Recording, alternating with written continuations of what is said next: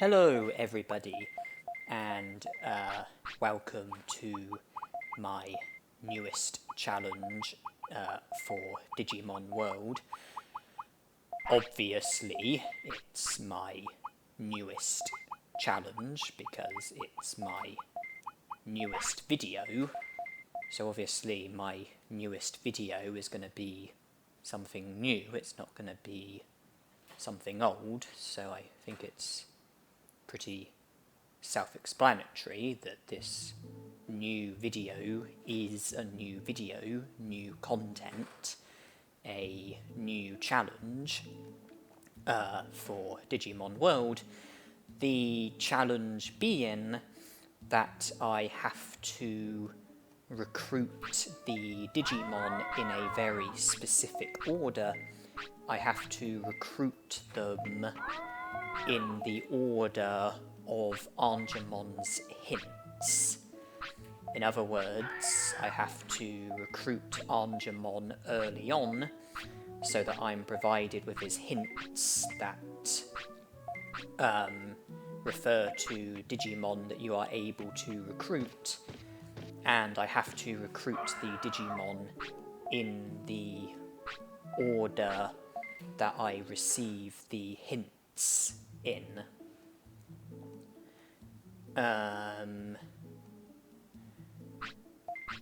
I would like to begin by saying that there isn't a hint for every Digimon in this game. There isn't a hint for Sukamon. There isn't a hint for Andromon, because even though there's a hint for Guromon, the hint goes away when you recruit Guromon, not when you recruit Andromon, not when you recruit both the Digimon, just when you recruit Guromon. And if you recruit Guromon without recruiting Andromon, then the hint goes away. There's no hint for Andromon. There's also no hint for Megadramon, because even though there is a hint which does refer to Mount Infinity, the hint goes away after you defeat Machinedramon, resulting in the recruitment of Airdramon, Devimon, and Metal Greymon. Even if you defeat Machinedramon without recruiting Megadramon, then the hint goes away. So there's also no hint for Megadramon. And Digimon who don't contain hints are exempt from this challenge.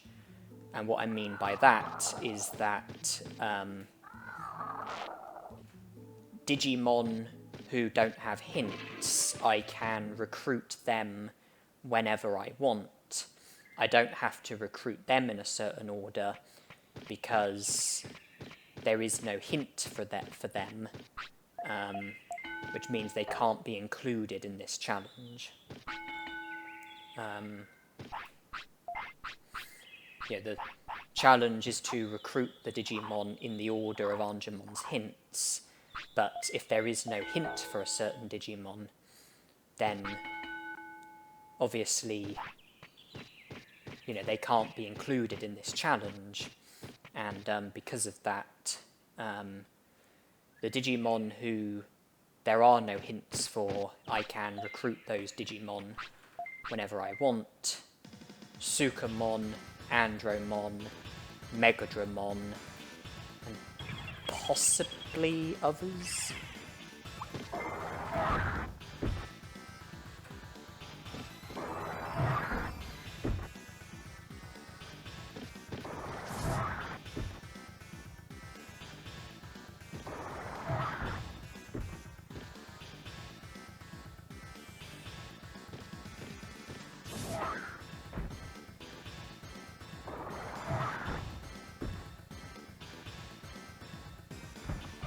And I have just defeated Agumon, which will result in his recruitment.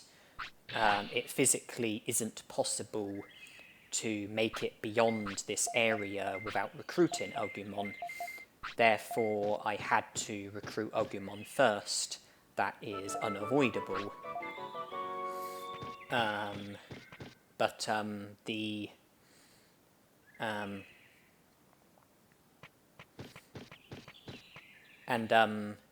I might recruit Sukamon before I recruit Angemon, because of the fact that there's no hint for Sukamon.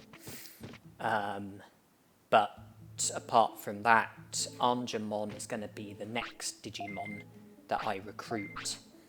And from recruiting him, I'll then be able to get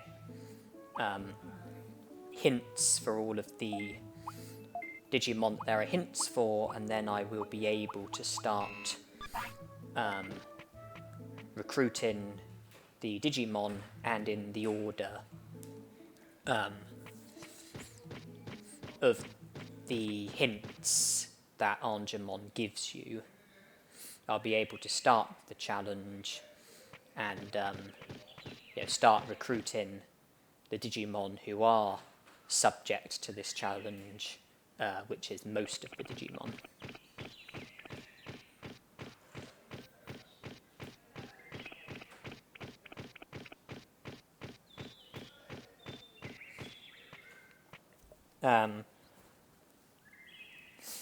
I'm not going to recruit Angemon immediately, because I have to... In the Ice Sanctuary, there's those 3 random Digimon who I have to battle, and I don't want to battle those Digimon until I feel like I've got good enough stats and good enough items in order to fancy my chances against those Digimon. At the moment I'm gonna be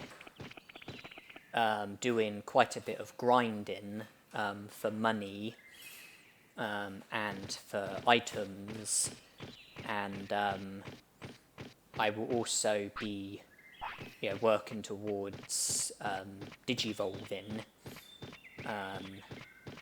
and training and stats.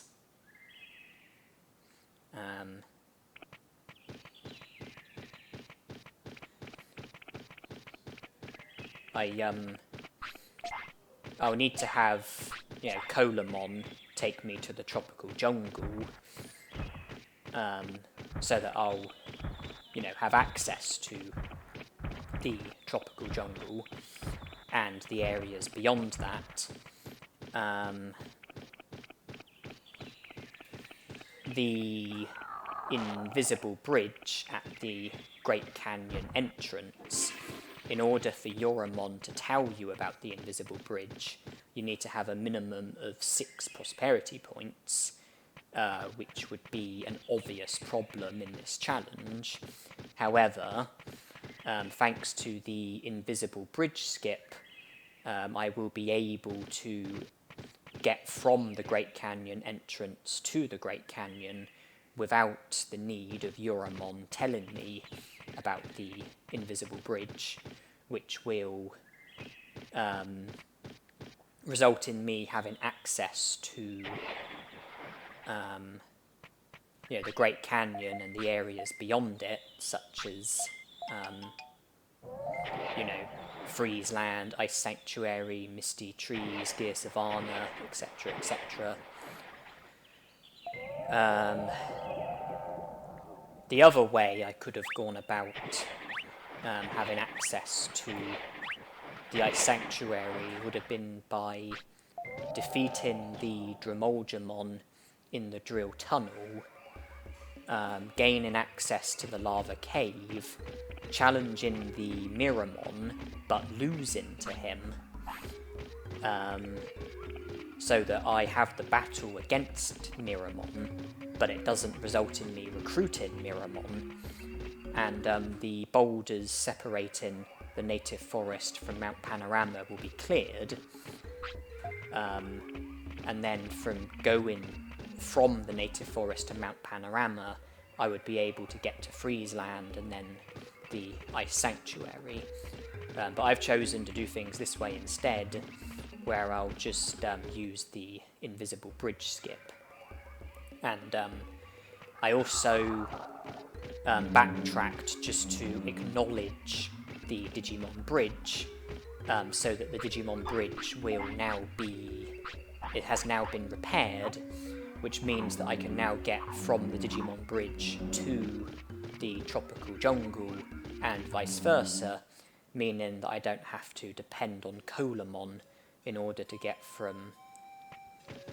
in order to get to the tropical jungle and the areas beyond it. Just, the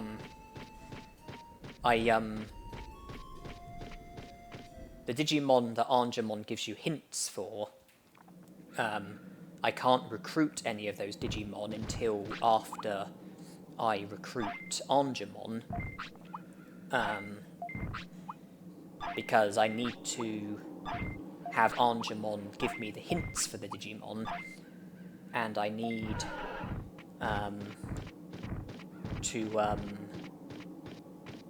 okay, I failed at the setup, so I'll have to try that again. Yeah, I'll need to recruit the Digimon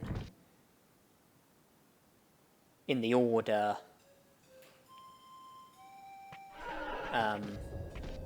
that they come in, regarding the Angemon hint. So the very first Digimon that his very first hint is referring to is the Digimon that I will have to recruit first.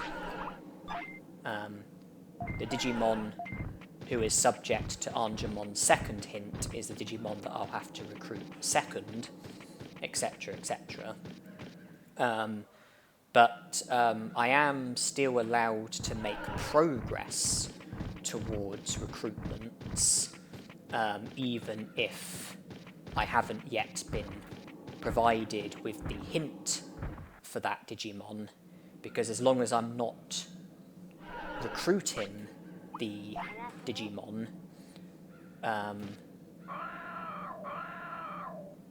there's no issue with it going against the rules of the challenge. If there's like a Digimon and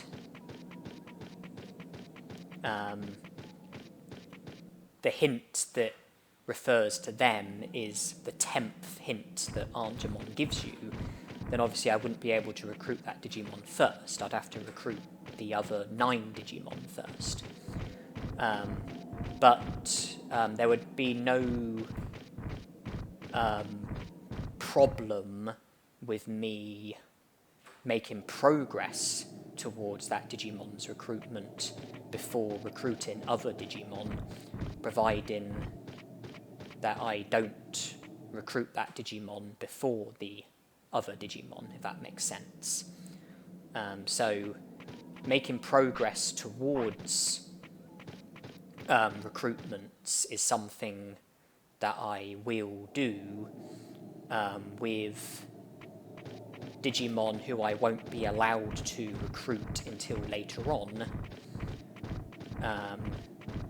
I've already made progress towards Colamon's recruitment by encountering him at the Cola Point and having him take me to the tropical jungle and acknowledging the Digimon bridge. Because now, if I was to go back to the Cola Point, Colamon would be there, and if I was to speak to him, then he would join the city afterwards. So I've already made progress with Colamon, but I haven't recruited him yet, and I won't recruit him until the time is right, until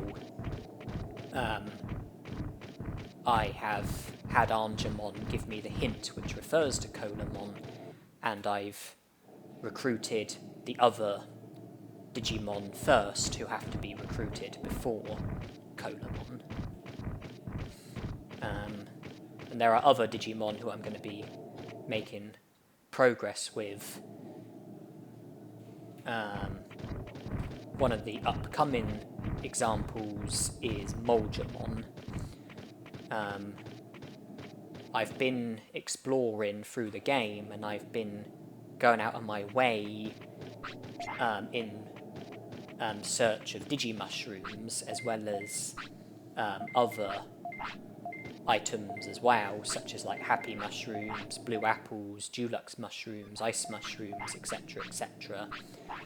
And I was particularly interested in Digimushrooms because they can be traded for medium recoveries with the Angemon that I've just done trading with.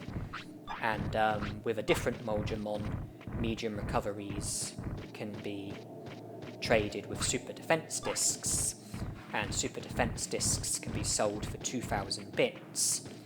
And I'm going to be going to the secret item shop in Gear Savannah, because that's the only item shop which is currently available to me. There's no item shop in the city, not with no recruitments being made, apart from Agumon, but he only works in the item bank. So I'm going to go to the secret item shop in Gear Savannah, sell the super defense discs, and then purchase medium recoveries, and then come back to Friesland and trade the medium recoveries with the Angemon for more super defense discs, and then go back to the Gear Savannah secret item shop, sell the super defense discs, buy more medium recoveries, and then repeat the process until I've got a fair bit of money under my belt. I will also continue to look out for Digimushrooms so that I can trade them for medium recoveries, as well as looking out for other items as well. Happy Mushroom, that's an item that needs to be traded with one of the Angemons in Friesland. And there are other items which are not subject to Angemon trades, but still do have the potential to be valuable. And I will look out for those sort of items as well. We're talking things like ice mushrooms, dulux mushrooms, blue apples, digipines, etc, etc.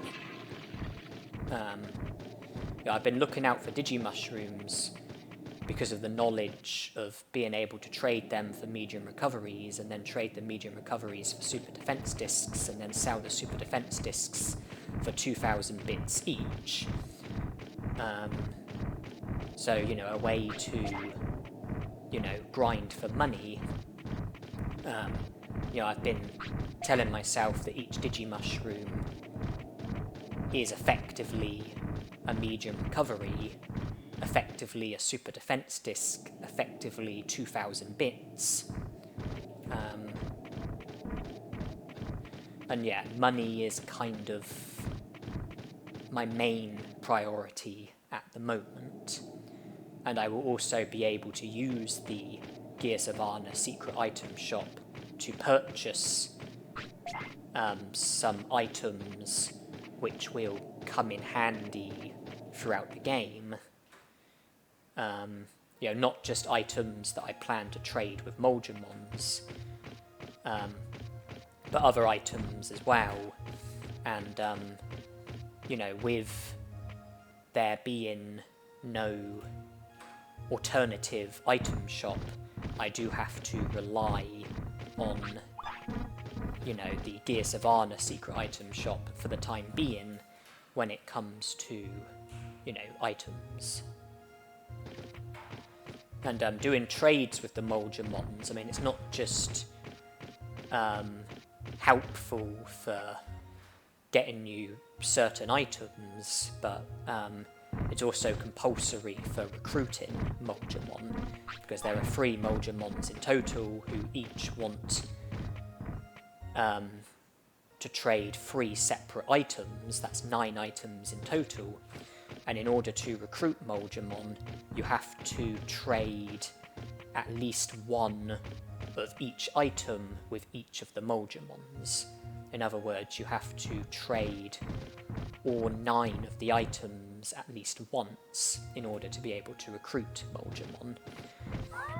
The Moljamon who you do the 9th and final trade with is the Moljamon who joins the city. So out of the 3 Moljamons, you can basically choose which Moljamon is the Moljamon who will join the city. Because the one who you do the 9th and final trade with is the one who will join the city. So any of the 3 Moljamons can be the one that joins the city. The one that joins the city, you will lose the ability to do trades with that Moljamon, because he will leave Friesland, he will join the city.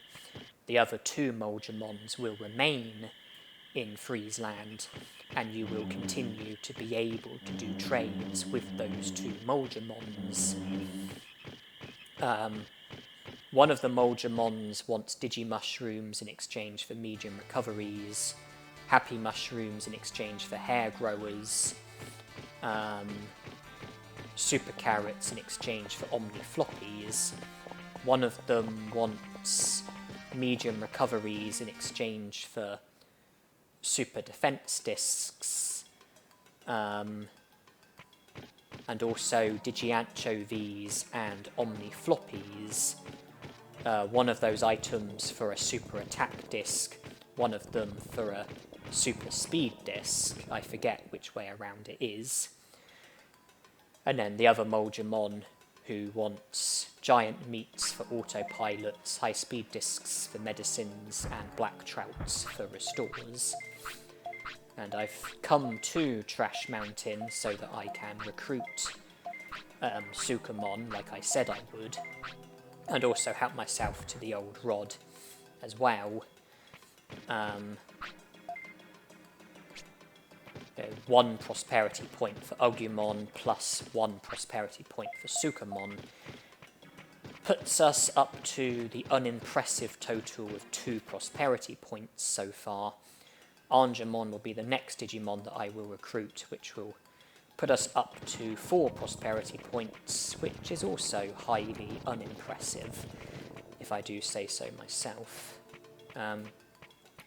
Recruiting Rookie Digimon scores you 1 prosperity point. Recruiting Champion Digimon scores you 2 prosperity points. Recruiting Ultimate Digimon scores you 3 prosperity points. However, there are 3 Champion Digimon who aren't considered to be very useful. Because of that, they only score you 1 prosperity point, and they are the 3 Filth Digimon, Sukamon, Numamon, and Nanimon. Agumon is a Rookie Digimon, and therefore scored me 1 prosperity point. Sukamon is a Champion Digimon, but also one of the Filth Digimon, and therefore also would have scored me 1 prosperity point. Angemon is a Champion Digimon and will score me 2 prosperity points.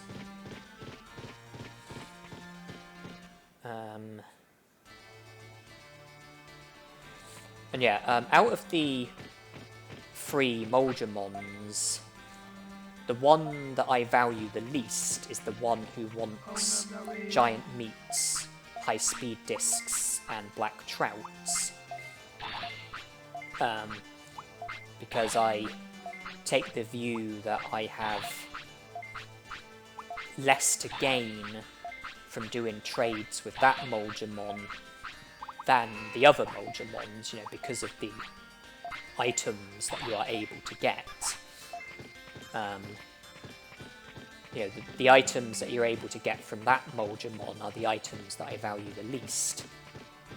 The trades that you're able to do, the items that you're able to offer and the items that you're able to get in exchange, I value the individual trades the least, And so that is the Mulgemon who I like to do the 9th and final trade with, because he's the Mulgemon who I like to be the Mulgemon who joins the city, because by losing the ability to do the trades with that Mulgemon, I feel like I'm losing less than what I would lose if I was to lose the ability to do the trades with one of the 2 other Mulgemons. So with those 2 Mulgemons, I like to do all 3 of the trades first before doing all 3 of the trades with the Mulgemon in question, because that is the Mulgemon who I want to do the 9th and final trade with. He's the one who I want to have join the city. He's the one who I want to lose the ability to do trades with. It's just the Mulgemon who wants medium recoveries for super defense discs. That is an excellent trade. By purchasing 99 medium recoveries and trading them for 99 super defense discs and selling the 99 super defense discs, you make an enormous profit from that. And then if you repeat the process, buy more medium recoveries, trade them for more super defense discs, and just keep going with the process, within no time at all you can max out on money. So that Mulgemon is very handy. And the other Mulgemon, well, Digimushrooms for medium recoveries is a very good trade. Happy Mushrooms for hair growers, well, hair grower is a very handy item, because if you're aiming to get all of the medals, then one of the things that you'll need to do is digivolve to every Digimon, because that's one of the things that you get a medal for. And the use of Digivolution items makes Digivolutions a lot easier, which makes the Digivolution medal a lot easier to obtain.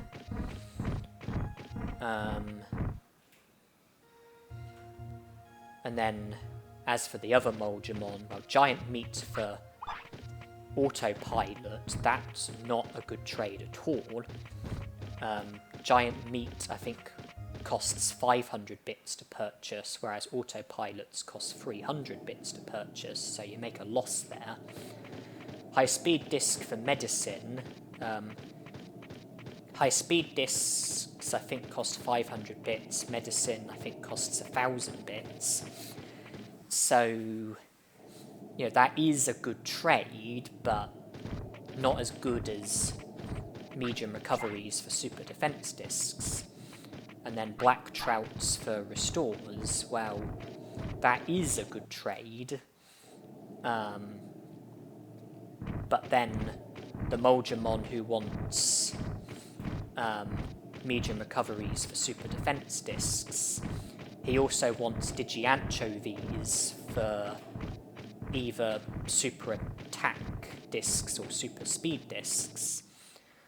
And they have the same value as restores, which means that a Digianchovy for one of those items is as good as a Black Trout for a restore. In fact, a Digianchovy for one of those super discs is actually better than a Black Trout for a restore as far as individual value is concerned, because Digianchovies are easier to catch than Black Trouts. They are less time consuming to catch. They can both be baited with meat.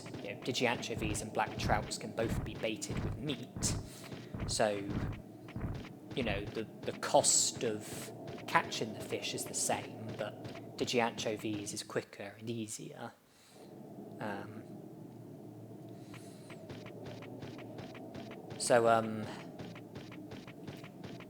Yes, Okay, Digi-Anchovies for super speed discs. Yeah, I've explained why I have a preference with which Moldramon it is that joins the city. And I hope I've done an adequate job at explaining it.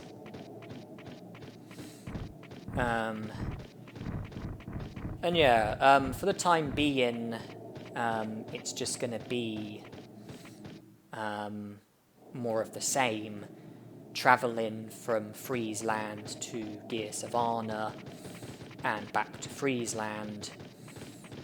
You know, purchasing medium recoveries, trading them for super defense discs, selling the super defense discs, purchasing more medium recoveries, and repeating the procedure, as well as continuing to look out for items lying around, such as Digimushrooms and other items as well. And time is significant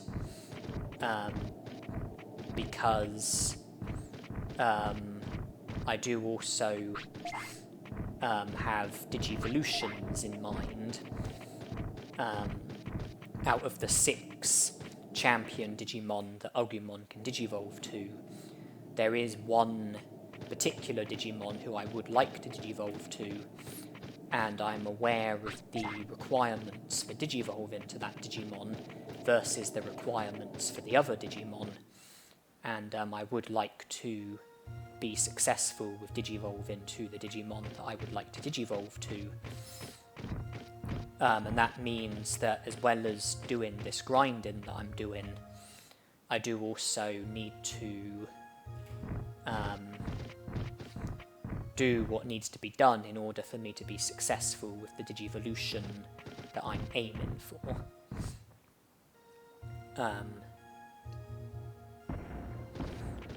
Because there are 4 requirements when it comes to Digivolutions. Stats, care mistakes, weight, and bonus condition. And out of those 4 things, you have to fulfill 3 of the requirements in order to be able to Digivolve to one of the Digimon.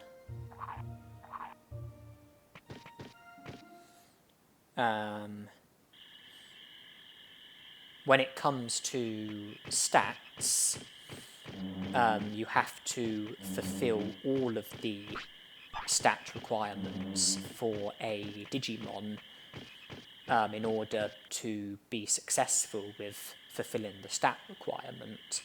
So, for example, if the stat requirement for a Digimon is 1000 HP and 1000 MP, then you need to have both 1000 HP and 1000 MP in order to fulfill the stat requirement.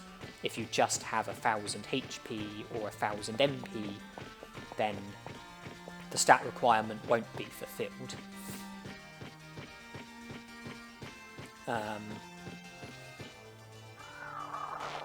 The weight requirement, well, simple enough, you just need your weight to be within a certain range. Care mistake requirement, well, simple enough, you need... Oh, happy mushroom. You need your number of care mistakes to either be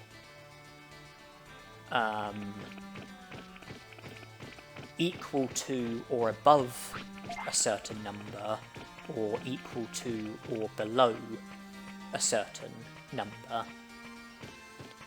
And then bonus condition, well, that can be a total of 5 different things. It can be how full your happiness is, how full your discipline is, how many battles you have had or haven't had, how many techniques you have mastered, and who your individual Digimon is. And I think some Digimon have just one bonus condition. I think some Digimon have 2 or 3 bonus conditions. And with the bonus condition, you don't need to fulfill all of them in order to be successful with the bonus condition. You just need to fulfill one of them. So if, say, the bonus conditions were for happiness to be at a minimum of 50%, discipline to be at a minimum of 50%, and for you to have had a minimum of 10 battles, then you don't need to have both happiness and discipline at a minimum of 50% and to have had a minimum of 10 battles. You just need to have done one of those things. So having happiness at a minimum of 50% will be job done. Having discipline at a minimum of 50% will be job done. Having a minimum of 10 battles will be job done. So with the bonus condition, you only need to fulfill one of them in order to be successful with the bonus condition. And the bonus condition only counts as one of the requirements. So if, like, the bonus condition has, like, 2 or 3 potential requirements, then it doesn't matter if you fulfill one of them, or 2 of them, or 3 of them. It will only count as one of the requirements. It will only count as the bonus condition, one of the requirements. You'll still need 2 of the other requirements in order for the Digivolution to be possible. So out of stats and care mistakes and weight, you will need at least 2 of those 3 things in the bag, along with the bonus condition. That's if you fulfill the bonus condition. Of course, you don't need to fulfill the bonus condition in order to be successful with a Digivolution. Not if you fulfill the other 3 requirements. As long as you fulfill 3 of the requirements, the Digivolution will be possible. So out of stats, care mistakes, weight, and bonus condition, you need to fulfill 3 of those 4 things.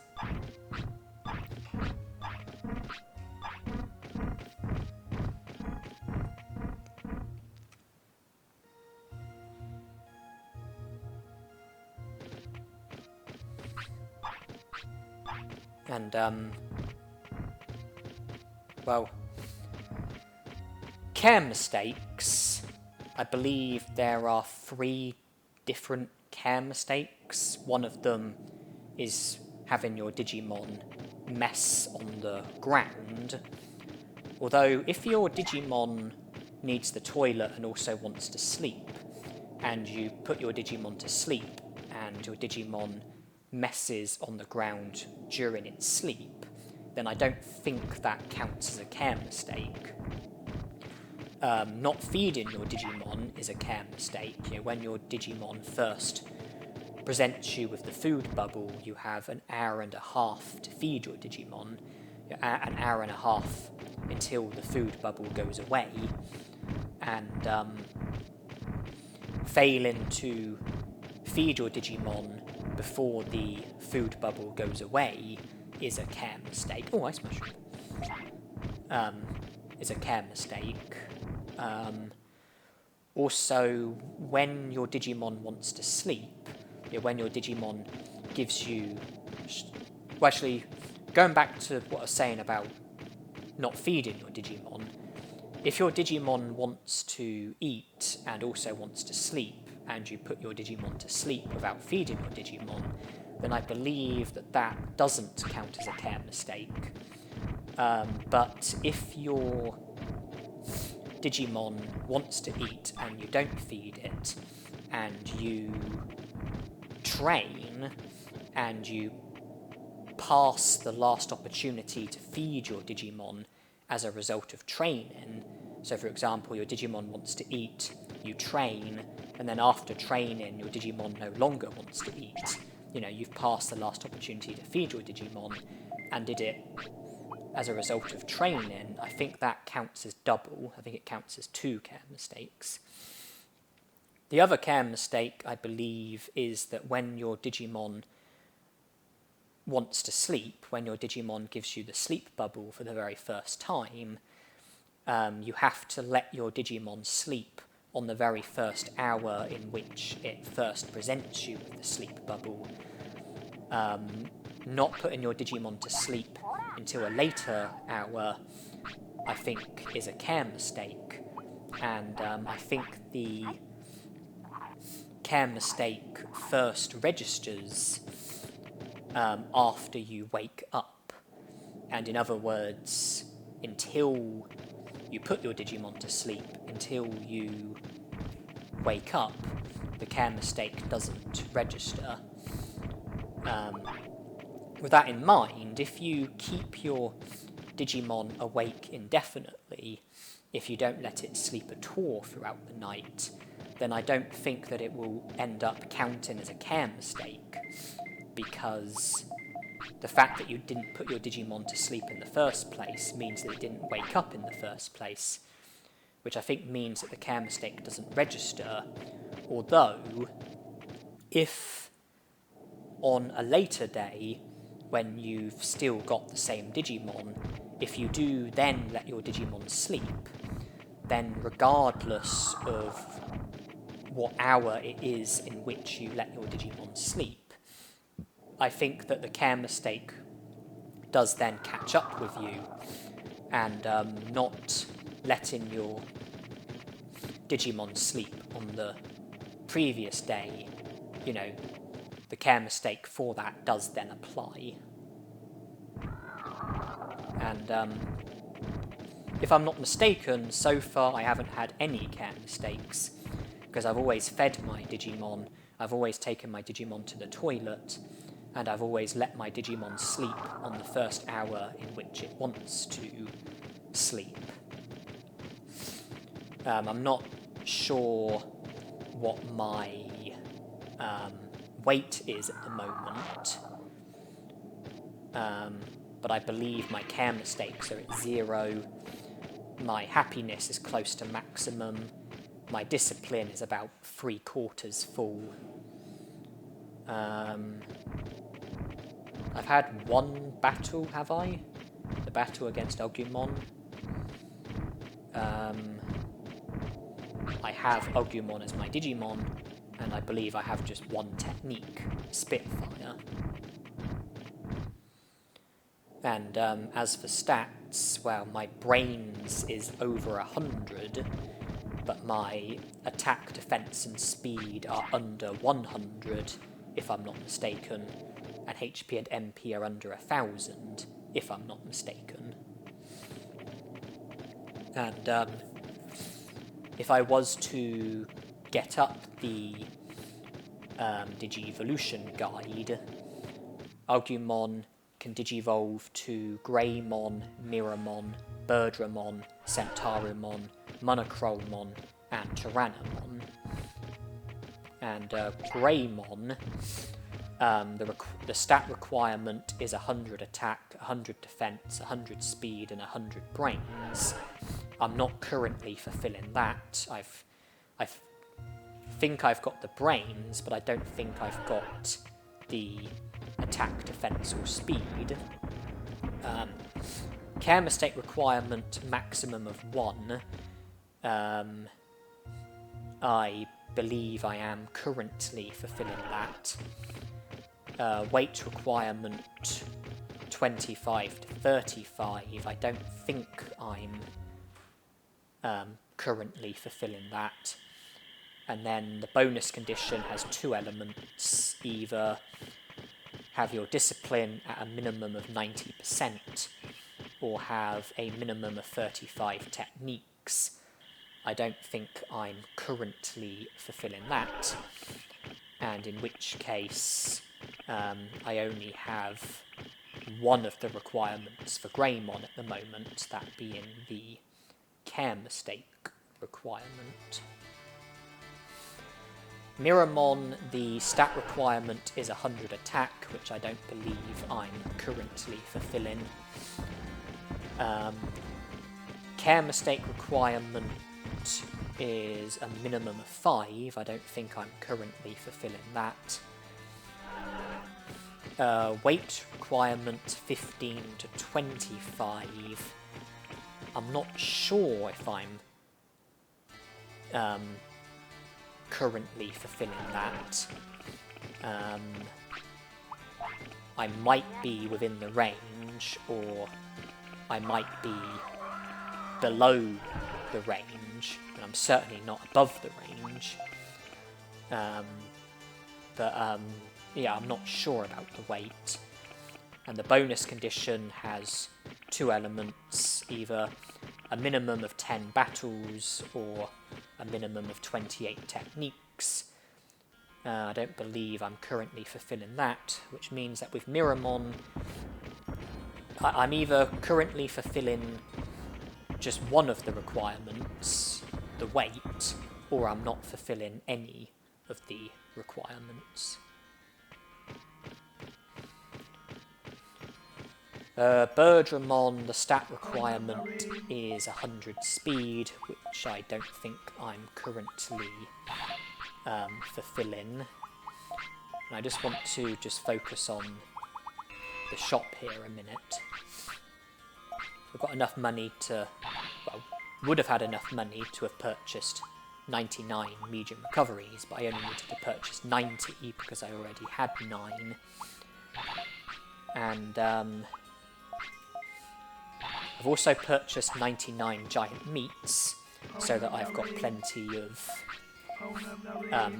food in my inventory to help with being able to feed my Digimon, to give me firmer control over care mistakes and weight.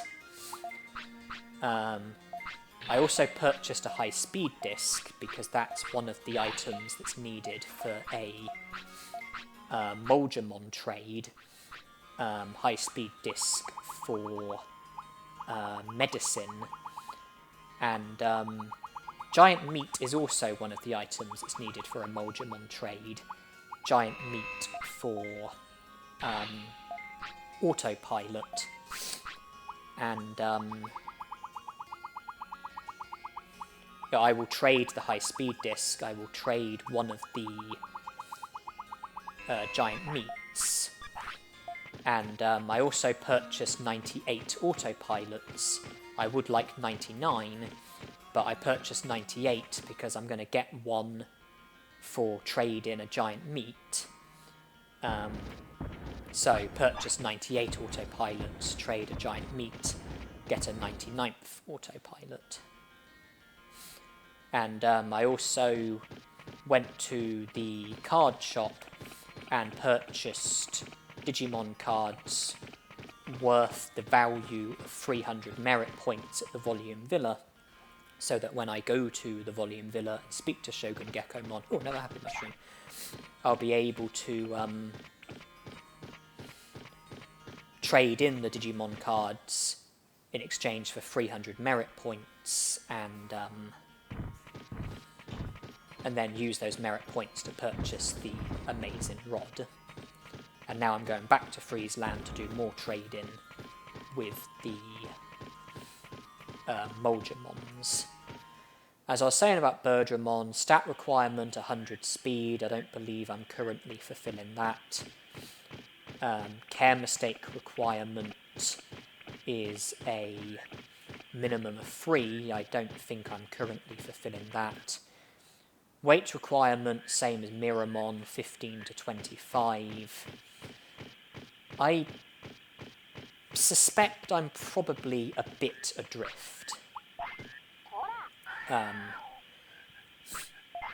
So I suspect that I probably don't have the weight requirement for Birdramon, not currently. And then the bonus condition, there's 2 elements, either have Biomon as your Digimon or have a minimum of 35 techniques. I don't believe I'm currently fulfilling the bonus condition for Birdramon. Centaurumon, the stat requirement is 100 brains, which I believe I am currently fulfilling. The care mistake requirement is a maximum of 3, which I believe I am currently fulfilling. The weight requirement is 25 to 35, same as Greymon. I don't believe I'm currently fulfilling that. And then there's 2 elements to the bonus condition, either have discipline at a minimum of 60% or have techniques at a minimum of 28 techniques. I believe that I am currently fulfilling the bonus condition for Centaurimon because of discipline. And that's 3 of the requirements for Centaurimon. With Birdramon, either 1 of the requirements or none of the requirements. Centaurimon, I believe, 3 of the requirements. Monochromon, the stat requirement is 1000 HP, 100 defense and 100 brains, which I don't believe I'm currently fulfilling. Care mistake requirement, maximum of 3, I believe I am currently fulfilling that. Weight requirement, 35 to 45, I don't believe I'm currently fulfilling that. And then the bonus condition has 2 elements, either a maximum of 5 battles or a minimum of 35 techniques. I believe I am currently fulfilling the bonus condition because of the battles. And that's 2 of the requirements for Monochromon. The bonus condition and care mistakes, not the stats or the weight. Centaurimon, it was stats, care mistakes and bonus condition, not the weight. Birdramon and Miramon, it was either just the weight or none of them. Greymon, I think it was just the care mistakes, not the stats or the weight or the bonus condition. And then finally Tyrannomon, stat requirement 1000 HP and 100 defense. I don't believe I'm currently fulfilling that. Care mistake requirement maximum of 5. I believe I am fulfilling that at the moment. Weight requirement 25 to 35. I don't believe I'm currently fulfilling that. Bonus condition, 2 elements, either a maximum of 5 battles or a minimum of 28 techniques. I believe I am currently fulfilling that because of the battles. And that's 2 of the requirements, care mistakes and bonus condition, not stats or weight. So if I'm correct, then at the moment I'm only fulfilling enough of the requirements for 1 of the Digimon at the moment, that being Centaurimon. You do need to have a rookie Digimon for a minimum of 3 days before it can digivolve, 72 hours.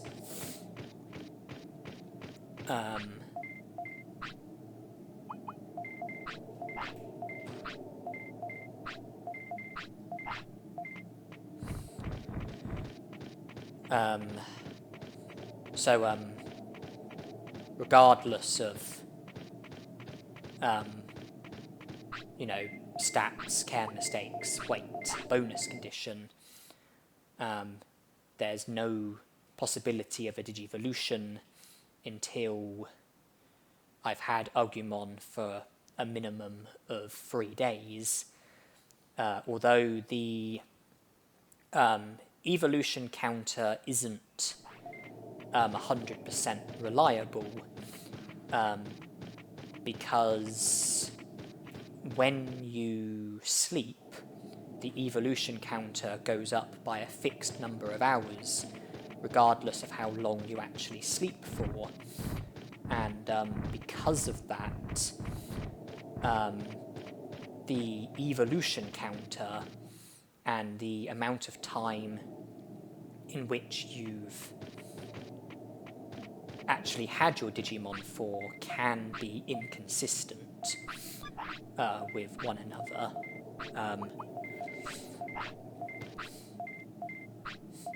With baby Digimon, I think the evolution counter goes up by 1 hour when they sleep, and they only sleep for 1 hour, which means there'll be no mistakes there. And you need to have baby Digimon for just 6 hours in order for it to digivolve to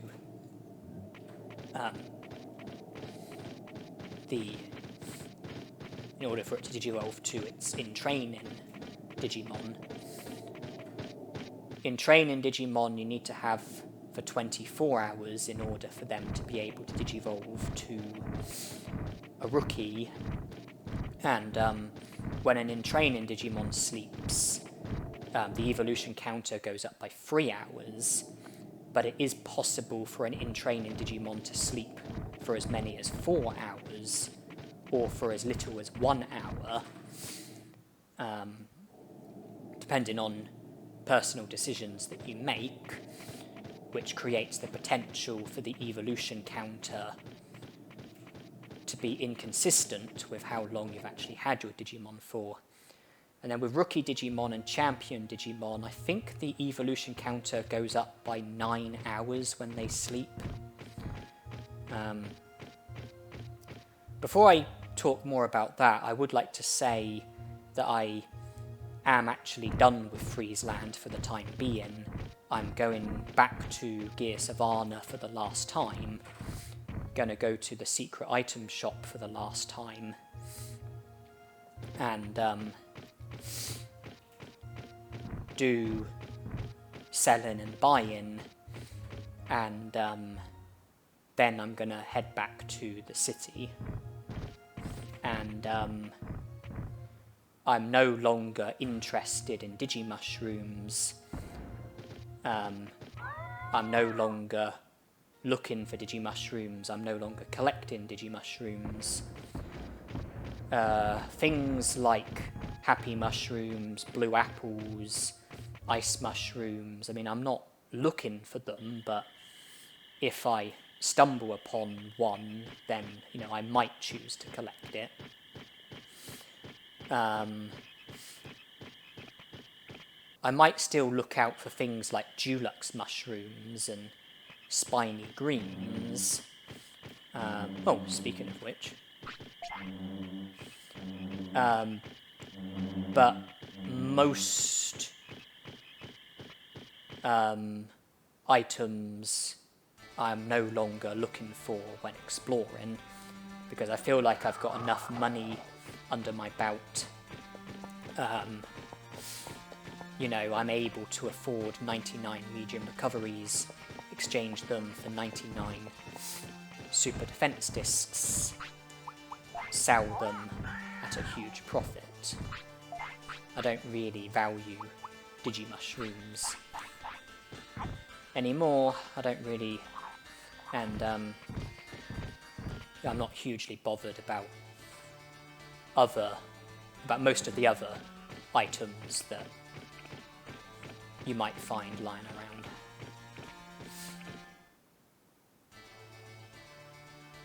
Because I've already found a Happy Mushroom, which was one of the necessary Moldramon items. Plus Digimushrooms. No Super Carrot as of yet. Giant Meat and High Speed Disc traded, no Black Trout as of yet. Medium Recoveries traded, no Digianchovs or Omni Floppies as of yet.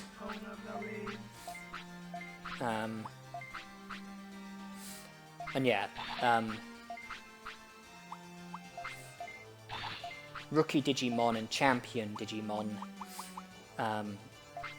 when they sleep, I think the evolution counter goes up by 9 hours.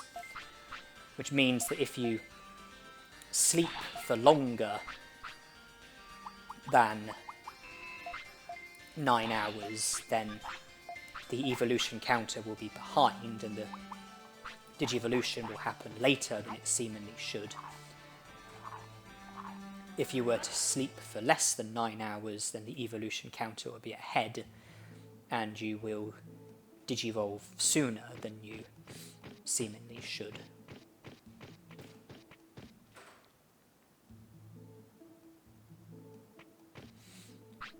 Just, if you were to keep your Digimon awake against its will, then the evolution counter would go up for all of those hours in which the Digimon is awake. And if you were to wait until the final hour before letting your Digimon sleep, don't let your Digimon sleep until the hour before the hour in which it's due to wake up at. Have it sleep for just 1 hour, then the evolution counter will go up by the fixed number of hours.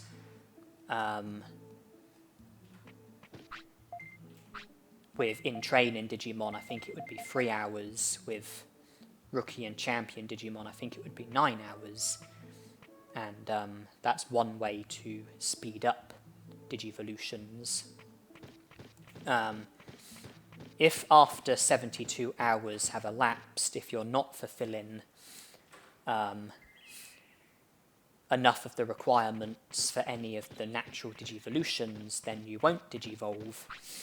And once 4 days are up, 96 hours, if you are still not fulfilling 3 or more of the requirements for any of the natural Digivolutions, then your Rookie Digimon will Digivolve to Numamon. But it's not a case of if you aren't fulfilling enough of the requirements once 72 hours are up, then you will Digivolve to Numamon. If at any point between the 72 hours and the 96 hours you do end up fulfilling 3 or more of the requirements for one of the natural Digivolutions, then you would Digivolve to that Digimon and not Numamon.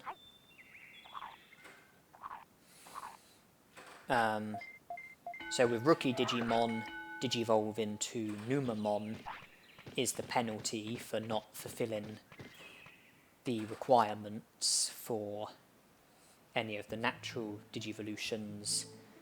When it comes to Champion Digimon, Digivolving to Ultimate Digimon, you need to have the Champion Digimon for a minimum of 6 days, 144 hours. And if you don't fulfill enough of the requirements for any of the natural Ultimate Digivolutions, then you won't Digivolve to an Ultimate, you'll just fade away as a Champion once you reach the end of the Digimon's lifespan.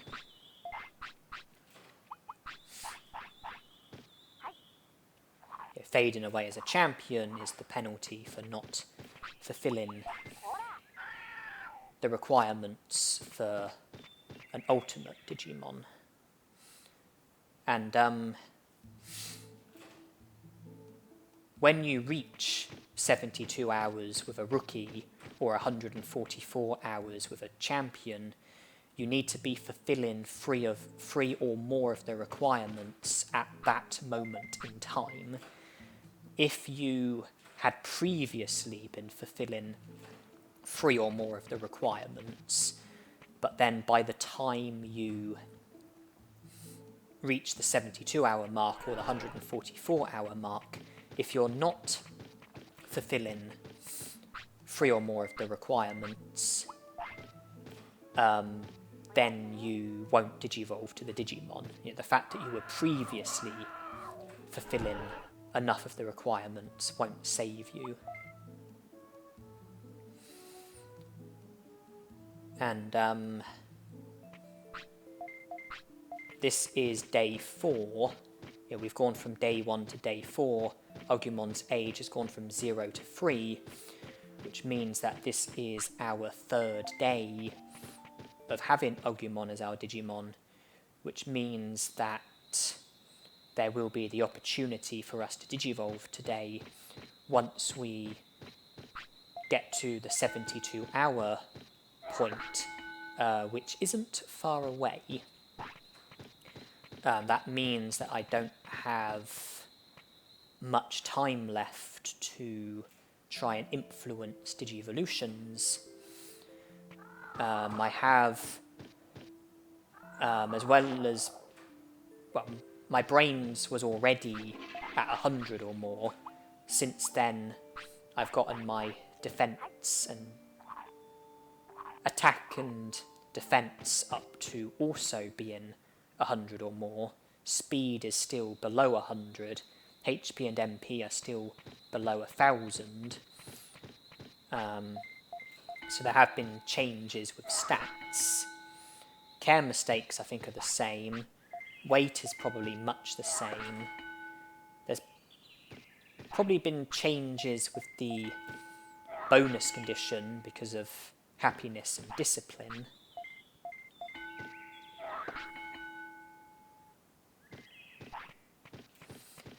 And I would like to reveal that the Digimon that I'm aiming to Digivolve to is Greymon, which means that I need my attack, defense, speed and brains to all be at a minimum of 100, which means that I do need to get my speed up to 100 before Digivolving. And that needs to be treated with urgency. The care mistake requirement should be in the bag, because I don't think I've had any care mistakes. And the bonus condition should be in the bag, because I think that my discipline is there. Okay, we are Digivolving. I think I've got the stats for Greymon, plus the care mistakes, and the bonus condition. Not the weight, but 3 of the requirements. I'm feeling pretty confident that Greymon is the Digimon that I will Digivolve to. And I'm right. It's just, if I was to just go back over the Digivolution requirements, Mirrormon, 100 attack, we had that in the bag. Care mistakes, minimum of 5, we didn't have that. Weight, 15 to 25, I'm not actually sure. Bonus condition, minimum of 10 battles or 28 techniques. We didn't have that. Even if we did have the weight, the stats and weight, that's only 2 of the requirements. We didn't have the care mistakes or the bonus condition, so we wouldn't have Digivolved to Mirrormon. Birdramon, stat requirement 100 speed, we had that. Care mistake requirement, minimum of 3, we didn't have that. Weight requirement 15 to 25, not sure. Bonus condition, either have Biomon as your Digimon or a minimum of 35 techniques. We didn't have that, so like with Mirrormon, even if we had the weight, it only would have been 2 of the requirements, weight and stats. Didn't have the care mistakes or the bonus condition, so we never would have Digivolved to Birdramon. Centaurumon, stat requirement 100 brains, we had that. Care mistake requirement maximum of 3, we had that. Weight requirement 25 to 35, I highly doubt we had that. Bonus condition, either a minimum of 60% discipline or minimum of 28 techniques. We did have that because of the discipline.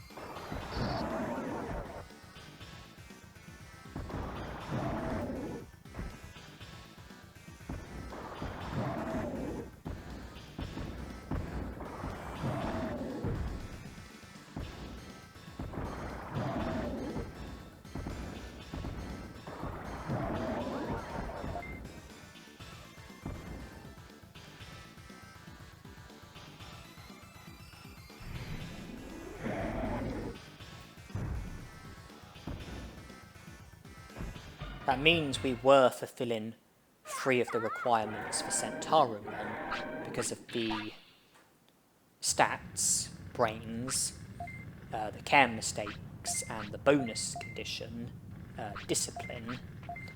So Digivolve into Centaurimon was feasible, and prior to us getting our speed up to 100, it was the only possible Digivolution out of the ones that I've gone over so far.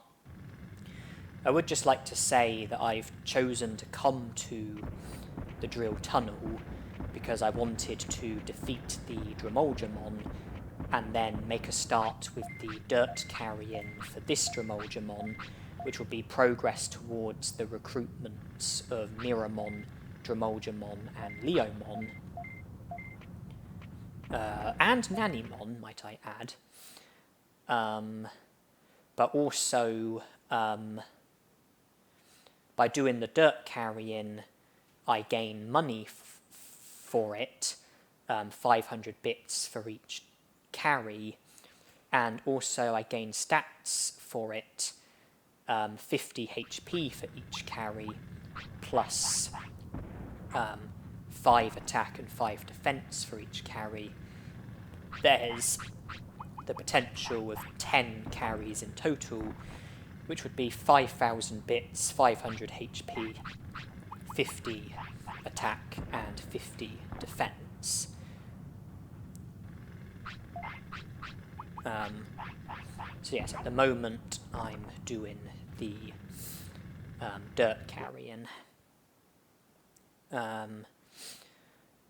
Monochromon.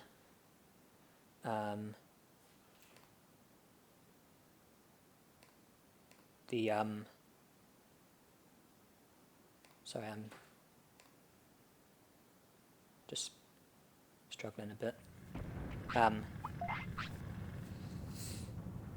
Okay, tiredness is high, but conveniently Greymon wants to sleep now. Greymon also needs the toilet, but I can't be bothered to take him to the toilet. I'll just let him mess on the ground during his sleep and then continue with the dirt carrying. Monochromon, stat requirement, 1000 HP, 100 defense, and 100 brains. Weren't fulfilling that, because even though defense and brains were at 100 or more, HP was under 1000. Care mistake requirement, maximum of 3, were fulfilling that. Weight requirement, 35 to 45, I highly doubt I was fulfilling that. Bonus condition, either a maximum of 5 battles or minimum of 35 techniques. We did have the bonus condition because of the battles, plus the care mistake requirement, but that's only 2 of the requirements, didn't have the stats or weight, so Monochromon was also out of the question. Tyrannomon, stat requirement, 1000 HP and 100 defense, weren't fulfilling that, because we didn't have the HP. We had the defense, but not the HP. Care mistake requirement, maximum of 5, were fulfilling that. Weight requirement, 25 to 35, I highly doubt I was fulfilling that. Bonus condition, either a maximum of 5 battles or minimum of 28 techniques, were fulfilling that because of the battles, but the bonus condition and the care mistake requirement is just 2 of the requirements, because we weren't fulfilling the stat requirement or the weight requirement. So Tyrannomon was also out of the question. Then that brings my focus onto Greymon. But before that, I would like to point out that I've come to the Dragon Eye Lake, intent on catching a Digianchovy and a Black Trout, which will be needed for Molgemon trades. There's the Digianchovy.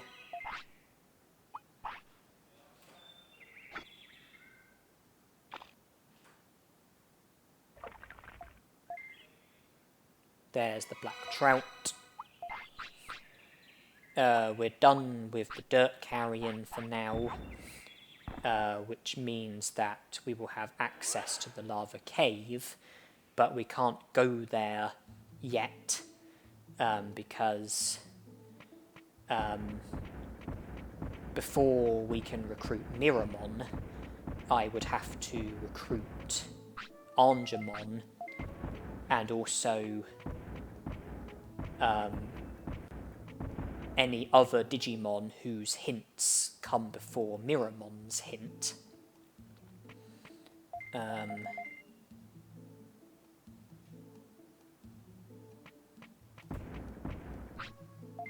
But Miramon is at least available to us, which is good.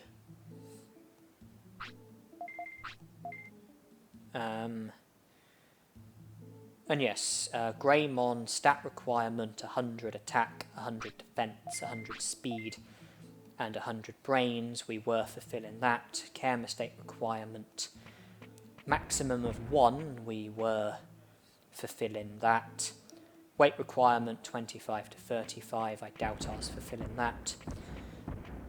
Bonus condition, either discipline at a minimum of 90% or have a minimum of 35 techniques. We were fulfilling that because of the discipline. So we did also have 3 of the requirements for Greymon, and Greymon is the Digimon that I digivolved to, and was also the Digimon that I was hoping to digivolve to. Trying to bring my focus back to the present.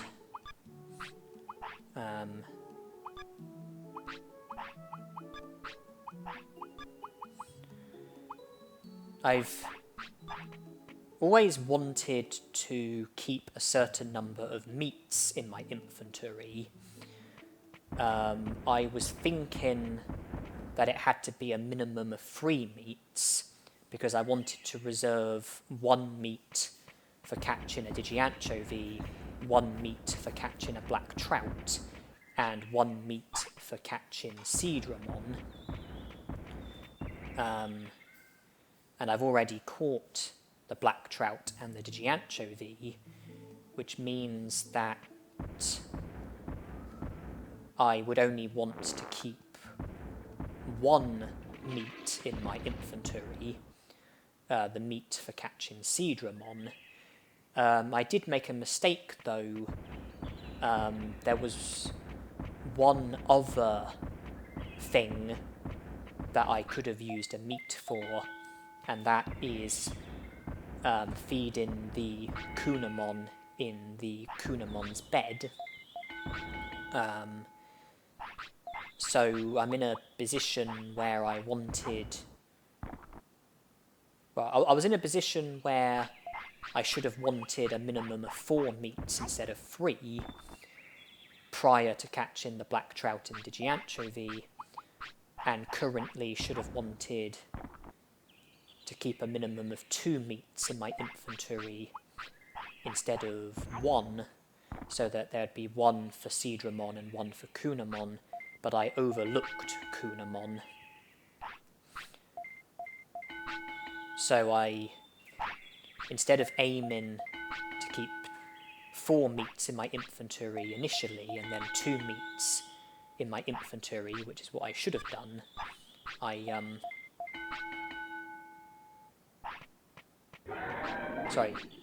instead of aiming to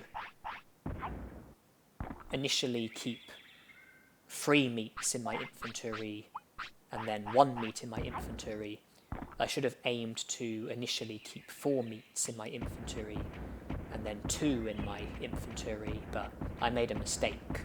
I went wrong. I am preparing for the Ice Sanctuary. I am preparing to go to Friesland, proceed through the Ice Sanctuary and recruit Angemon, but I made preparations with items, I made preparations with Digimon, and now I'm making preparations with stats. So I'm not going to go to the Ice Sanctuary just yet, because I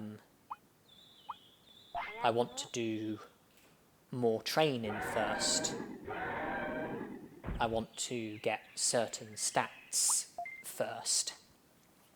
So for the time being, I'm going to be training. I want to get my brains up to 300 so that I will have the distance and change target command. I would like attack and speed to be at 300, or at least eventually at 300. If not before the Ice Sanctuary, then after the Ice Sanctuary. I'd like to have about 2,500 HP. And as for brains, well, I've taken a pause from training brains because as well as wanting to get 300 brains, I would also like to learn Heat Laser. And when I train my brains and get it up to, or either reach 250 or exceed 250, there will be the opportunity of me to learn a technique. And in this instance, it will be Heat Laser.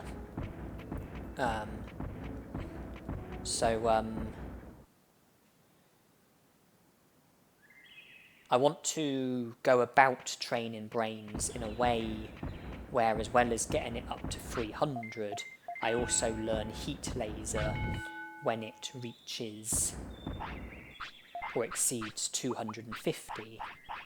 So I would like to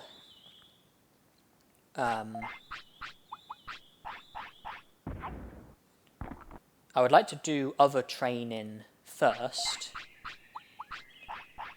Then when Greymon next wants to sleep next to the brain training, save,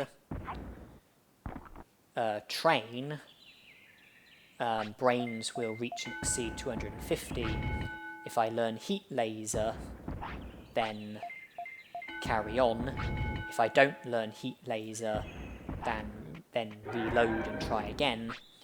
If I still don't learn Heat Laser, then reload and try again, but do things slightly differently. It's just with this game, if you keep reloading and keep repeating yourself exactly, then the outcome won't change. The outcome will be the same. So you have to change something in order to create the opportunity for a different outcome. So I might praise my Digimon once and then train brains, or scold my Digimon once and then train brains, or praise twice, train brains, scold twice, train brains, or maybe run to one of the other pieces of equipment and train that once and then go back to brains and train that. You know, keep doing things differently.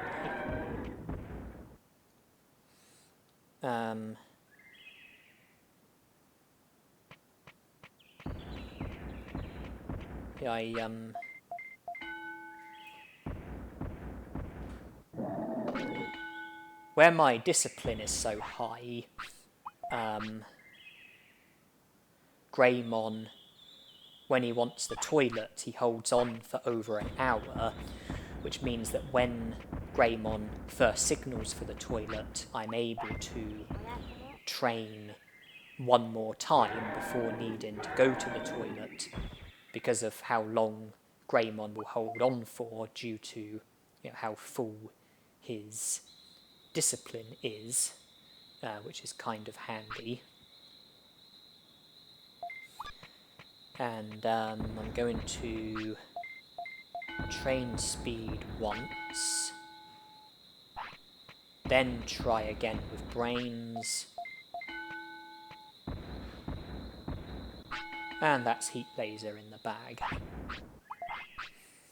Because when your brains reaches 100, or when you train brains and it reaches 100, you learn the attack command, 200 you learn the moderate command, 300 you learn the distance and change target commands, 400 you learn the defensive command, 500 you learn the enabled technique. And then also you have the opportunity to learn a technique when you train your brains and it reaches 150, 250, 350, 450, 550, and I'm not too sure how it works after that. I'm not sure if it's 650, 750, 850, 950, or if it's 600, 700, 800, 900, or if it's 600, 650, 700, 750, 800, 850, 900, 950. Yeah, I'm not entirely sure, but I knew that I had the opportunity to learn a technique when my brains reached 250, and I knew that it would have been heat laser, which is the technique that I was after. And I wanted to sleep next to the brain training, and obviously leading up to Greymon wanting to sleep, I needed to pass the time by training other things, and I did that by training HP and attack. Okay, brains is now where I'd like it to be, HP is where I'd like it to be. Attack, I would like to get up to 300 prior to going to the Ice Sanctuary. Speed I would like to work on. I would like to eventually get it up to 300. Maybe not before the Ice Sanctuary, but it is the... But I would like to eventually get it up to 300. Okay, HP, attack and brains are all there.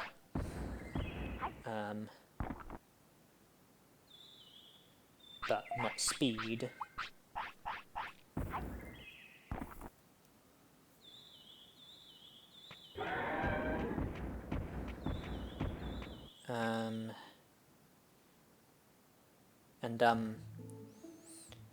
When it came to Digivolving, I knew that I would Digivolve to Greymon and not Centauramon, and that was because of the stats that I had. When you fulfill 3 or more of the requirements for more than one Digimon, the Digivolution will be determined by your stats because of what I call the relevant stat average, where there are stats which are relevant to a Digimon's Digivolution. With Centauramon, it's just brains, because the stat requirement for Centauramon is 100 brains, which means that for Centauramon, the only relevant stat is brains. For Greymon, the stat requirement is 100 attack, 100 defense, 100 speed, and 100 brains, which means that there are 4 relevant stats, the 4 relevant stats being attack, defense, speed, and brains. And when you fulfill 3 or more of the requirements for more than one Digimon, it takes the relevant stats for that Digimon, adds them together, and then divides by how many there are. With Centauramon, the only relevant stat was brains, and my brains was about 100, which meant that 100 would have been divided by 1, which is 100, and Centauramon's relevant stat average would have been 100. As for Greymon, it would have added attack, defense, speed and brains together and then divided by 4, because there were 4 stats in total, and then that would have equaled the relevant stat. The result of that would have been the relevant stat average. Defense, speed and brains were all 100, whereas attack was a bit over 100, somewhat over 100, and because of that, when the attack, defense, speed and brains would have been added together and then divided by 4, the overall result would have been above 100, because let's just say, figure of speech, that our attack was 150, and let's say that defense, speed and brains were all 100. 150, add 100, add 100, add 100, that's 450. Divide by 4, I think that's 112.5. So the relevant stat average for Greymon was superior to the relevant stat average for Centauramon.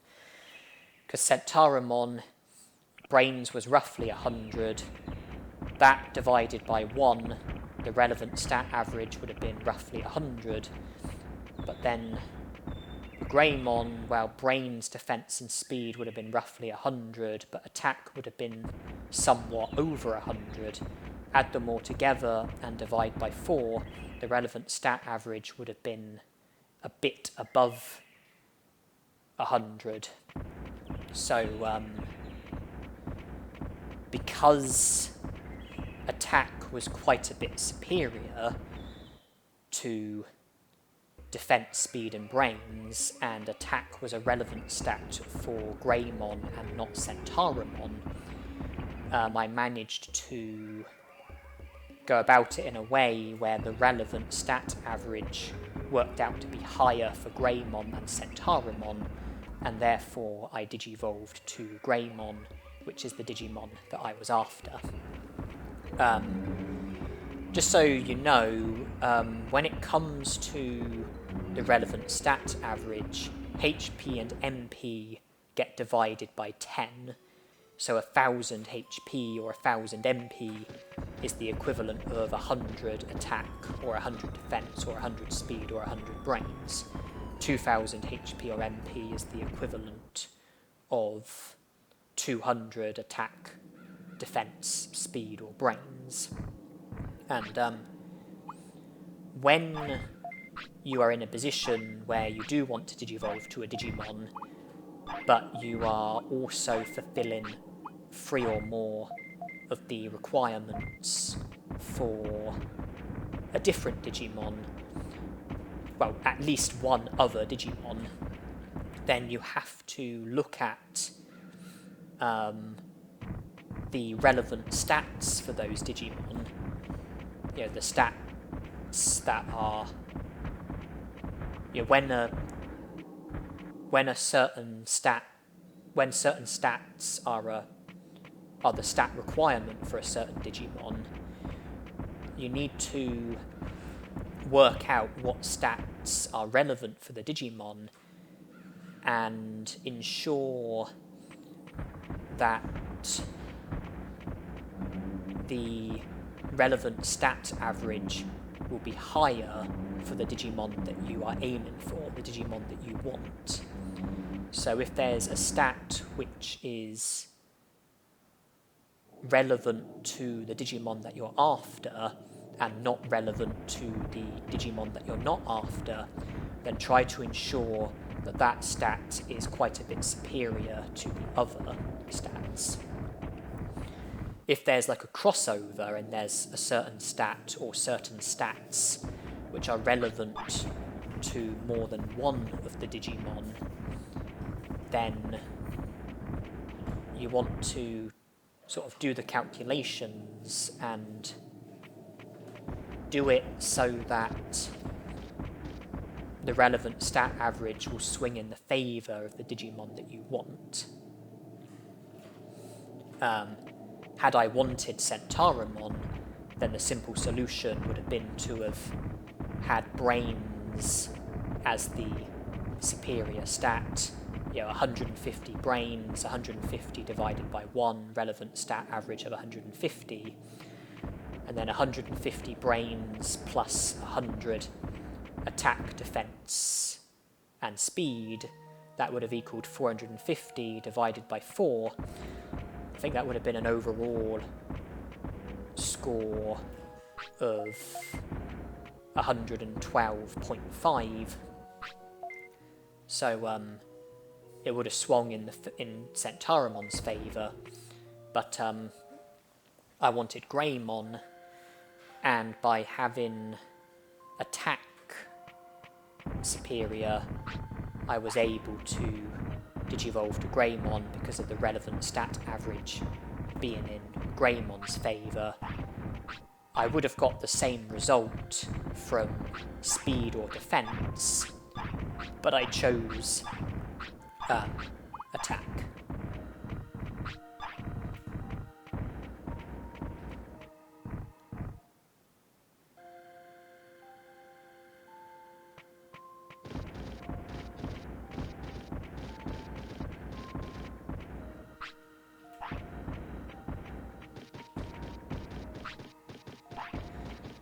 And I chose not to bring my MP floppies because I knew that I would be collecting items in the Ice Sanctuary, including an Omni floppy and a large MP. Omni floppy recovers HP and MP by 1500, large MP recovers MP by 5000. I knew that I would get adequate MP recovery from the items that I would be collecting here in the Ice Sanctuary, making the MP floppies unnecessary.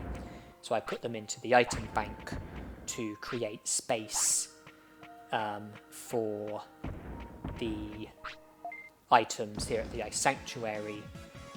And it's because of that why I also put my meat into the item bank as well. I wanted to have enough space for all of the items here at the Ice Sanctuary.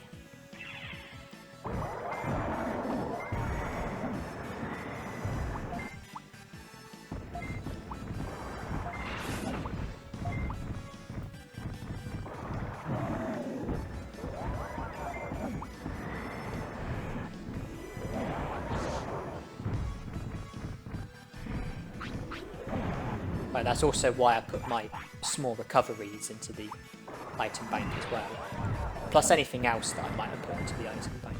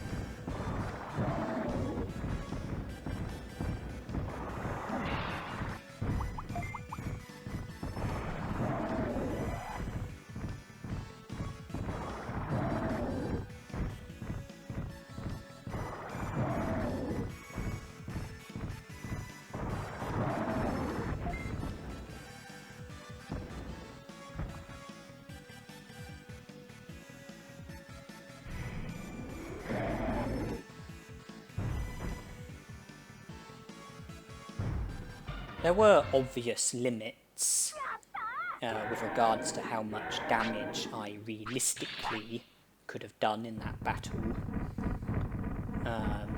Only having Spitfire plus my finish plus 300 attack. But I was helped by the fact that those Digimon did inflict damage upon each other, something that they are very prone to doing.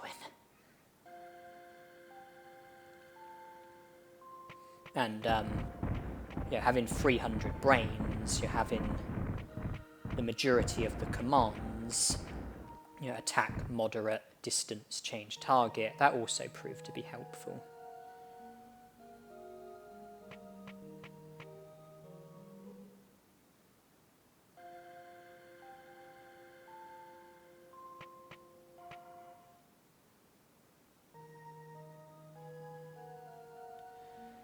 Okay, we are about to recruit the most significant Digimon of this challenge. The Digimon who I have to recruit before being able to recruit most of the other Digimon. Agumon was irrelevant because you physically can't defeat you physically can't recruit Angemon before Agumon.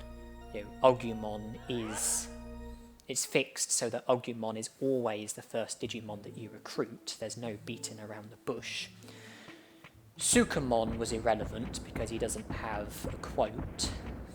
Andromon and Megadramon are also irrelevant because they also don't have quotes. There might be other Digimon who don't have quotes who I'm overlooking. But most of the Digimon, Angemon is going to be very relevant to their recruitments.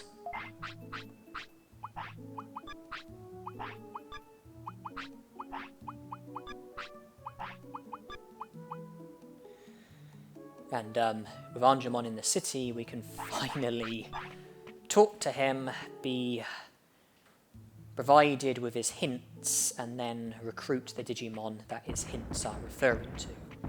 In the correct order, of course. First come, first serve. Yay, I did it. Agumon's joined. Angemon's joined. We have 4 prosperity points because there's Sukamon as well. Palmon. Kunamon. Centaurimon. Okay, we can recruit Palmon, which would be good. Upgrade the meat farm from meat to giant meat. Get a brain chip as well. Defeat and recruit Kunamon. Have him create the shortcut that he creates, the shortcut from the city to the Digimon Bridge, plus the MP chip. And then Centaurimon, have him open the clinic so that we will be able to rest. With Angemon joining the city, Digimon's house has been upgraded, which means that we can no longer rest in Digimon's house, but recruiting Centaurimon will restore the ability to rest, and also resting at the clinic is more effective than resting in Digimon's house.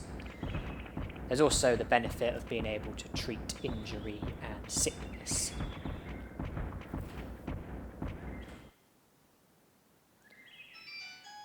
And my phone is going off.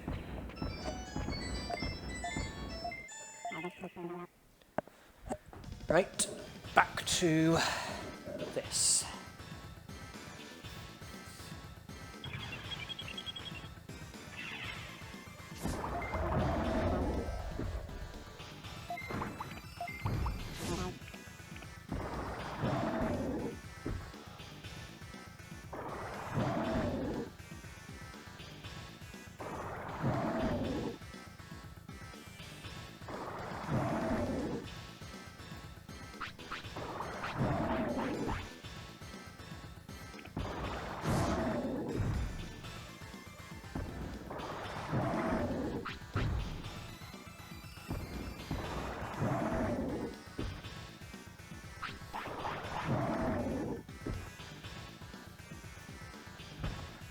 The point I was trying to make is that Palmon, Kunamon and Centaurimon are all going to be very welcome recruitments because of the benefits that I listed, plus the fact that you have to recruit Centaurimon in order to be able to encounter Unimon at Mount Panorama,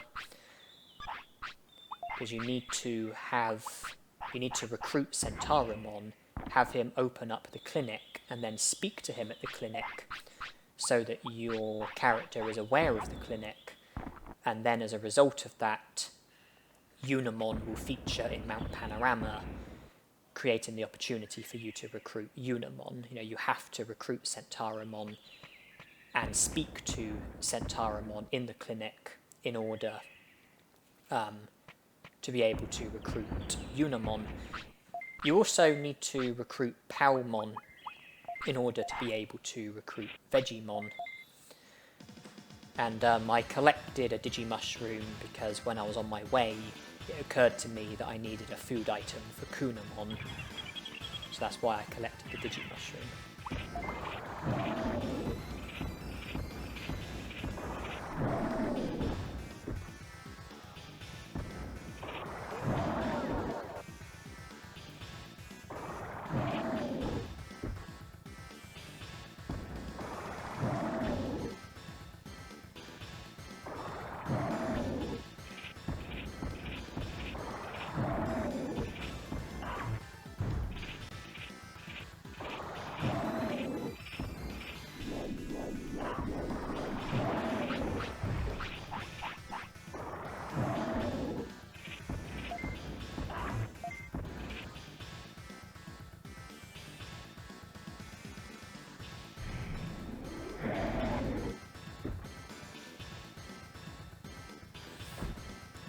Just in order to be able to recruit Vegemon, you can't have Tainomon working on the meat farm. You need to have Palmon on the meat farm so that Tainomon is where she ends up after she gets replaced by Palmon. And you need to speak to Tainomon when you have a minimum of 9 prosperity points, so that she mentions about a plant that's growing in the tropical jungle. And you also recruiting Palmon and having Tainomon move results in there being a rain plant next to Tainomon on day 15 of each year, which is needed for recruiting Vegemon, because you have to take the rain plant to the plant in the tropical jungle, water it with the rain plant, and then Vegiemon will emerge and will join the city. You need to recruit Palmon in order to be able to obtain the rain plant and for Tainemon to mention to you about the plant that's growing in the tropical jungle. You need Tainemon to tell you about it in order for the plant to appear in the tropical jungle.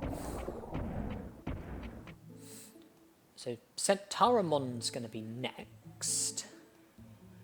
But who's the next two after him? Colamon, Betamon. Well, that's very convenient because that will enable us to... They will open the basic item shop here in the city. So those are also handy recruits. Yeah, the rain plant, you do strictly have to collect it on day 15 of each year. If you don't collect it on day 15, it won't be available on day 16. If you don't collect it on day 15, you're going to have to wait until day 15 of the following year in order to get another chance to collect it.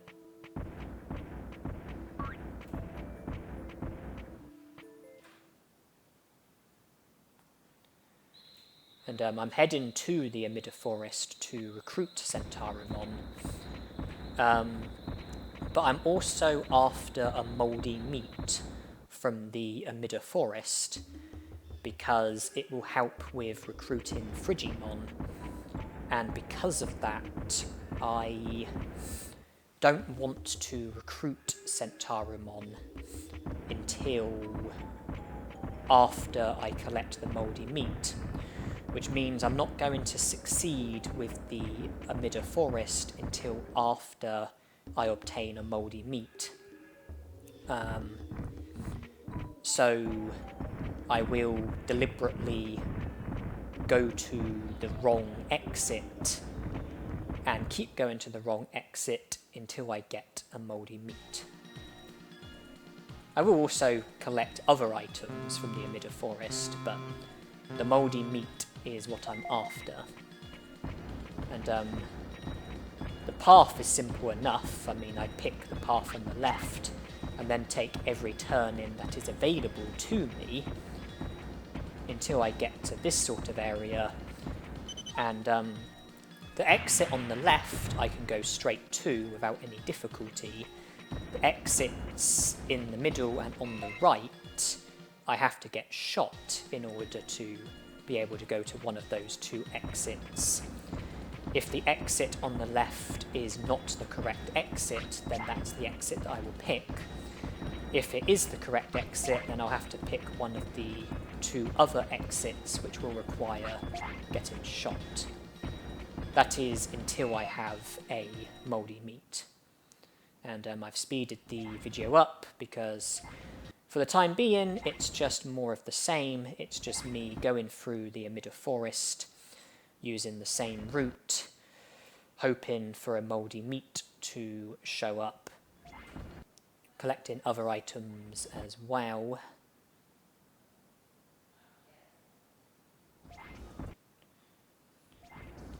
And no joy so far, but I'll just keep doing what I'm doing.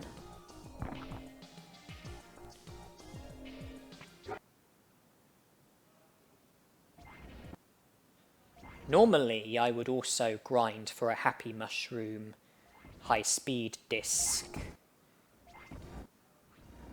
Okay, I'm going to have to get shot again, and this is going to send me back to the start, and I'll have to recover HP in order to be able to proceed again. Yeah, normally I would also grind for a Happy Mushroom and high-speed disc for Moldramon trades. But in this challenge, I ended up obtaining those items and trading them before coming here. So it's just a mouldy meat that I need to grind for.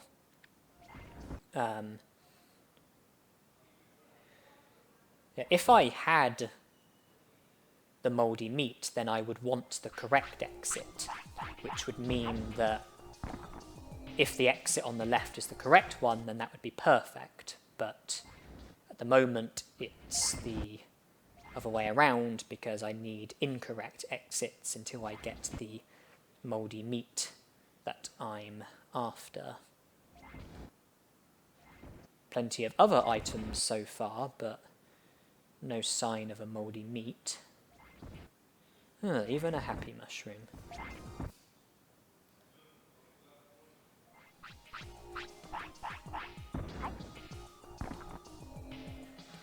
It's the last of my small recoveries for the time being. Oh, mouldy meat's there. Okay. Oh, and the exit is in the perfect position. Yes, go to Freeze Land with a Digimon who can't tolerate cold weather very well. Have it become sick. Frigimon will rescue you. Then return to Frigimon with a Digimon who can tolerate cold weather, and Frigimon will join the city. The easiest way to go about it is by getting a mouldy meat, go into Freeze Land with a Digimon who doesn't tolerate cold weather very well, giving it the mouldy meat, thus making the Digimon sick, and then Frigimon will rescue you. That is the easiest way of seeing to the first part of Frigimon's recruitment. The easiest and quickest way to make your Digimon sick is by giving it a mouldy meat. Mouldy meat has a 100% probability of making your Digimon sick if you were to feed it a mouldy meat. So, the mouldy meat is solely to help with recruiting Frigimon. Of course, I can't recruit Frigimon until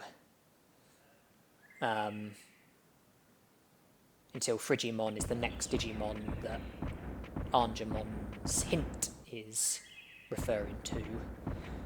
But there's no harm in seeing to the first part of Frigimon's recruitment. In fact, it would be very helpful and beneficial to see to the first part of Frigimon's recruitment.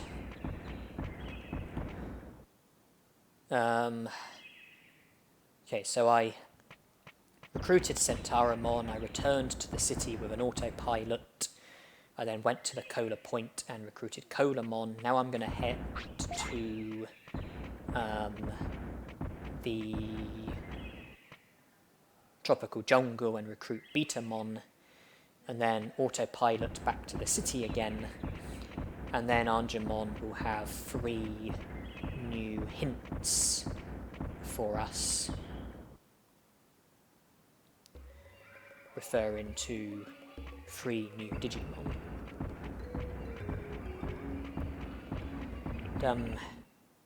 Angemon made it 4 prosperity points, Palmon made it 5, Kunamon made it 6, Centauramon made it 8, Colamon made it 10, Betamon will make it 11. We have enough prosperity points in order for Tainamon to tell us about the plant that's growing at the tropical jungle. The 9 was the requirement, and we've already had Euramon tell us about the invisible bridge at the Great Canyon. 6 prosperity points was the requirement.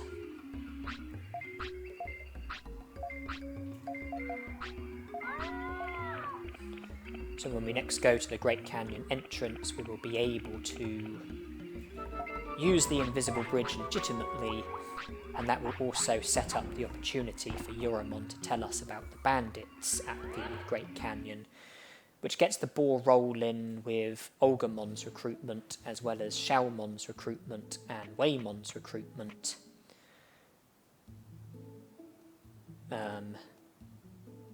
And then Xiaomon's recruitment is necessary for the recruitment of Vadermon and Skull Greymon. Waymon's recruitment is necessary for the recruitment of Andromon, Guromon, Metal Mumemon, Numamon, and Nanimon.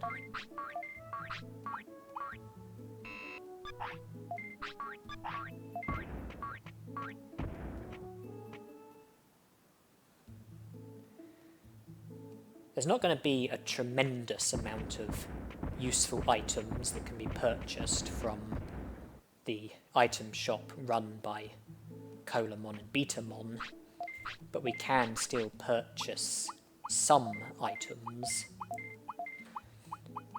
and we can also sell all of our unwanted items. Just for the time being, we've had to be putting them into the item bank, but now we can sell them at last.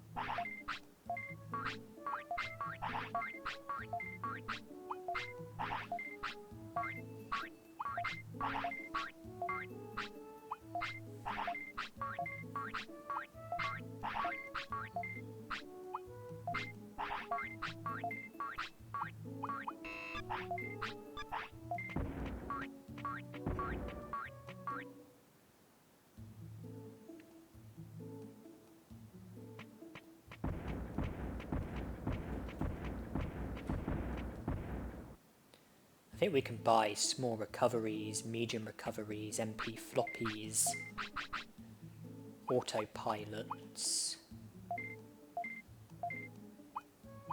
meat, but I'm not interested.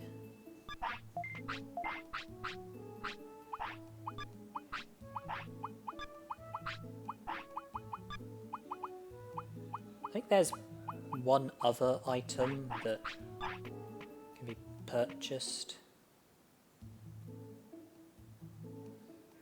Is it Variouses? Maybe.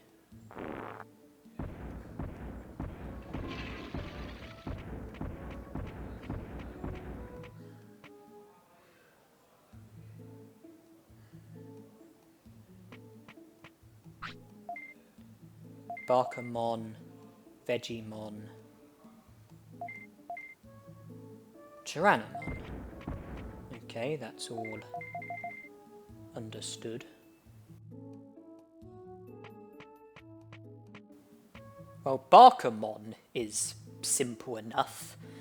Just go to the Overdow Cemetery, speak to him, recruit him, job done.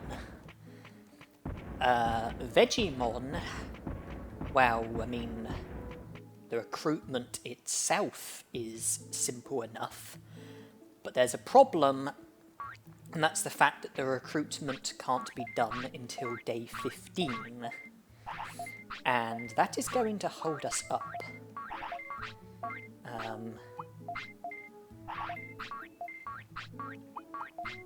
Because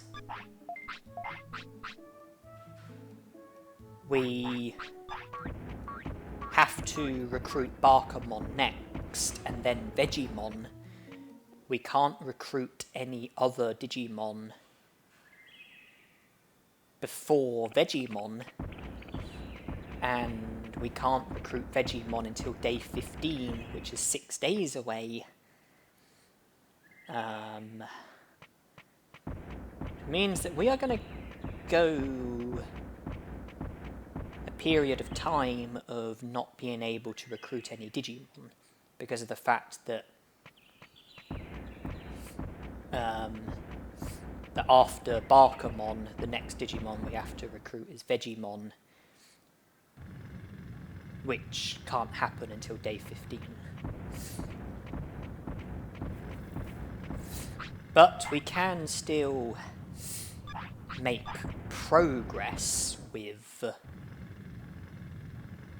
certain recruitments, like, do some of the work towards recruitments and other stuff as well, such as trying to learn Magma Bomb, which is what we are doing here.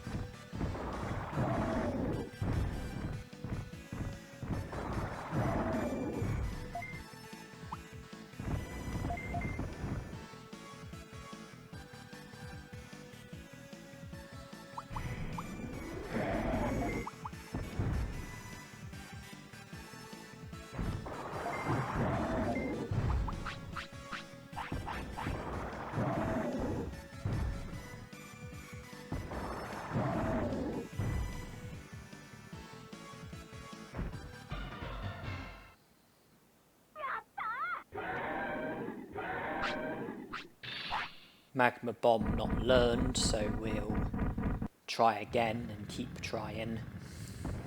I explained about, you know, learning techniques from training brains. You know,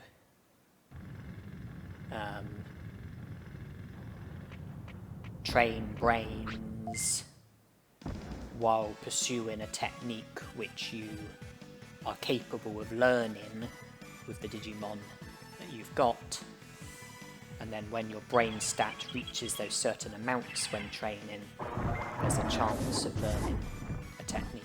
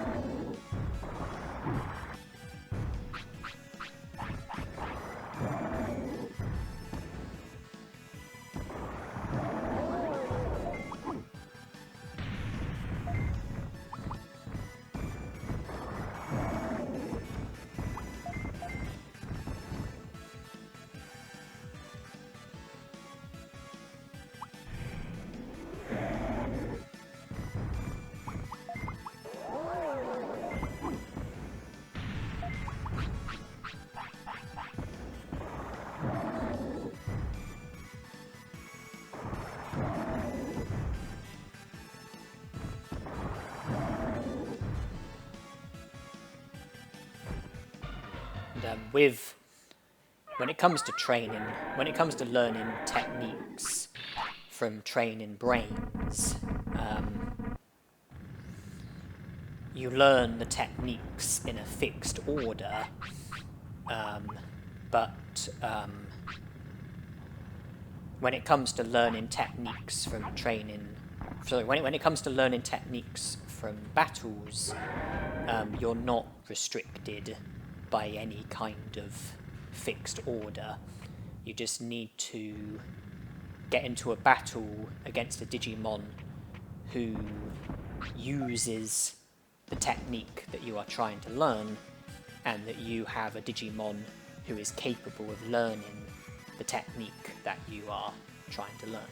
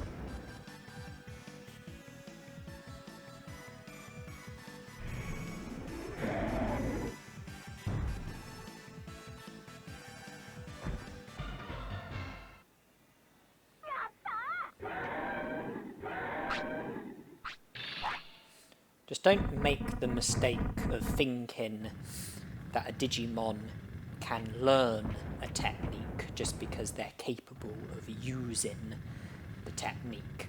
There are cases of Digimon who are able to use a technique if the technique has already been mastered, but they're not able to learn the technique if the technique hasn't been mastered.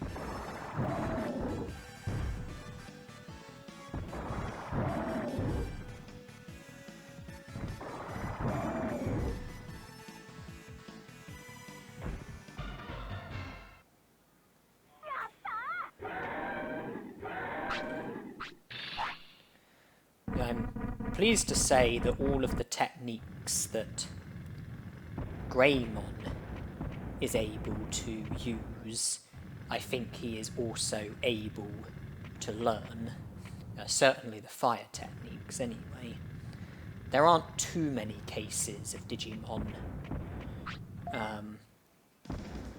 being able to use certain techniques, but not being able to learn the techniques.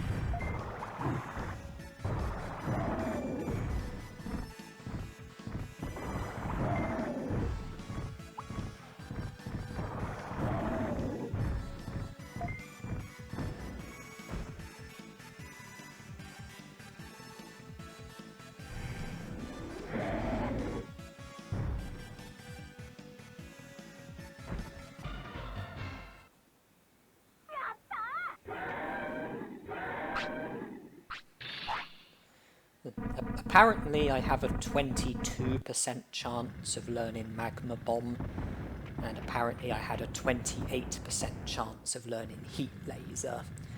But I don't know if that's regarding the probability of learning the techniques from battles or from training brains, or if it's the same, if it's both, if it's equal in both cases. But I do believe that you might have. I do believe that you might be more likely, have like a slightly better likelihood of learning techniques from battles rather than training brains. But those are the statistics going by the resources that I'm using.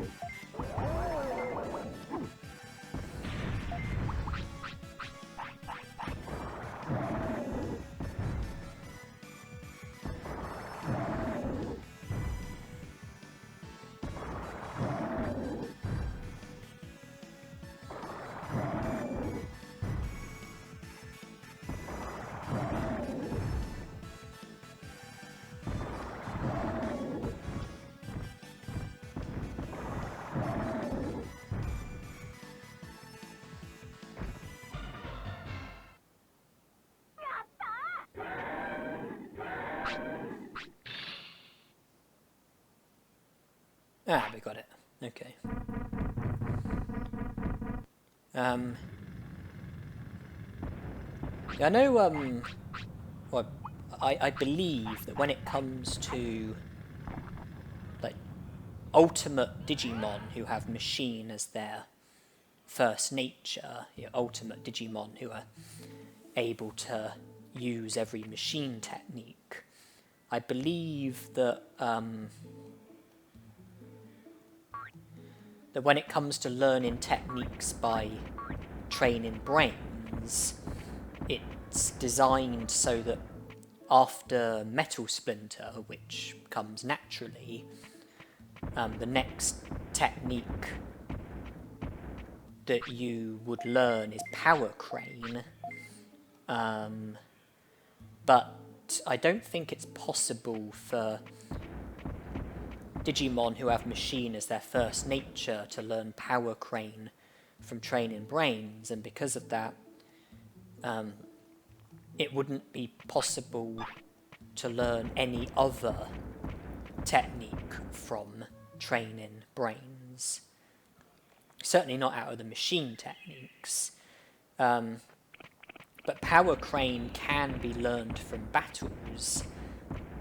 And then if you learn Power Crane from a battle, then I think you can then learn the remainder of the machine techniques from training brains. Alternatively, if you have a Digimon who is machine but doesn't have machine as their first nature, then I think that the Digimon, if they're capable of using Power Crane, then they are capable of learning Power Crane by training brains, and so you can learn Power Crane from training brains, and then if you end up with an ultimate Digimon who has machine as their first nature, then by having Power Crane you can then learn the rest of the machine techniques, I believe. But when it comes to Digimon being able to use certain techniques but not being able to learn the technique, I think usually it's when the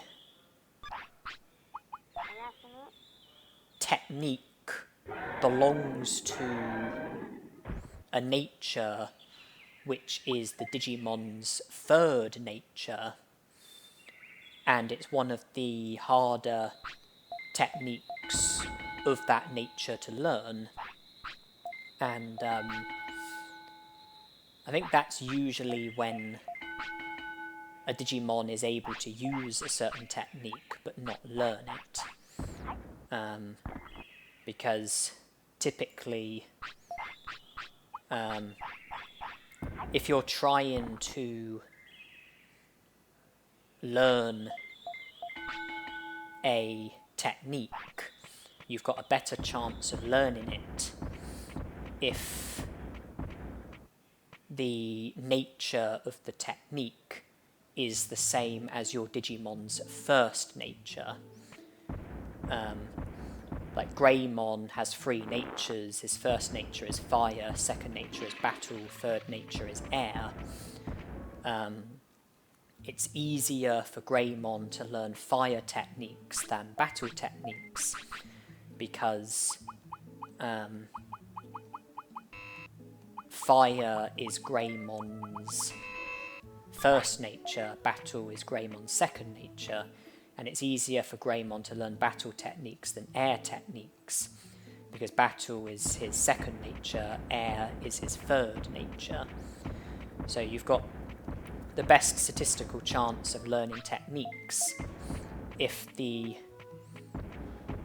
nature of the technique is the same as your Digimon's first nature, but a less good chance if it's your Digimon's second nature, and an even worse chance than if it's your Digimon's third nature. Greymon has a better chance of learning fire techniques than a Digimon who has fire as their second nature. And the Digimon who has fire as their second nature has an even better chance of learning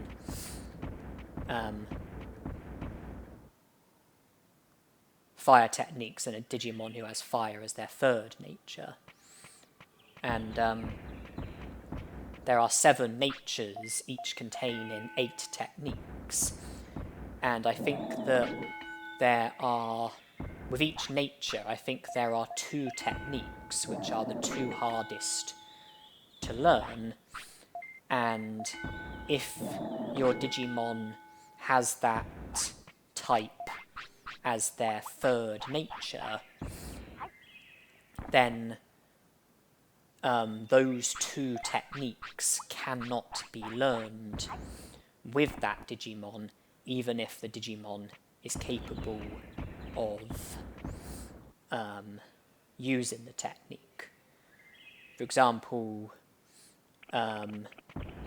Etamon has filth as his third nature, and I don't think he's capable of learning Ultimate Poop Bomb, even though he's capable of using it. I don't think Vadermon is capable of learning Bug or Green Trap, even though he's capable of using those techniques. With every nature, I think there are 2 techniques which you can't learn if your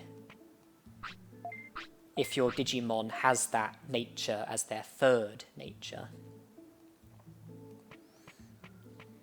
They are the 2, I think it's always the 2 techniques that are the most difficult to learn out of all of the techniques belonging to that nature.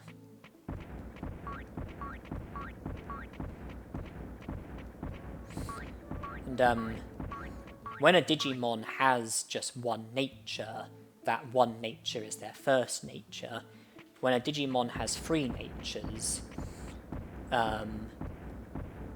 the first nature will be their first nature, the second nature will be their second nature, the third nature will be their third nature.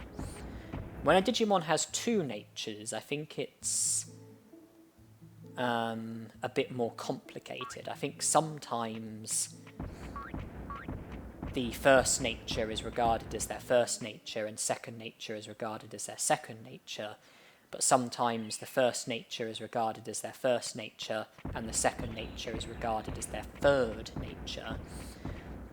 And so sometimes it's hard to know if a certain nature is a Digimon's second nature or third nature. But, when it comes to learning techniques from battles, obviously the technique that you're trying to learn has to get used. The Digimon that you're using has to be capable of learning the technique. And your brain stat doesn't affect the probability of you learning the techniques. The number of times that the technique gets used during a battle has no influence. Whether or not you get hit by the technique has no influence. Whether or not the technique gets performed properly has no influence. All there has to be is an attempt to use the technique. One single unsuccessful attempt to use a technique and you've got the same probability of learning the technique than if the technique was to get used 100 times and was to hit you 100 times. It makes no difference.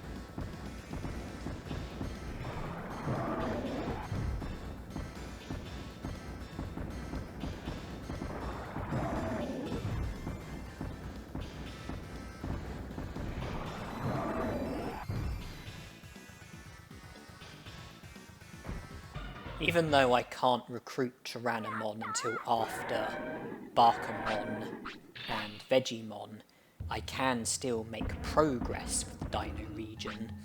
I can still defeat Tyrannomon like I've done. I can still defeat Meteormon. I just can't speak to Tyrannomon after defeating Meteormon until it's time to recruit Tyrannomon. And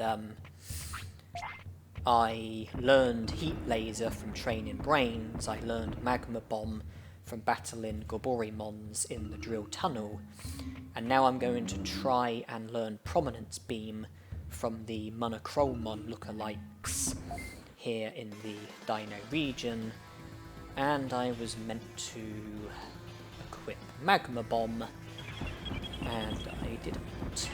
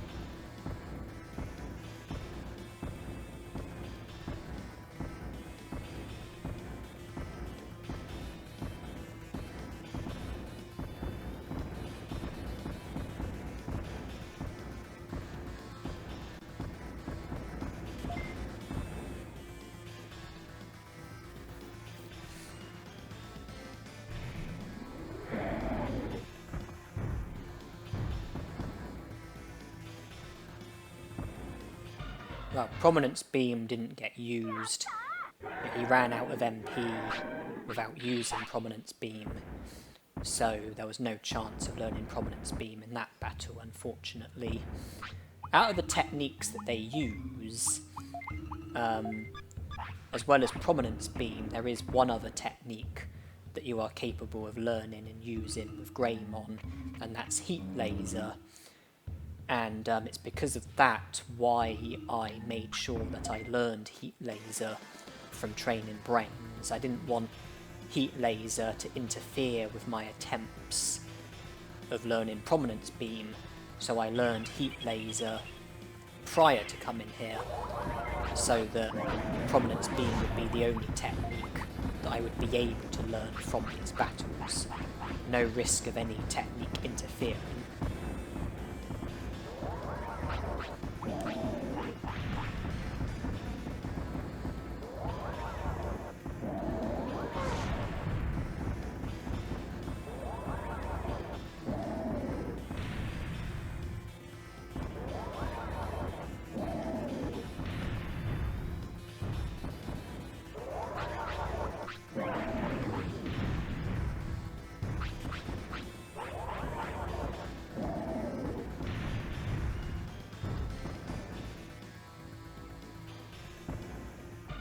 Prominence Beam did get used that time,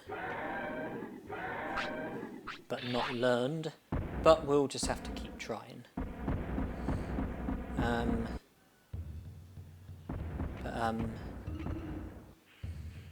Yeah, if I hadn't learned Heat Laser, then there would be the risk of me learning Heat Laser from these battles, and that would interfere with my attempts to learn Prominence Beam. But, you know, the only technique that I am able to learn from these battles is the one that I'm after, Prominence Beam, because I already have Heat Laser. And can't learn Megaton Punch, or use Megaton Punch.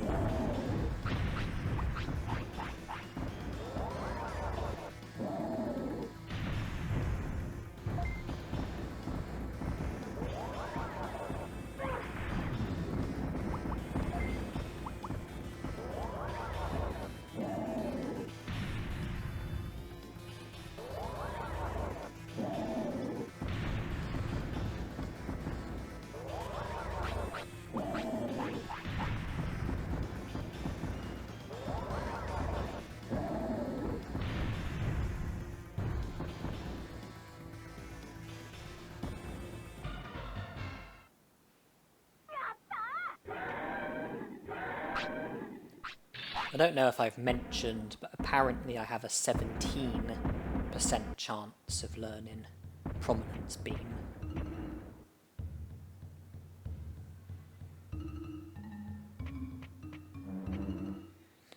Yeah, so I learned Heat Laser never with the intention of using it, but just to try and stop it from interfering with my attempts to learn Prominence Beam, a technique that I would like to use.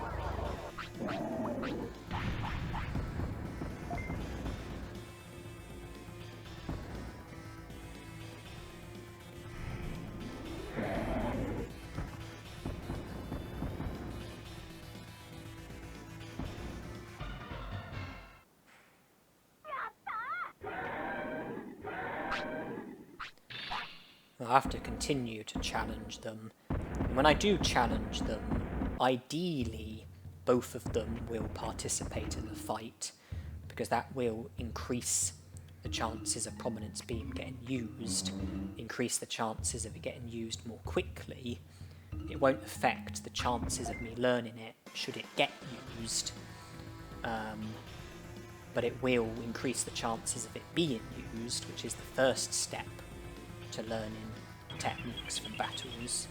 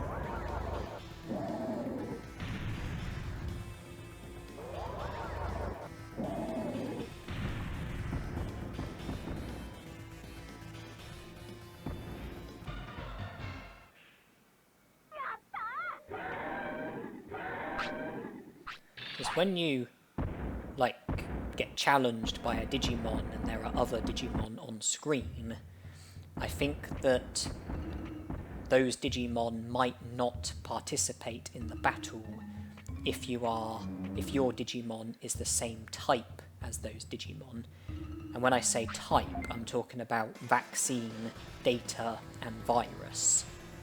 Not like natures, not like fire or ice or air or anything like that. And Greymon is vaccine, and I think these guys are as well, which means that it's not a guarantee that both of them will participate in battle. That the second one might choose to not fight.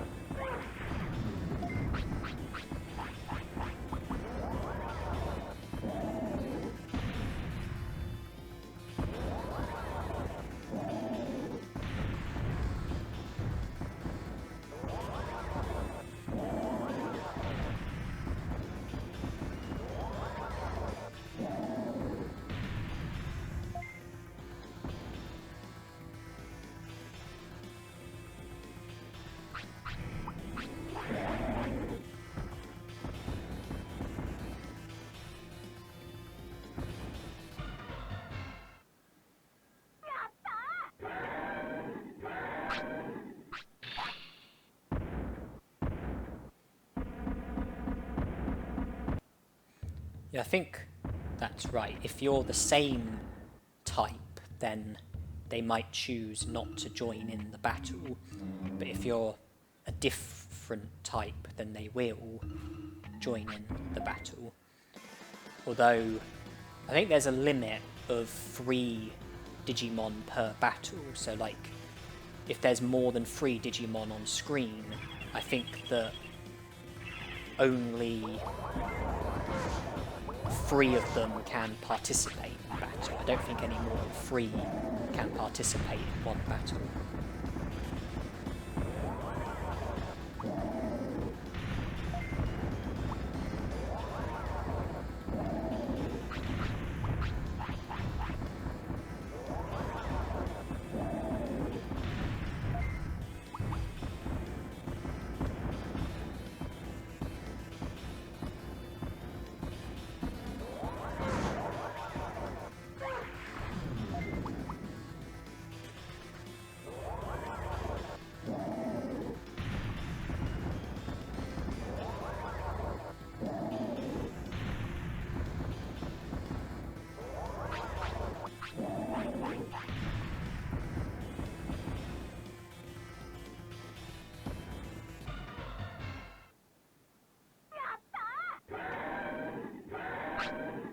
Ah, we got it.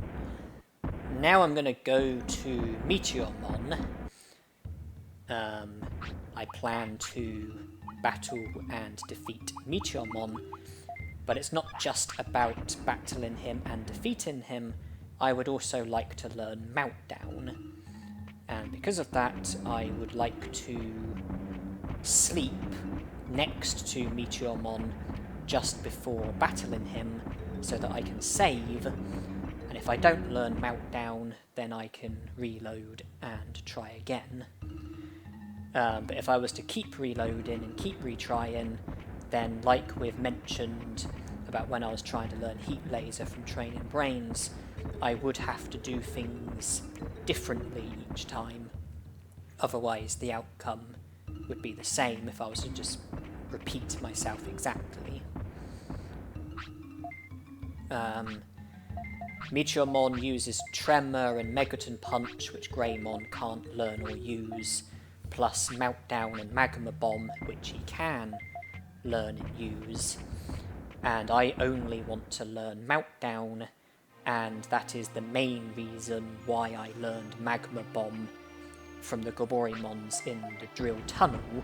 I know that I did use Magma Bomb against the Monochromon lookalikes when pursuing Prominence Beam, but my main reason for learning Magma Bomb was so that it wouldn't interfere with my attempts to learn Meltdown. By learning Magma Bomb beforehand, Meltdown is the only technique that I will be able to learn from the Meteormon battle.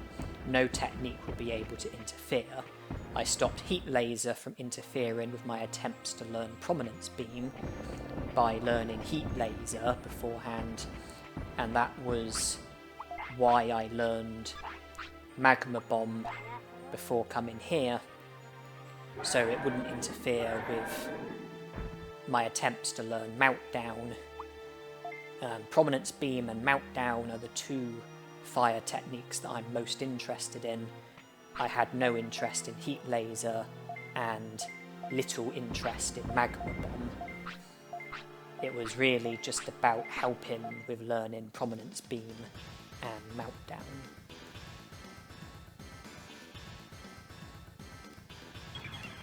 We have a 14% chance of learning Meltdown, according to the online resources that I'm using.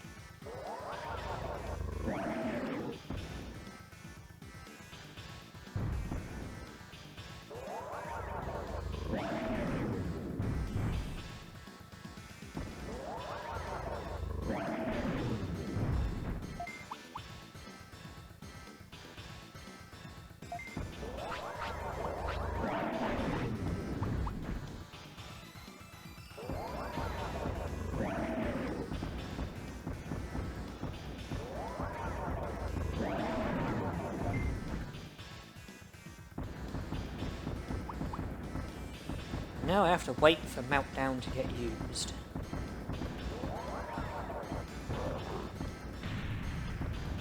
That's why the distance command is so important. Stop yourself from defeating Digimon if they haven't used the technique that you are trying to learn. No point defeating them if they don't use the technique, because you won't have any chance of learning the technique.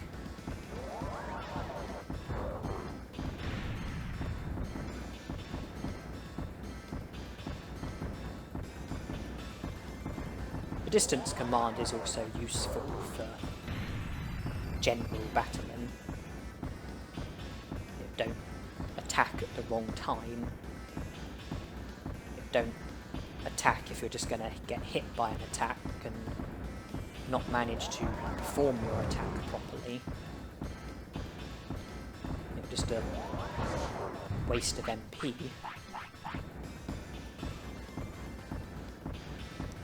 It's a guarantee that you'll take damage from the attack. You won't block it. You can't block an attack when you're trying to use an attack yourself.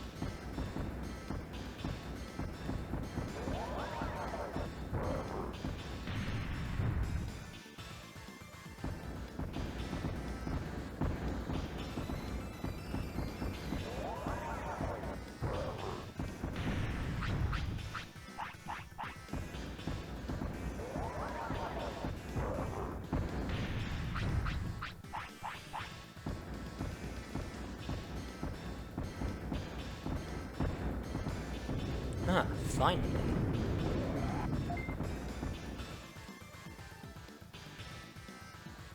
Starting to think he'd forgotten how to use Meltdown.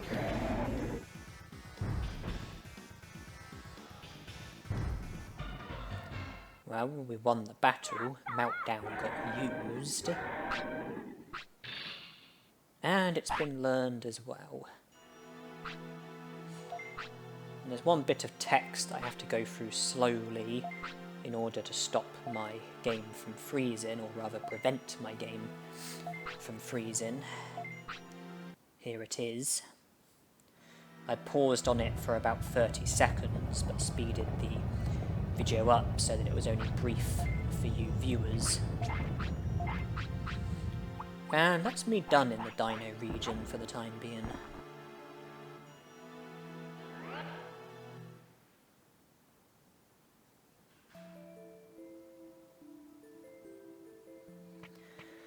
I had a very frustrating time with Meltdown getting used, but I learned it easily enough, which I suppose is the most important thing.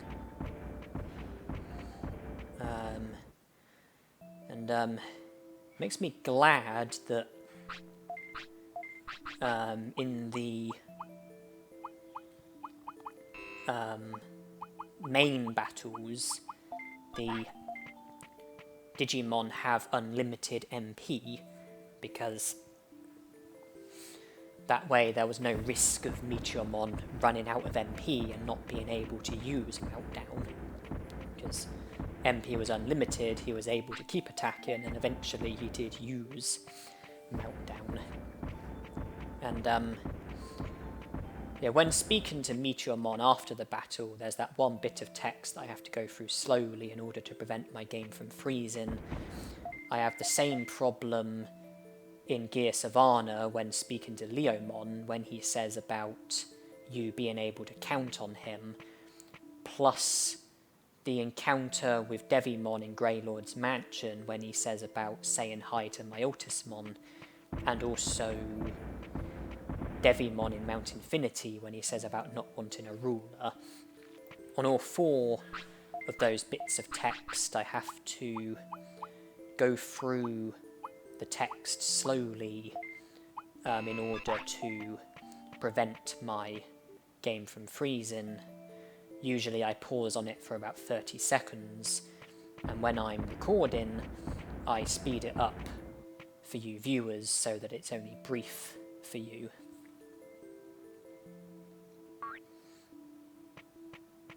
And I'm heading to Freezeland now.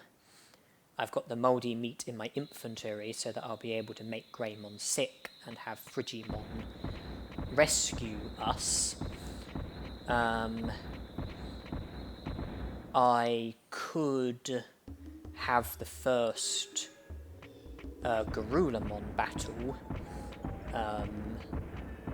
so that I will take the first step towards recruiting Garulamon.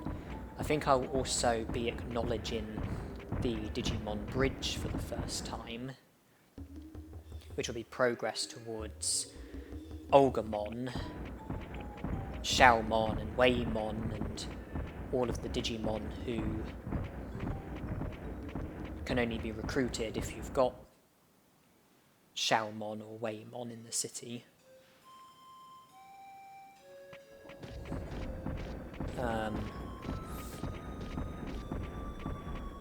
Oh yeah, and I need to recruit Barkamon, so that I'll be seeing too.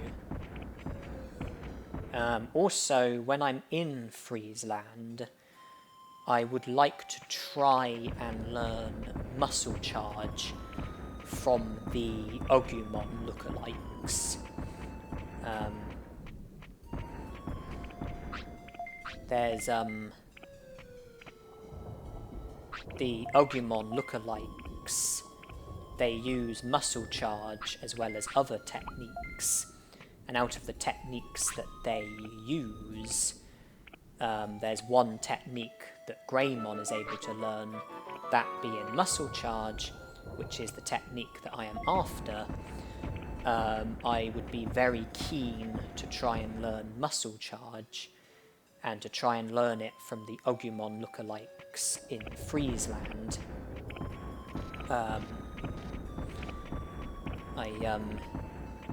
If I check the resource, apparently I've got a 9% chance of learning muscle charge, and it will be very valuable because by having 300 brains, I'll be able to do muscle charge 4 times, which I think is the most number of times that you can do a technique like muscle charge or war cry or aqua magic or moss shield or full power. The fact that I have the moderate command means that it'll be easy to use a muscle charge, and with the attack that I've got, 4 muscle charges will probably put my attack up to the maximum or thereabouts, and that would be very welcome.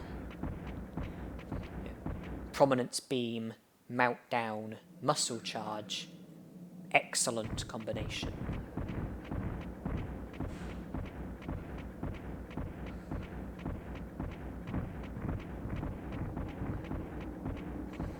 I mean, the Agumon lookalikes are only available during the day period, 7 AM through to 6 PM.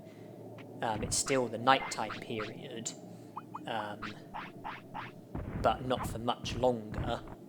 It's 6 AM, the next hour is 7 AM, the beginning of the daytime period. Oh, okay, I think the mouldy meat alone satisfied Greymon's appetite. But we don't have long to wait before it's the daytime period, and to be honest, battling Garurumon would probably take us up until the daytime period, not to mention that it will take time to get to the specific spot that I want to be on. There's one specific area within Friesland where I like to challenge the Agumon lookalikes when trying to learn muscle charge from them. There's 2 of them in total, and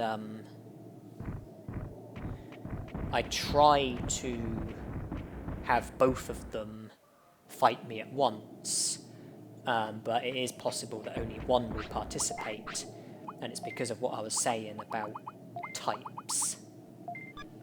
I think they are the same type as us. I think they are vaccine like we are. And that means that, you know, the second one that's on screen might not battle us.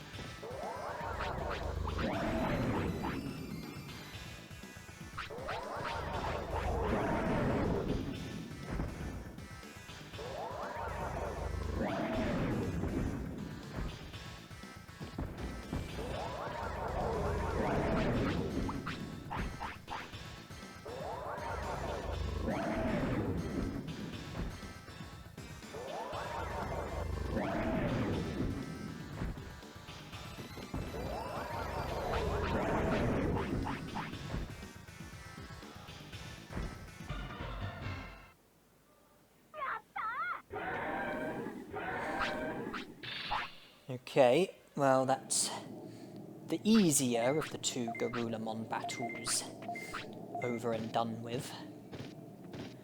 Won't be able to have the second one until Angemon's immediate hint is in regards to Garurumon. But we've seen to the first part of Frigimon's recruitment and Garurumon's recruitment. We've acknowledged the invisible bridge. Now it's about trying to learn muscle charge. I will be challenging the Agumon lookalikes. I will be using Meltdown.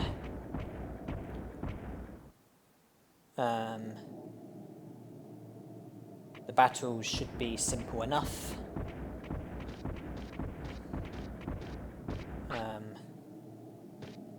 The only obstacle is the fact that apparently we have just a 9% chance of learning Muscle Charge should it get used.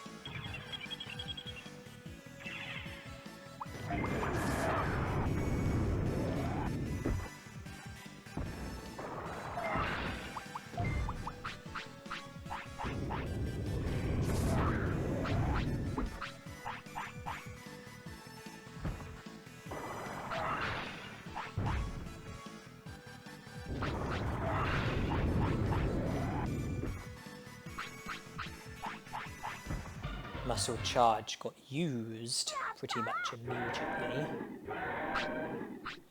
And the battle was over quickly and easily enough, took just 3 meltdowns.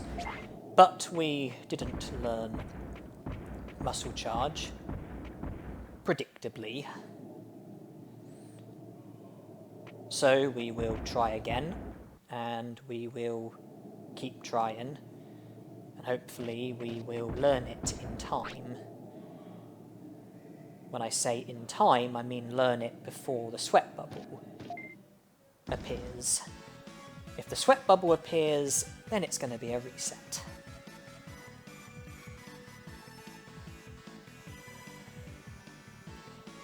The battles do consume a bit of energy.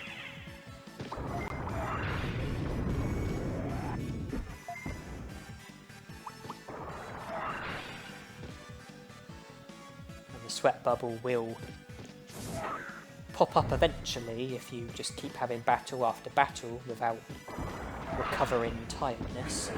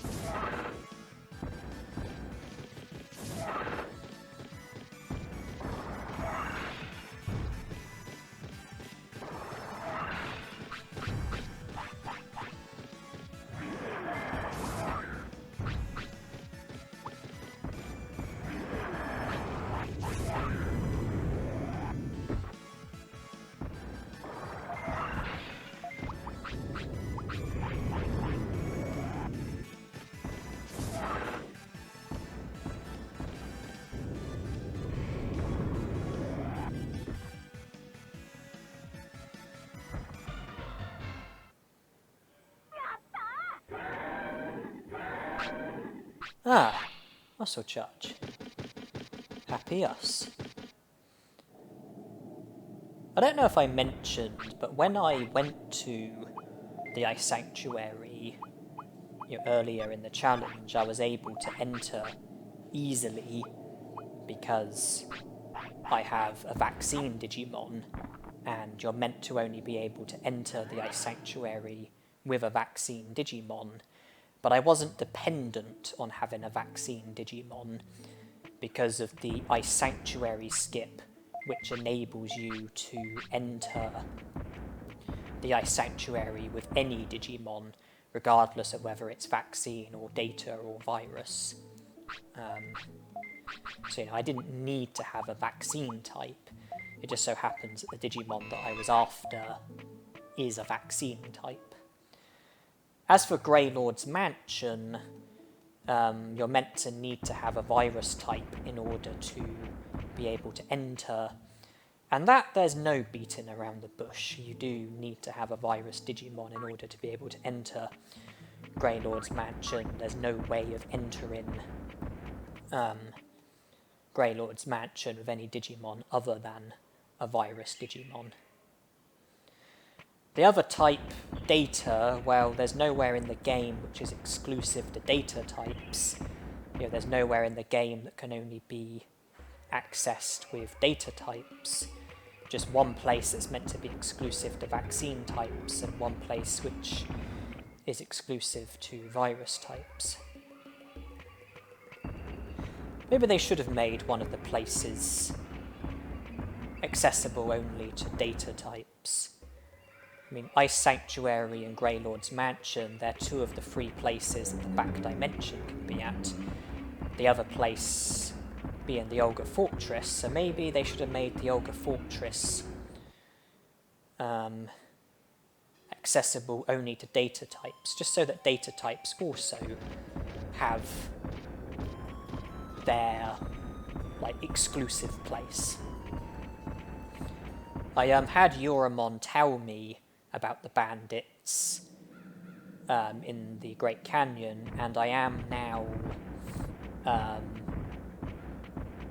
at the Great Canyon, and I am going to be having the first Agumon battle and the second Agumon battle, and set up Xiaomon's recruitment, but then go no further than that, because I can't have the third Agumon battle yet, because I can't recruit Waymon yet. I can't recruit Xiaomon yet, but I can still make progress towards recruitments. Have the first 2 Agumon battles, progress towards Xiaomon's recruitment, Waymon's recruitment, and Agumon's recruitment, plus the other recruitments that Xiaomon's recruitment and Waymon's recruitment can lead to.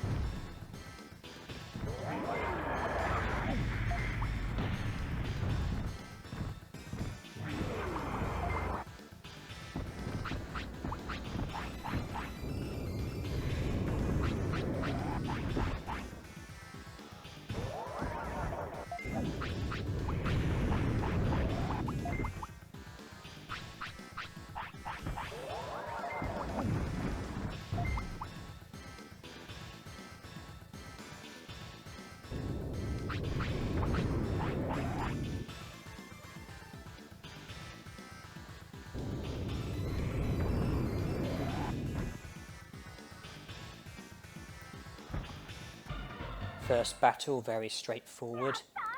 Second battle should be much the same.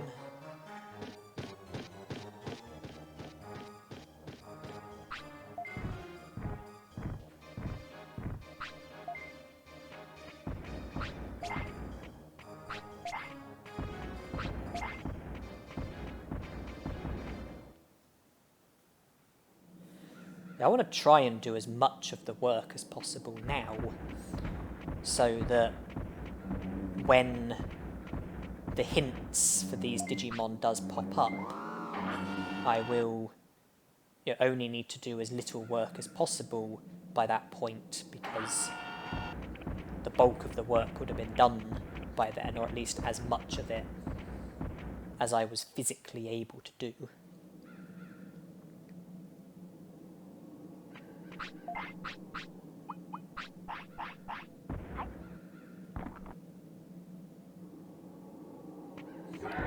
As you know, we have until day 15 before we can recruit Vegemon,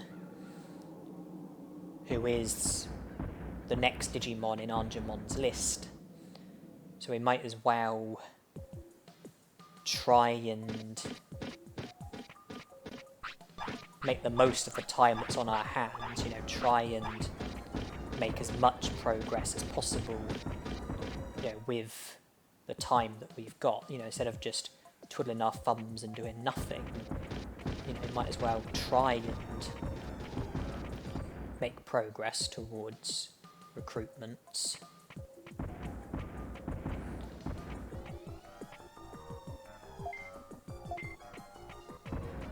Okay, I pulled off the Agumon skip.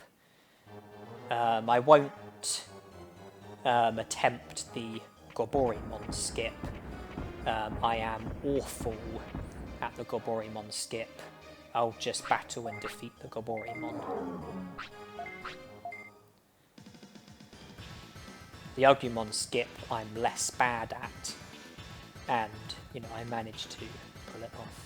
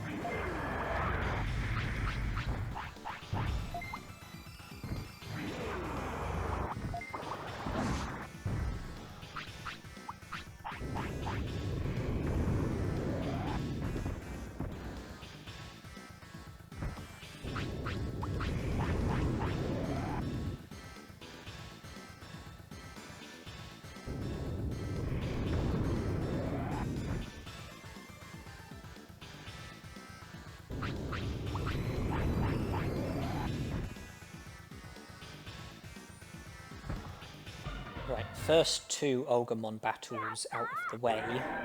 That's as far as we will be able to go for now.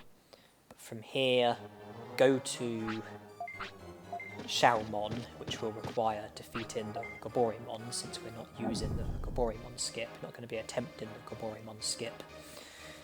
Speak to Xiaomon, backtrack to here. Xiaomon will be ready for recruitment once he's the next Digimon to be mentioned on Angemon's list, and we'll be able to loot the items that are here at the Olga Fortress. And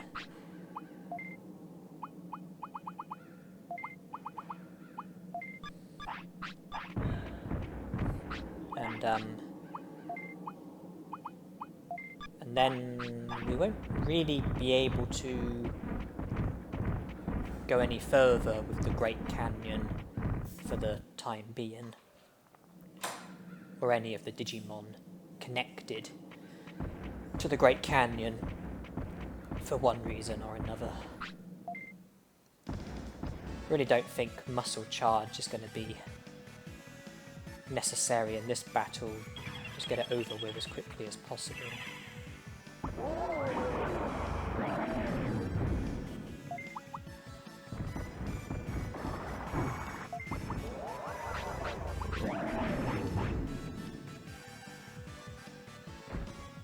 Easy life.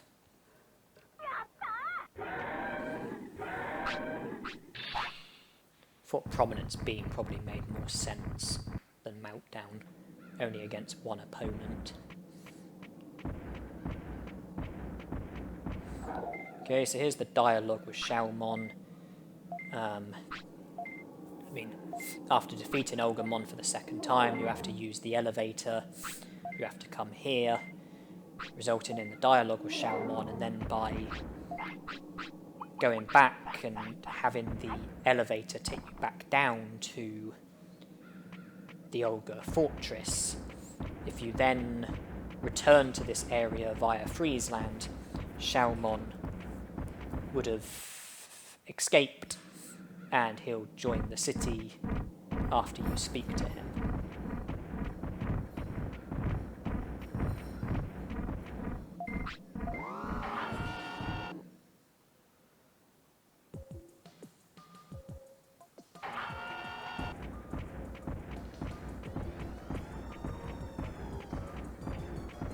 There's the portable potty that we collected, the autopilot and the double floppy that we haven't yet collected, plus the other items that weren't available which are now available, which we are going to be collecting very shortly.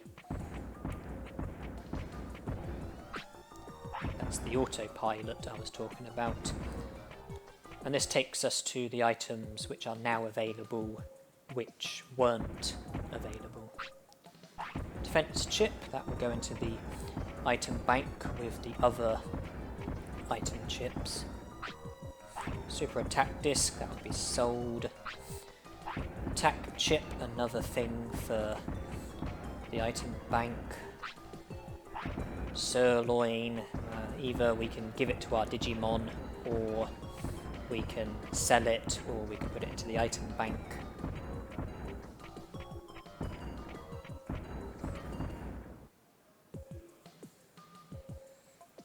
Just the double flop remaining.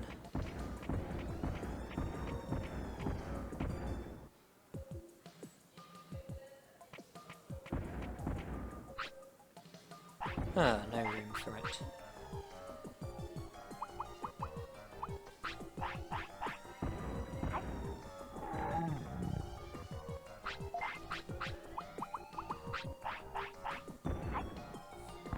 Well, there is room for it now.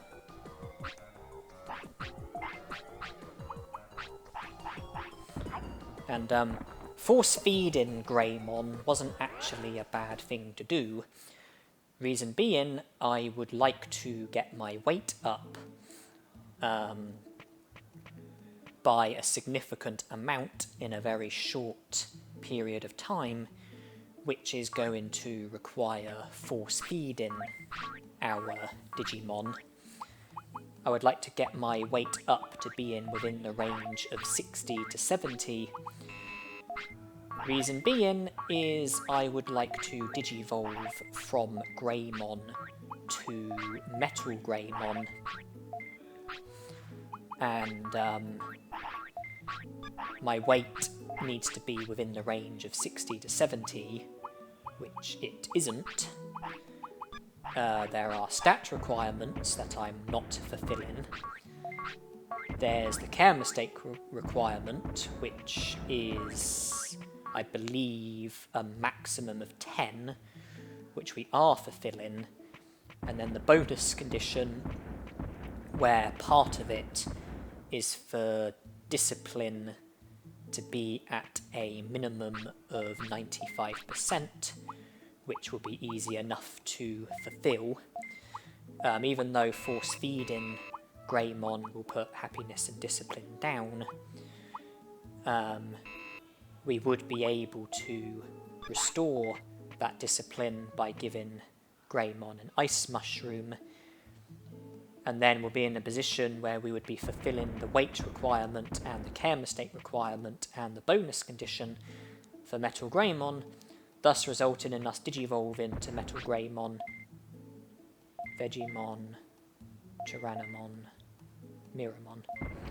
Thus resulting in us digivolving to Metal Greymon, despite the fact that we won't be fulfilling the stat requirement, because we will be fulfilling the 3 other requirements, and you only need to fulfill 3 of the requirements.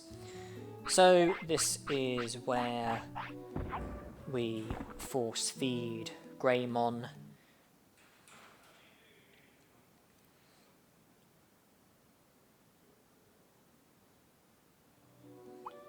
Okay, now I will give him an ice mushroom, but we can do a bit of praising, make our happiness a bit better, our discipline a bit worse, because the ice mushroom will still put our discipline up to the maximum with how it is currently.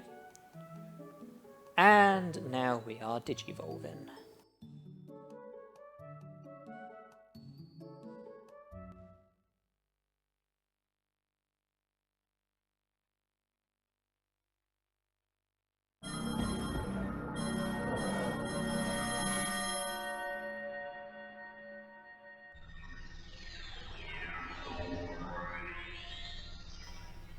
Metal Greymon it is. And in case anybody is wondering why I wanted to digivolve to Metal Greymon, it's because he is a virus Digimon and can therefore enter Greylord's mansion, which means that we can go to Greylord's mansion and see to the initial part of it, and hopefully see to more of it in this lifespan, should we have enough time to, should we have the opportunity to. Greymon can also digivolve to Skull Greymon, who also is a virus type, but I chose Metal Greymon because he can do Meltdown, and therefore Meltdown can get passed on from Greymon to Metal Greymon, which is what we did.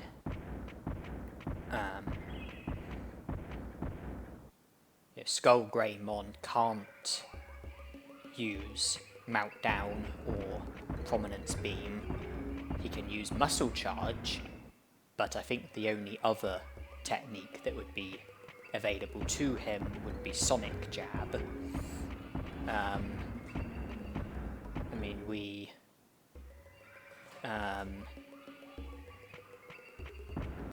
I think we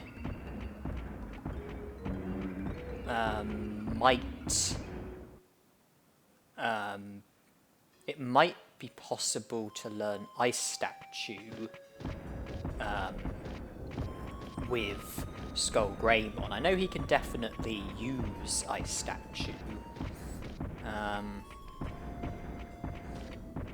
Can he learn it? If Ice is his second nature, then probably. If Ice is his third nature, then probably not. Battle is his first nature. It's just a question of what is his second nature out of Ice and Machine. I'm not sure. But regardless, you know, with Metal Greymon, we don't have to learn anything new. You know, we've immediately got Meltdown available to us. We no longer have Muscle Charge available to us, which is a shame. But we're going to end up with, you know, a few days on our hands, you know, waiting for day 15, and we can pass the time, or pass quite a lot of the time by training, more specifically training attack, and get our attack to a good enough amount so that, you know, we're able to do reasonable damage without needing Muscle Charge. I mean, I suppose we could learn full power, but I've got no interest in trying to pursue that. I want to just do what I said, try to train my attack and use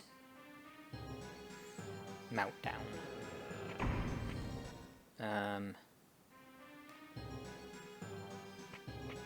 just to get up the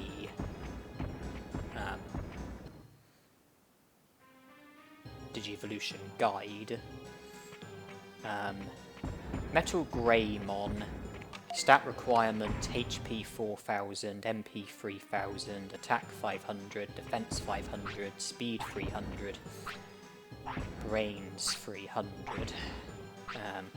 We definitely didn't have the stat requirement in the bag. Care mistake requirement, maximum of 10, had that. Weight requirement, 60 to 70, had that.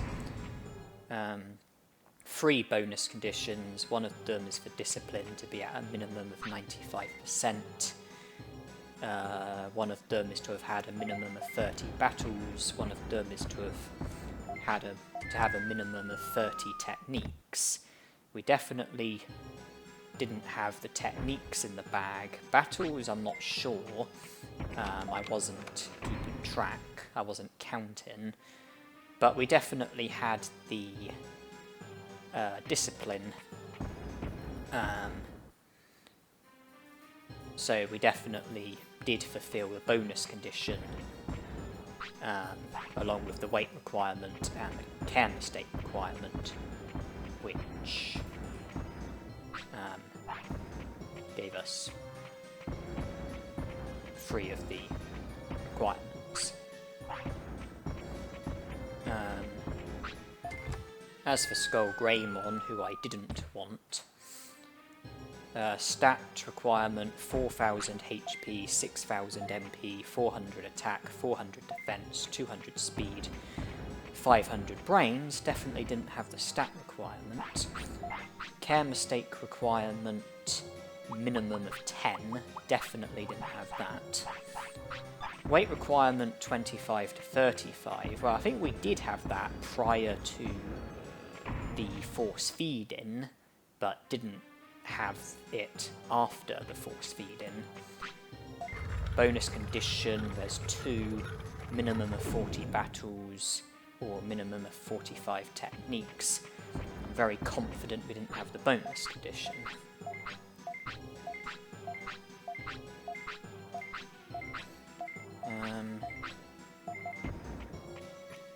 Just gonna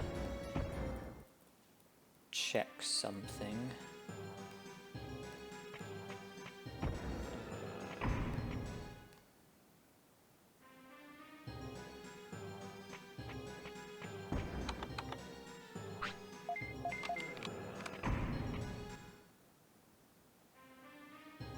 Okay. From the looks of things, Ice is Skull Greymon's second nature. Apparently he can learn Ice Statue and has an 8% chance of learning Ice Statue. So we could have learned Ice Statue. You know, we could have digivolved to Skull Greymon and learned Ice Statue, but I think it would have been just unnecessarily overcomplicating things.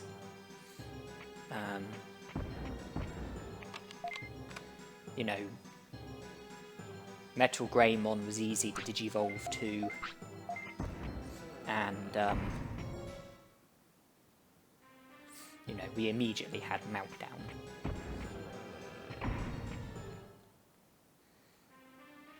I mean, we do get,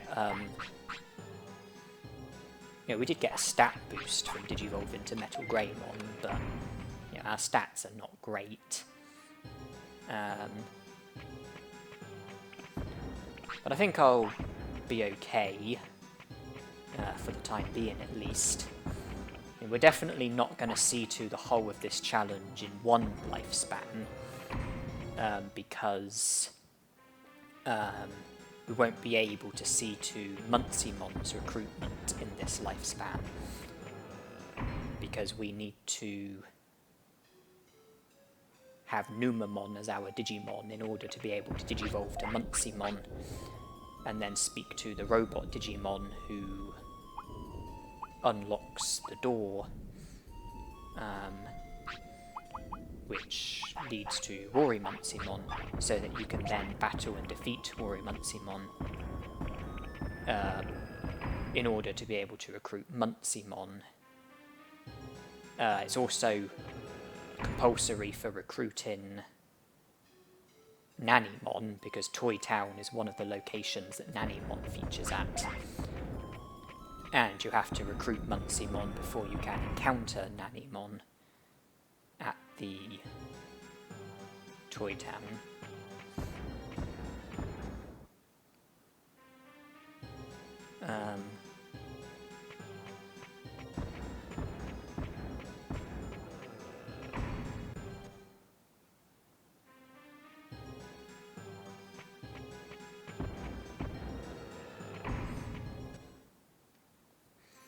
So, yeah, it's definitely going to take more than one lifespan, but I want to try and see to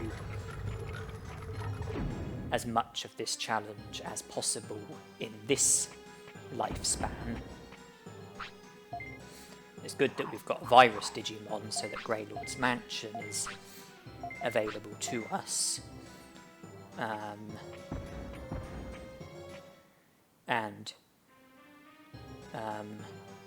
Yeah, we're done with the Ice Sanctuary, which means that we don't need to have a vaccine Digimon or to do the Ice Sanctuary skip.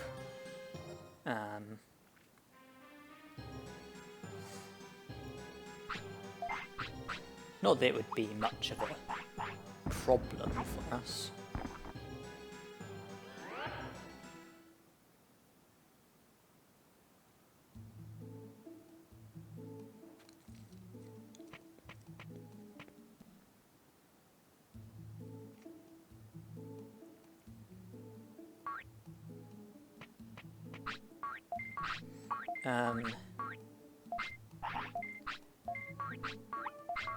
I don't think I've yet commented on the fact that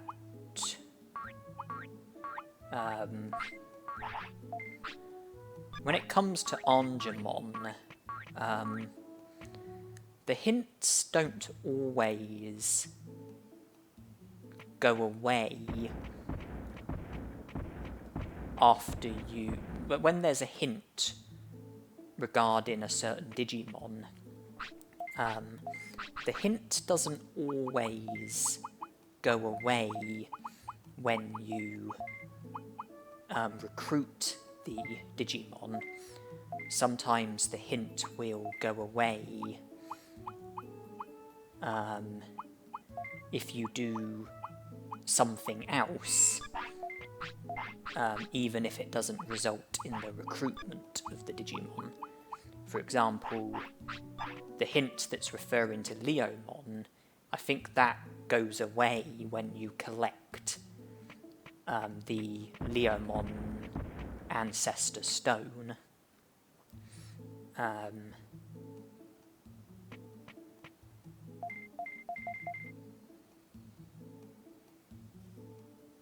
Trying to think of other examples. There are other examples. Oh yeah, the hint that's referring to Kawagamon and Carbuterimon, I think that goes away when you become friends with Seedramon.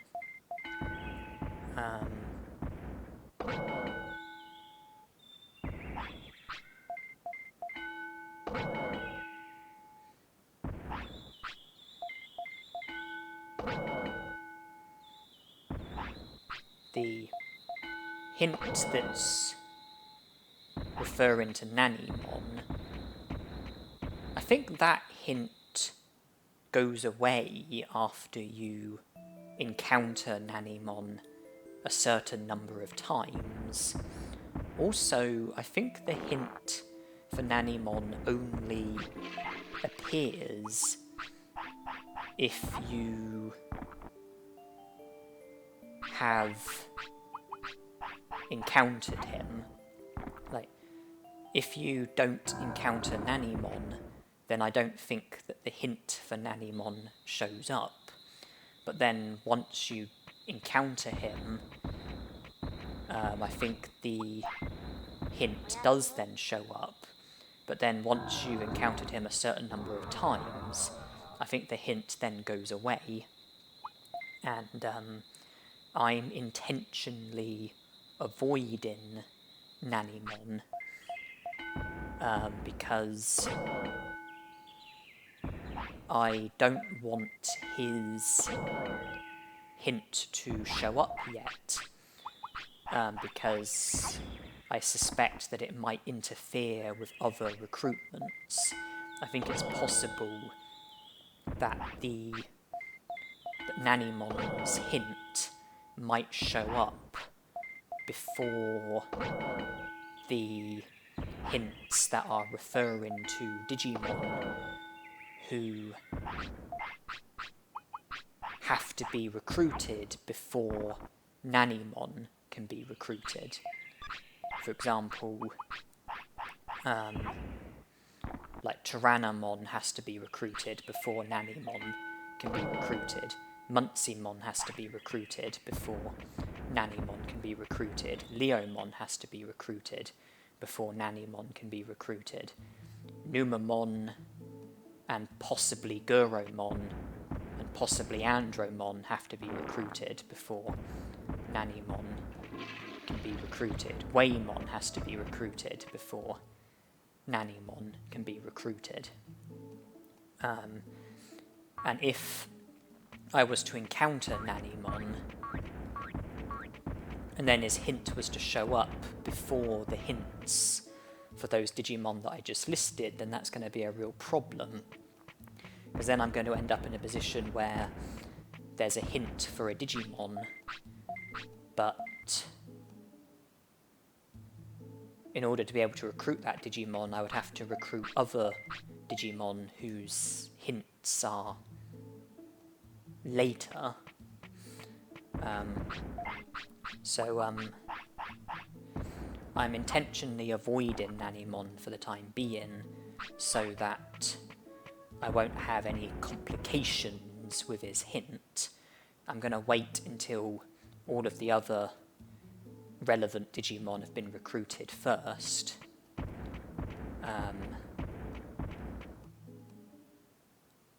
So that so I won't have that issue. It does mean for the time being I'm going to have to make do with having a small infantry. I'm going to have to make do with having room for just 10 items.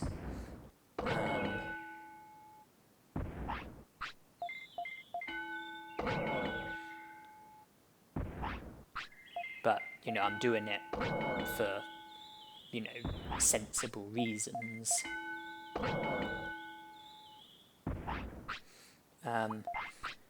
I will say that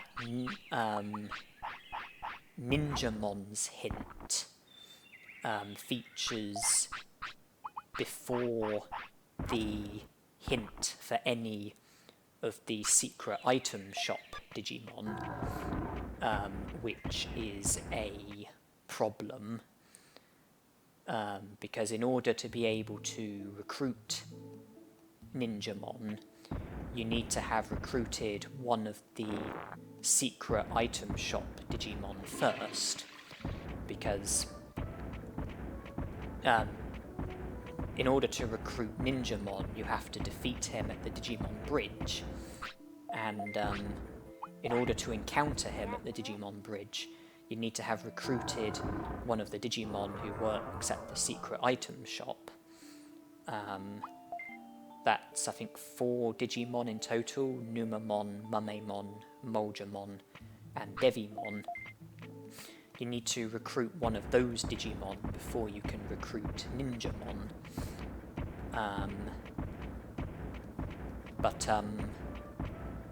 Ninjamon's hint actually features before the hints for any of those Digimon, and because of that, we do have to make a small exception with this challenge, we do have to initially ignore Ninjamon's hint and carry on until we recruit one of the secret item shop Digimon and then recruit Ninjamon. So we do have to do it a bit out of order, but we don't have any choice there. With Nanimon, I'm evading the problem by stopping his hint from showing until we get to a point where his hint showing won't be a problem. But Ninjamon, there is an issue, a hurdle that we can't overcome.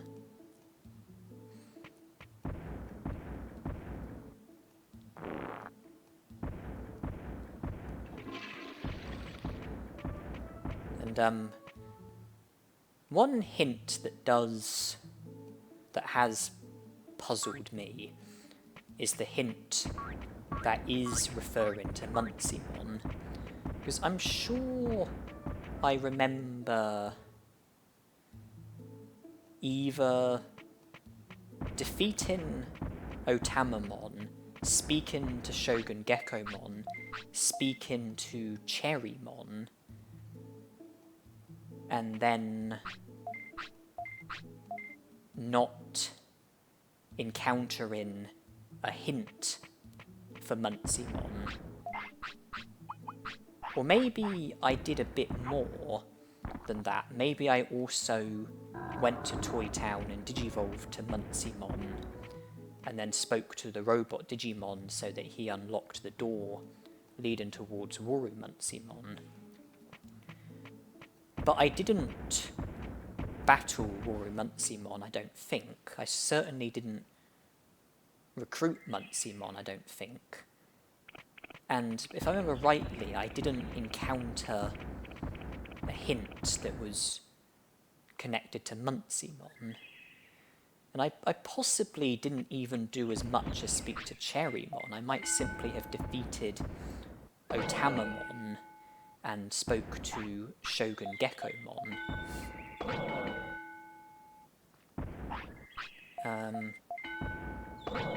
And yeah, I seem to recall not encountering a hint linked to Muncymon. And then when doing this challenge, I thought that I had to avoid Otamamon in order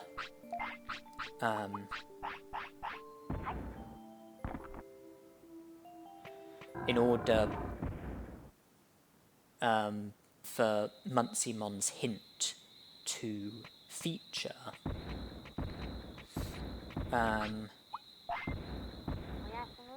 And Munceymon's hint did feature, but it didn't go away after defeating Otamamon and speaking to Shogun Gekomon, nor did it go away after speaking to Cherrymon, or even after digivolving to Muncymon and speaking to the robot Digimon.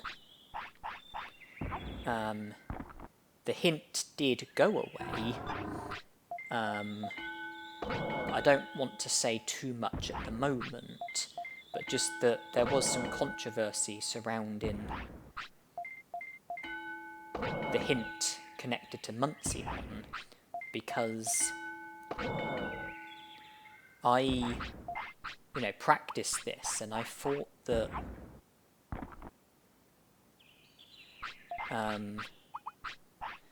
that I had to avoid Otamamon and Shogun Gekomon in order for Munceymon's hint to feature.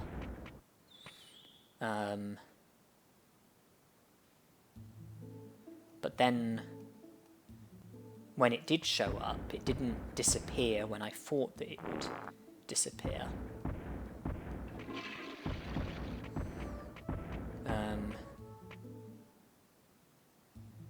I don't know if maybe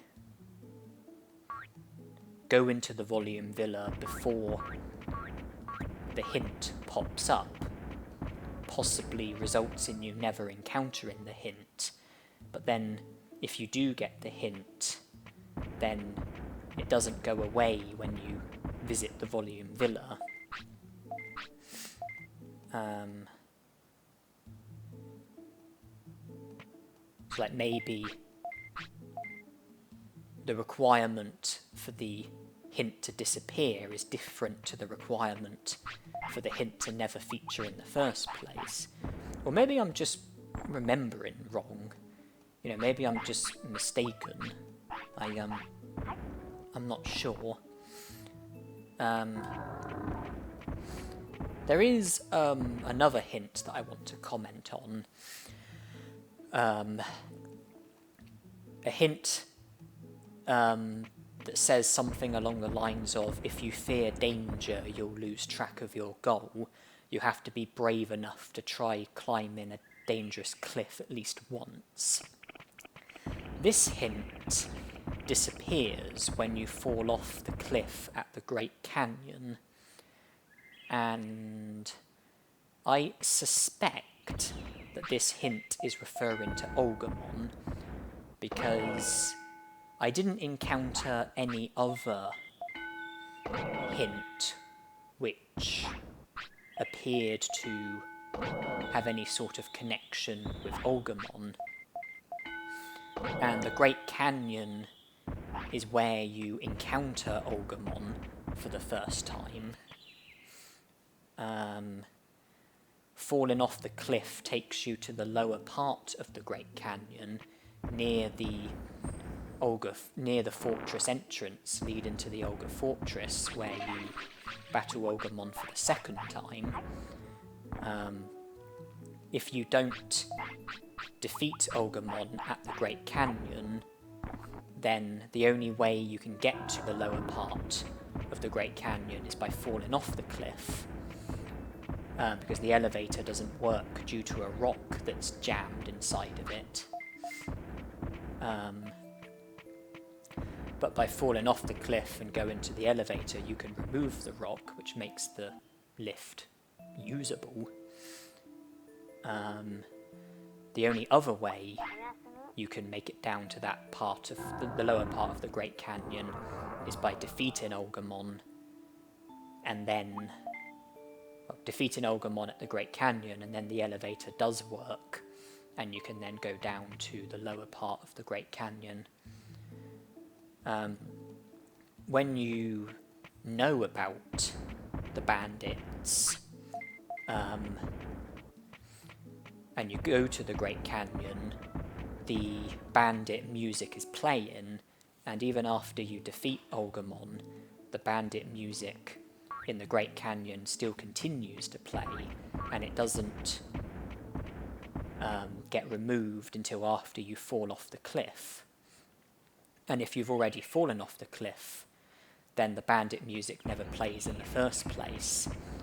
And when you speak to Agumon at the Great Canyon, when you're meeting him for the first time, the dialogue is a tiny bit different depending on whether or not you've fallen off the cliff. So the cliff has a connection with Agumon, which makes me suspect that the hint is referring to Agumon. And in order for the hint to show up, I have made sure that I haven't fallen off the cliff yet.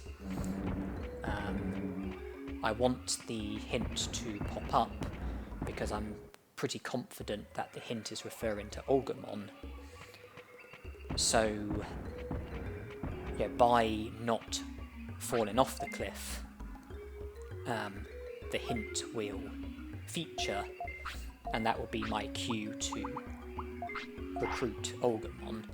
If I was to fall off the cliff, then the hint would never pop up in the first place.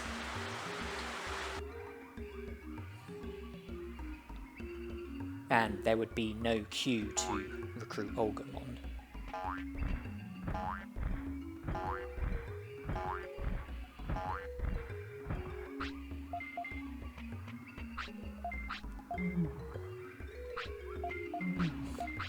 So it seems that it's possible for a hint to go away despite not recruiting the Digimon that the hint is connected to. Possible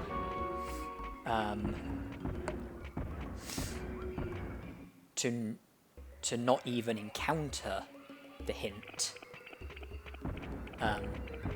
despite not recruiting the Digimon, and it's also possible to recruit the Digimon and for the hint to still be there, depending on your actions in the game. Like in this instance, recruiting Agumon without falling off the cliff at the Great Canyon. Barkamon was recruited quite some time ago. Vegemon has finally been recruited. Now we're about to recruit Tyrannomon. We just need to go to Tyrannomon and speak to him, and he'll join the city, because we've already done the other requirements. We've already defeated Tyrannomon and Meteormon. We just need to speak to Tyrannomon and he'll join the city. That will make Nannymon available at the Dino region where Meteormon was, but I won't go there and speak to him, because not yet, because I don't want Nannymon's hint featuring until after I've recruited those Digimon who I mentioned when speaking about Nannymon not long ago.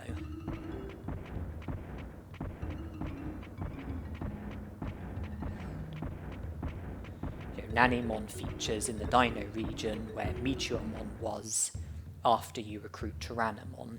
He features in Toy Town where Warumuncymon was after you recruit Muncymon. He features in the Olga Fortress in the room where you battled Agumon for the second time after you recruit Waymon. He features in Leomon's Ancestor's Cave after you recruit Leomon. He features in the Factorial Town sewer either after Andromon has had long enough to recover the data, or after you recruit either Andromon or Guromon, or both of them.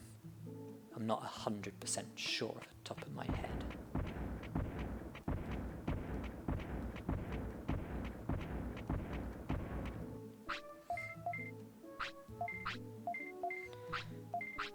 Okay, we've helped ourselves to a super carrot, which means that we are now more equipped to recruit Moldramon when the time is right. We've already traded a Digimushroom and a Happy Mushroom. We can now trade a super carrot, which in exchange we'll get an Omni Floppy for.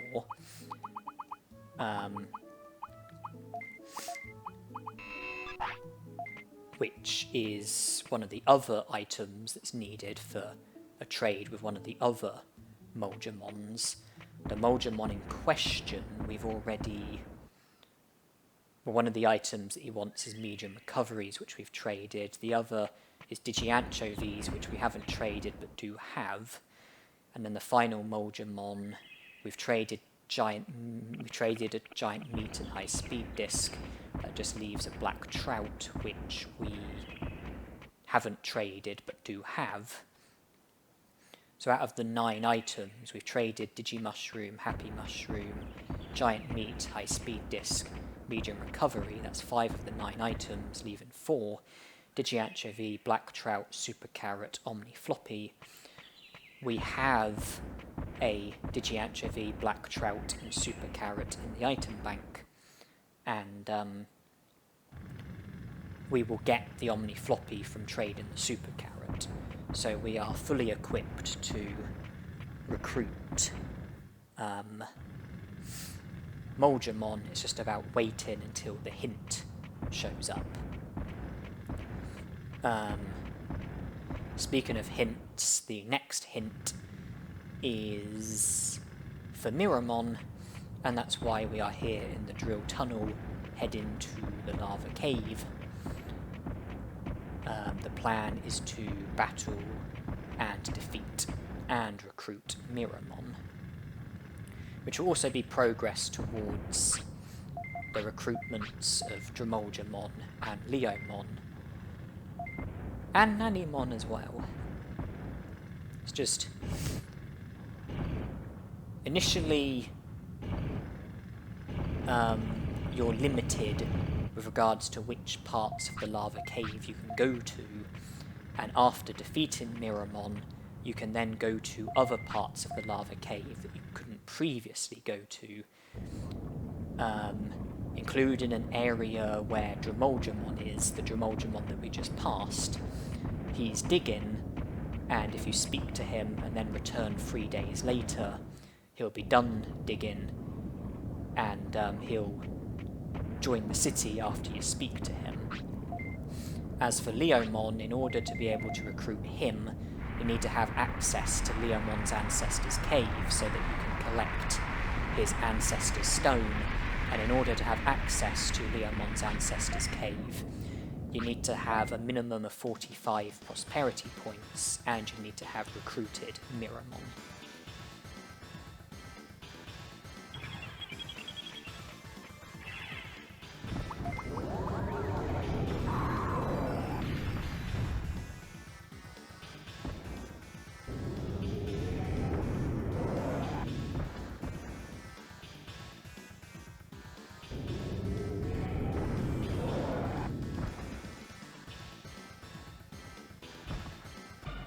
And then after recruiting Leomon, Nanimon will be at the Leomon's ancestor's cave. So it's also progress towards Nanimon's recruitment as well. It's day 15, which means that Dromulgemon won't be recruitable until day 18. And it is possible that Dromulgemon's recruit could hold us up like Vegimon's recruit did, because we couldn't recruit him until day 15, and when his hint was the immediate hint, we couldn't recruit any other Digimon, and we had to wait until day 15 before we could recruit Vegimon, which meant having to also put all other Digimon on hold. And there are other hints for other Digimon first, before the hint for Dromulgemon, but Dromulgemon won't be recruitable until day 18, and if we end up in a position where we've recruited all of the other Digimon who can be recruited prior to Dromulgemon, and the Angemon's immediate hint is regarding Dromulgemon, and it's not day 18, we would have to wait until day 18 before we can recruit Dromulgemon. And that would mean also having to wait before being able to recruit any other Digimon. But I knew that I was coming to the drill tunnel, the lava cave, and that's why I put some of my items into the item bank, creating more space in my inventory, because I knew I would be collecting items in the lava cave.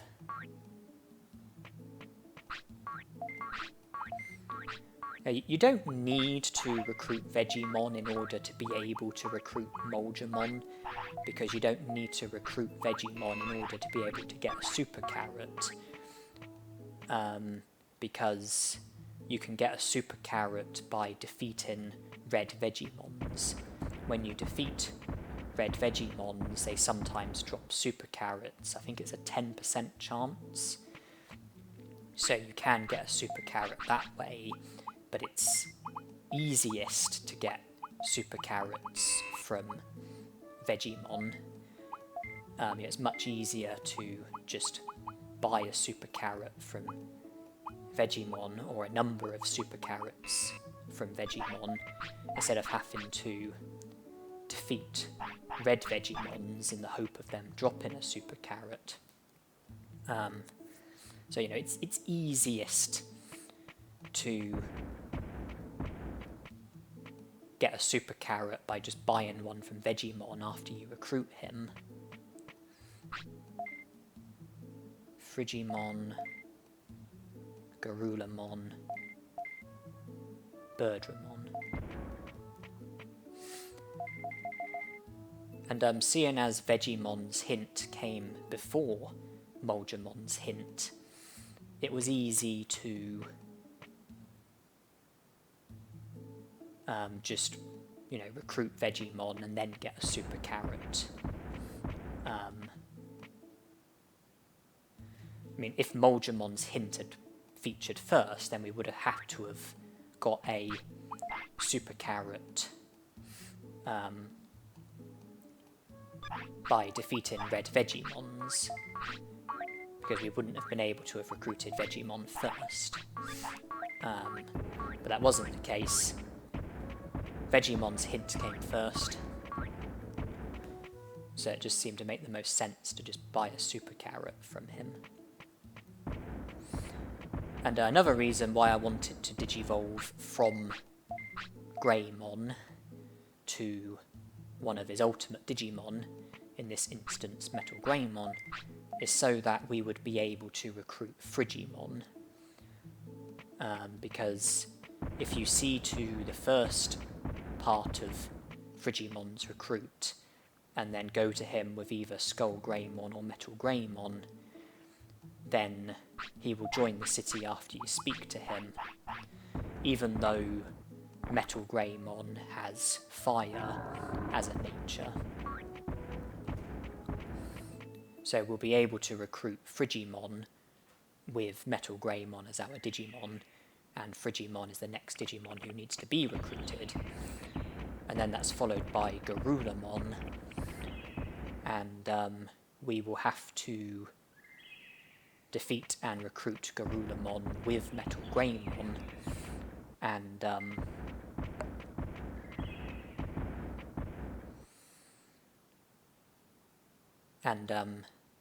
we've already defeated Garulamon once. He will be available for the rematch later today. I think he first becomes available at 3 PM, which is less than an hour and a half away. So, time is looking pretty good. Unimon was there, but we can't recruit him yet. I'm just coming here for I've just, you know, chosen to come to the Mount Panorama for the first time because, you know, the boulders have been cleared. I wanted to, you know, come here for the first time, collect the items, and also acknowledge this crop circle. That will be the first step towards Vaidamon's recruitment. But there are other steps. Recruit Xiaomon and consult his notice board with the necessary number of prosperity points in order for there to be the article linked to Vaidamon.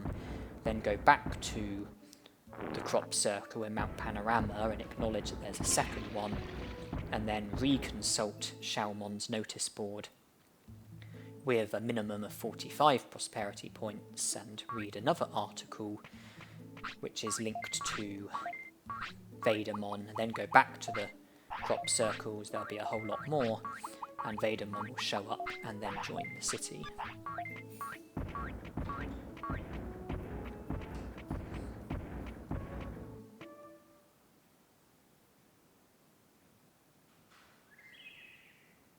Having Xiaomon recruited is also needed in order to be able to recruit Skull Greymon, as well as needing to have a certain number of prosperity points, see into the initial part of Greylord's mansion, and I think you also need to have had Greymon recruited as well. I mean, we've seen to the initial part of Greylord's mansion, but we haven't recruited Xiaomon or Greymon, and I'm not entirely sure where we're up to with prosperity points at the moment, or what the requirement is.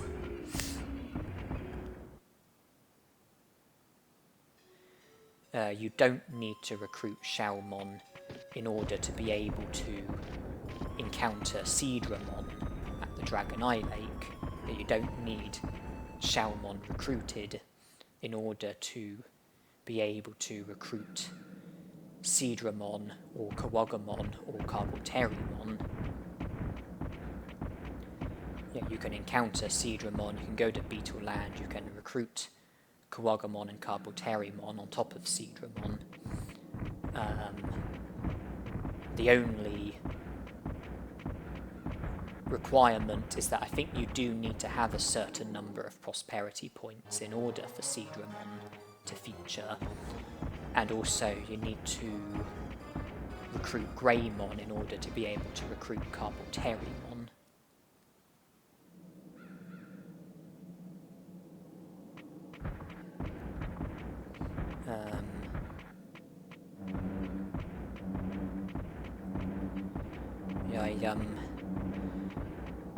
I'm almost at Friesland. I'm going to recruit Frigimon and then attempt to recruit Garulamon, and if I'm successful with that, then I'll then make my way back to the Great Canyon from Friesland and then recruit Birdramon. And then Angemon should have 3 new hints waiting for us.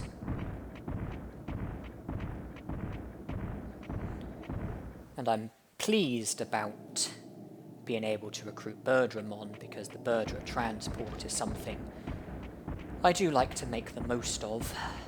It is very helpful, and I'll be able to get around a lot more swiftly and conveniently once Birdramon has been recruited.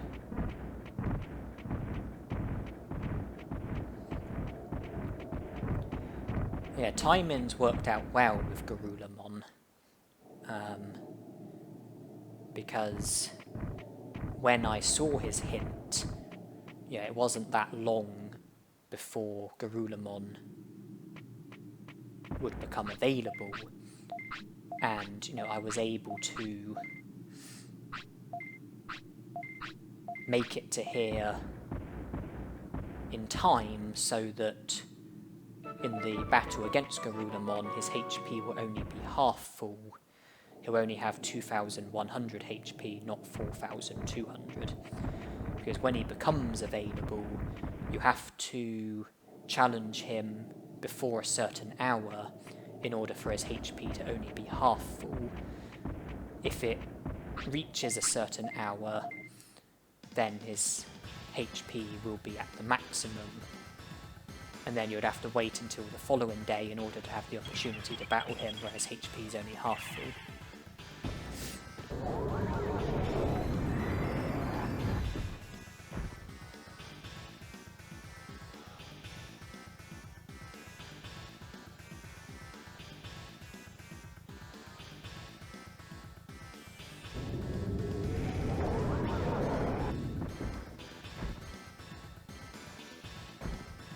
Well, that battle could have ended badly if we had had bad luck.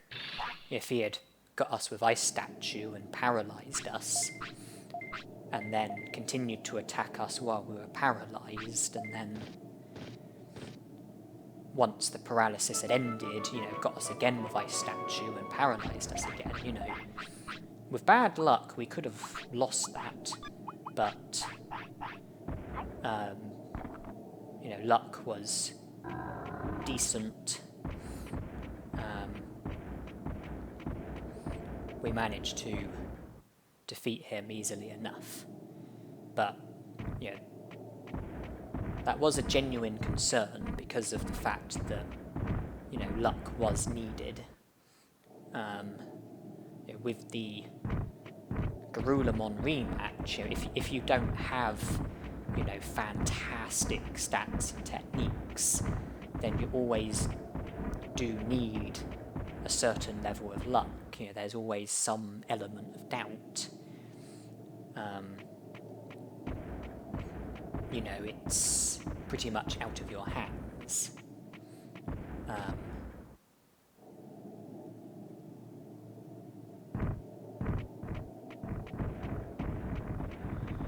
If you were to have the worst, if we had had the worst luck in the world, then we, you know, would have lost that fight really badly.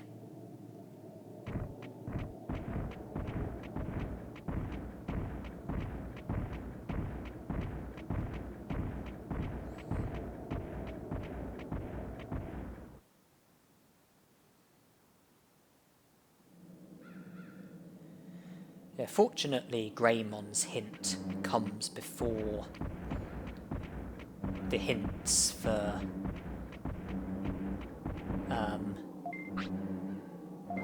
the Beetleland Digimon and Skull Greymon.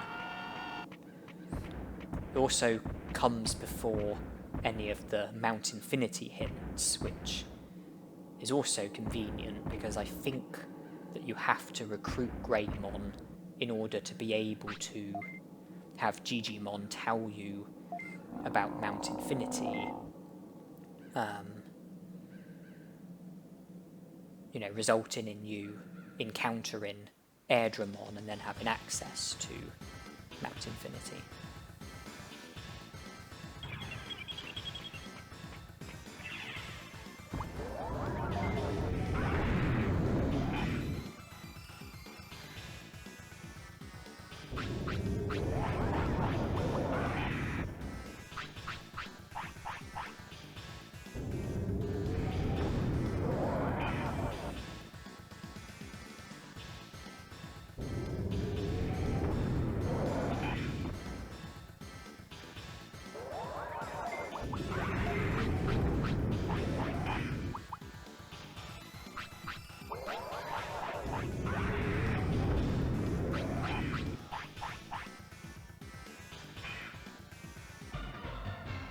In order to encounter Greymon, you have to speak to Digimon with a minimum of 15 prosperity points and a Digimon who's at least a champion or an ultimate.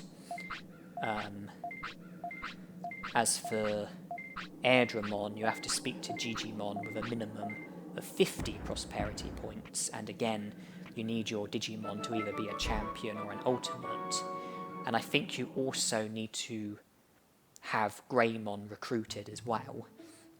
So if you haven't got Greymon recruited, then regardless of who your Digimon is or how many prosperity points you've got, I don't think Digimon will mention about Mount Infinity, if I'm remembering correctly. Shalmon, Alepmon, Kokatorimon. Shalmon's easy, just go to Great Canyon and speak to him. We've already done the other stuff that we needed to do. And conveniently, Shalmon's hint came before the hint for Vadermon or Skull Greymon. Alepmon's easy enough, just go to Gear Savannah and have Alepmon shock you 3 times. Kokatorimon is less straightforward because he's only available at a certain point in the day. He becomes available at 4 AM, and I think he's last available at 6 AM, so you can only encounter him between 4 AM and 6 AM, which means that we won't be able to encounter him yet, because is it 4 PM? We won't be able to encounter him until tomorrow morning. Also, we won't be able to let Metal Greymon sleep, because when he sleeps, sleeps, I think he sleeps until 7 a.m. Okay, it's 5 p.m, almost 6 p.m. When he sleeps, I think he sleeps until 7 a.m, which is too late. By that point, I think Kokatorimon would be history, so we're going to have to keep Metal Greymon awake against his will. Make it up to 4 a.m, well, between 4 a.m. and 6 a.m, and then go to Misty Trees and encounter Kokatorimon. So Kokotorimon's recruit is going to slow us down a bit, and it's going to affect our routine. It's going to require us to be a bad tamer and keep Metal Greymon awake against his will. I have tried to be a good tamer throughout this challenge when I had Agumon as my Digimon, because I knew I was aiming to digivolve to Greymon, and the care mistake requirement is a maximum of 1. I also, wanted to avoid care mistakes as Greymon, because I knew that I wanted to digivolve to Metal Greymon, and there's a limit with care mistakes, maximum of 10. And I knew that I wouldn't fulfill the stat requirement, which meant needing to fulfill all 3 of the other requirements, one of them being care mistakes and the other being weight and bonus condition. And I knew that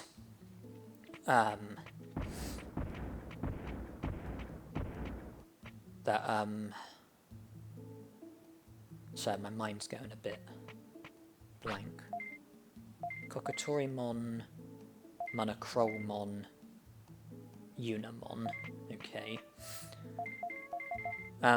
With Greymon, I avoided care mistakes, which meant feeding him, and that also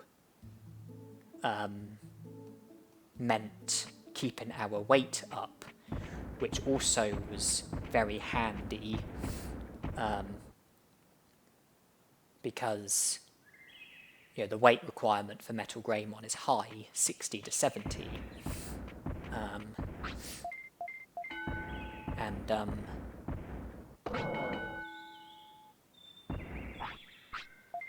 By feeding Greymon, I was avoiding care mistakes and putting my weight up, both very handy for helping with digivolving to Metal Greymon. I still needed to force feed Greymon, and also needed to use a ice mushroom in order to sort out his discipline. I mean, I could have just scolded him, but that would have, affected happiness. I had ice mushrooms in the item bank, so it made sense to just give him an ice mushroom, sort out the discipline that way. And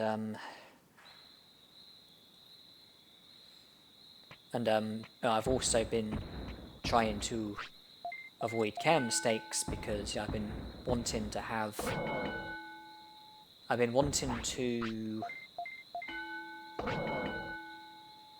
want to maximize lifespan, because I want to make as much progress as possible in this lifespan. I want to see to as much as possible in this lifespan, and avoiding care mistakes and keeping happiness high.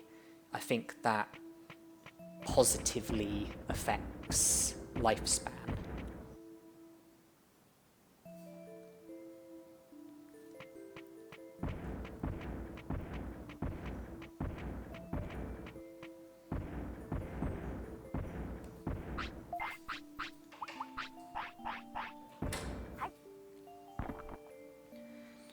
So yeah, I've been trying to be a good tamer to help with the digivolutions I've been aiming for, as well as trying to help with maximising lifespan.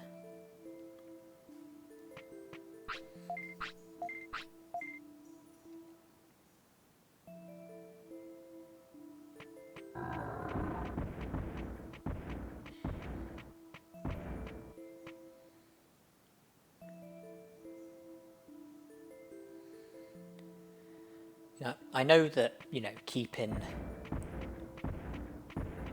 Metal Greymon awake against his will would give us more time to make progress. If we're making progress, like instead of letting him sleep when he wants to sleep, if we are keeping him awake against his will and making progress when he wants to sleep, then that would give us more time to make progress. But I don't think it's necessary to keep Metal Greymon awake against his will, because I think that Dremolgemon's recruit is going to hold us up. I think that if we were to keep Metal Greymon awake against his will, then we would end up in a position where Dremolgemon would be the next Digimon that we need to recruit, and we wouldn't be able to recruit him until day 18, and then we would end up twiddling our thumbs before being able to recruit Dremolgemon. And even by allowing Metal Greymon to sleep, I imagine we're still going to end up being slowed down by Dremolgemon's recruitment. After recruiting Dremolgemon, if there aren't any other recruitments that are going to slow us down, then, maybe then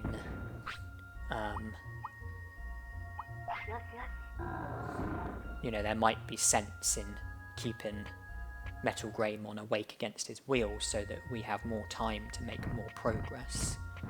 And this is not where I want it to end up. Certainly at the moment, I don't think there's any value, in keeping our Digimon awake against his will. I mean, prior to Vegimon's recruitment, it would have just meant having more time on our hands prior to being able to recruit Vegimon. And that sort of behaviour now would just slow down Dremolgemon's recruitment even further. But after then, maybe it might be okay.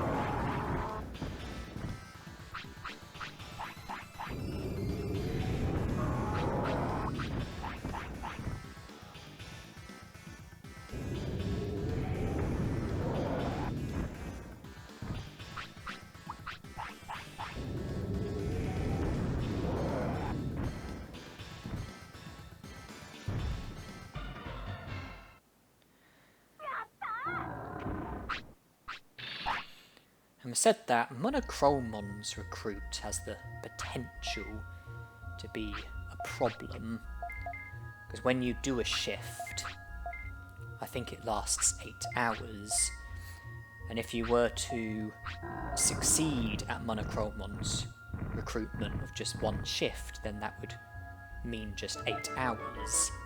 But then, if it takes more than one shift, then it's going to take more time.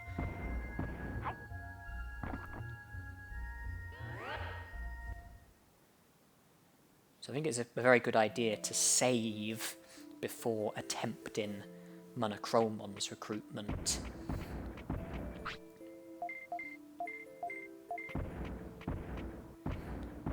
Because you don't want it to take too many tries, you don't want it to take too many shifts, you don't want it to consume too much time.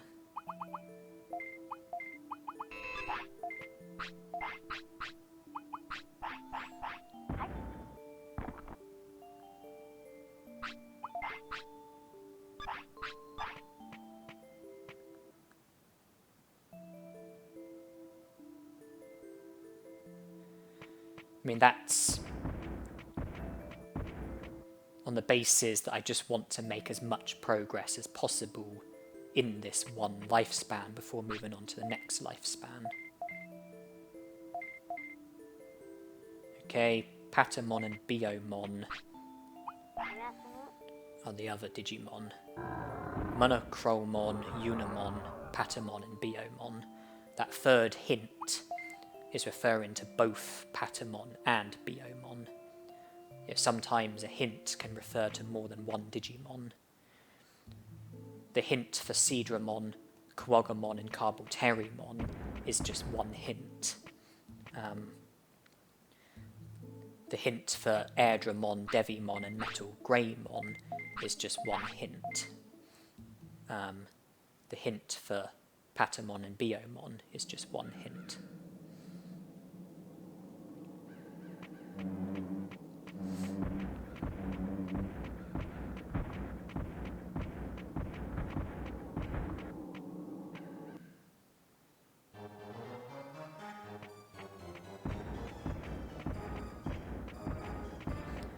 I mean, even if you weren't to utilise all of the progress that you could make in this lifespan, you could just make the progress in other lifespans, but I just want to make the most of the progress that I'm able to make in this lifespan. Try and do as much as possible now. Here we go with what for me is usually the worst recruitment in the game, the most frustrating recruitment in the game.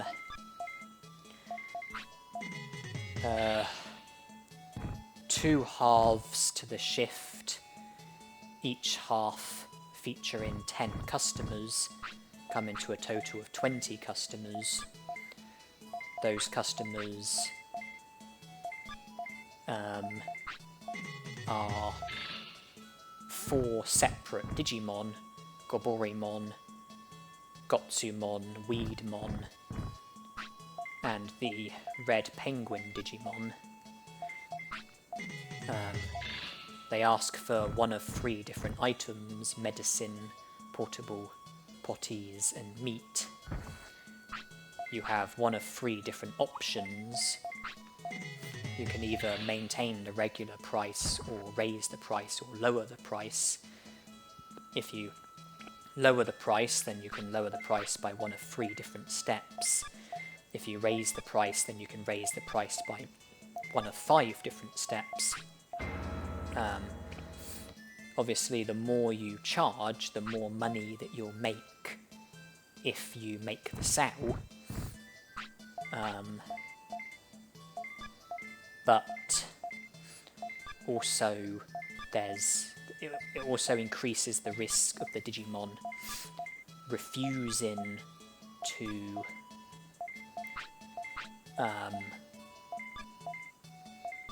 pay the price, and for them to storm off, which means you don't make any money from that customer, and you also lose an extra customer.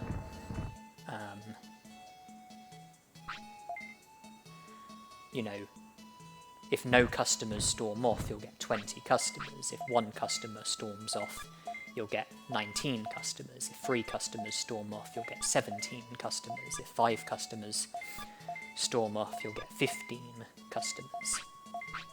And in order to recruit Monochromon, you have to reach a certain amount of profit. It's somewhere between 3,000 and 3,100. So if you get 3,100 or more, then you will be successful with Monochromon's recruitment.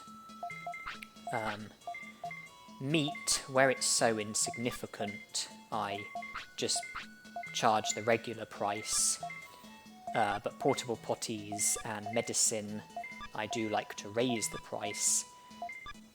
With Goborimon, he tends to be the most easygoing customer. I try to raise the price to the maximum. With Gotsumon, he's less easygoing. I tend to raise the price by 2 steps. Weedmon is the least easygoing customer. I tend to raise the price by just 1 step. And then the Red Penguin Digimon just seems to be completely inconsistent and unpredictable, and because of that I just raise the price to the maximum, because it doesn't, in my experiences, it doesn't really seem to affect whether the Digimon, agrees to the purchase or storms off. And if the risk is the same, then you might as well go about it in a way where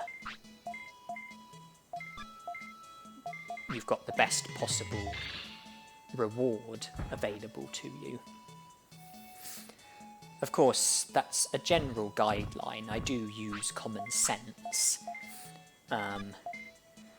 If my final customer is a Goborimon and he's asking for a medicine, and I'm like a tiny bit adrift of the target, and I'm in a position where I would reach the target by charging the regular price for the medicine, then obviously I would charge the regular price and,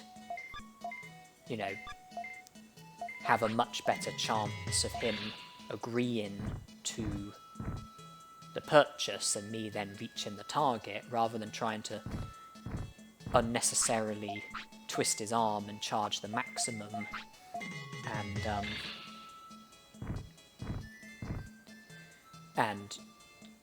massively increase the risk of him storming off and me then failing. And at the same time, if I'm in a position where I'm down to my last customer and I can reach the target but would have to charge more than what I would normally charge, then obviously, I would charge more, because if charging what you would normally charge wouldn't be enough to reach the target and then you're going to fail, then that's just going to be stupid, isn't it? Whereas if charging a bit extra will result in you being successful should the customer agree to it, then, that makes sense, doesn't it? So, I apply common sense accordingly.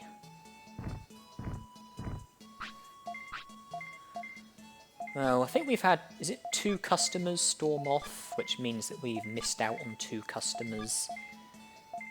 And as for the customers that we've had, I think 2 of them have asked for meat, and all of the others have either asked for portable potties or medicine. Is there some sort of stomach bug going around? Does everybody have some sort of sickness, causing them to have bowel upset, creating the need for portable potties? Sickness creating the need for medicine. I mean, there is a toilet just outside, which you could use completely free of charge. Okay, Goborimon medicine, let's just charge the regular price and reach the target. Boom, we are there. Ah, and that's the final customer. How about that? Just 2 meats, I think. And then everything else, portable potty and medicine. Yeah, must have been some sort of stomach bug in the air, creating the need for portable potties and medicine. And instead of purchasing a portable potty, I just used the toilet, which makes a lot more sense because the toilet is completely free of charge. I mean, you could pay for a portable potty, or you could just use the toilet that's just outside. You could pay for meat, or you could just find a food item lying around, like a Digimushroom. Medicine... Yeah, That's a bit more complicated.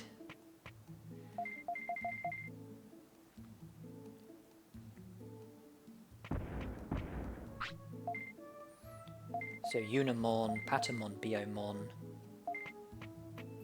and Greymon. Okay. Yeah, medicine, there's not really a free alternative. If you're dying from sickness, then really you do need to pay for medicine. Or pay for treatment. Like the sort of treatment that you get at the clinic, for example.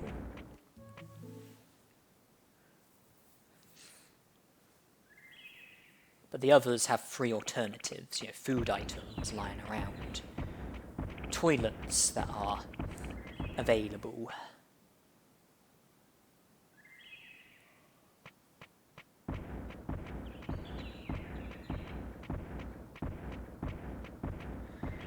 Unimon is first, and his recruitment is easy. Just approach him and aid him, and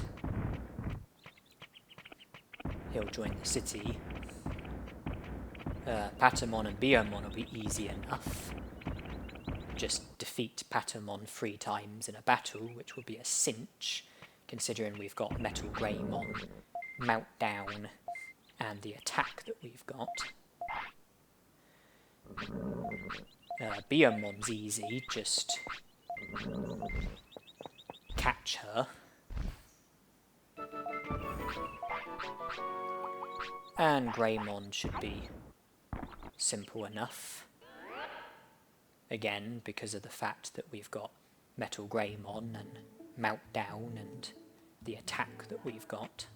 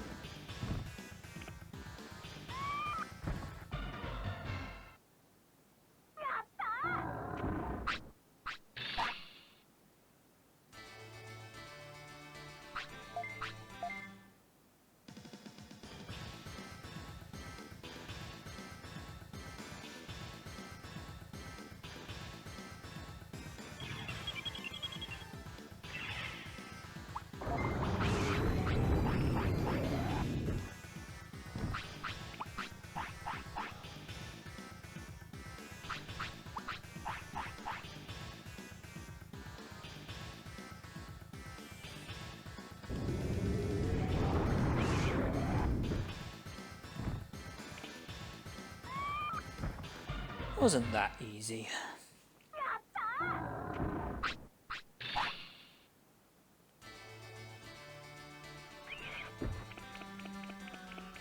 Yeah, I've lost track with prosperity points. I don't know where I'm up to with prosperity points. I don't know how many prosperity points I've got.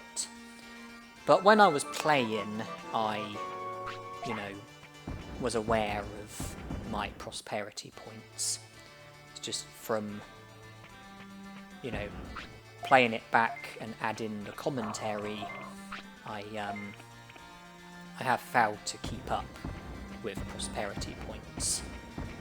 Yes, this commentary is not live. This commentary is post-commentary. I did not record this commentary while playing this game. I did not record this commentary while recording this challenge.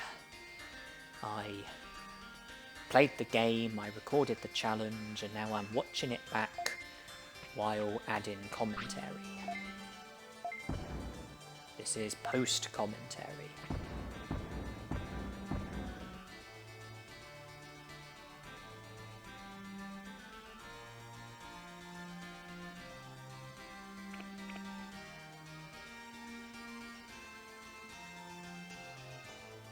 And the last time I did live commentary for a gaming video was probably back in the first half of 2020.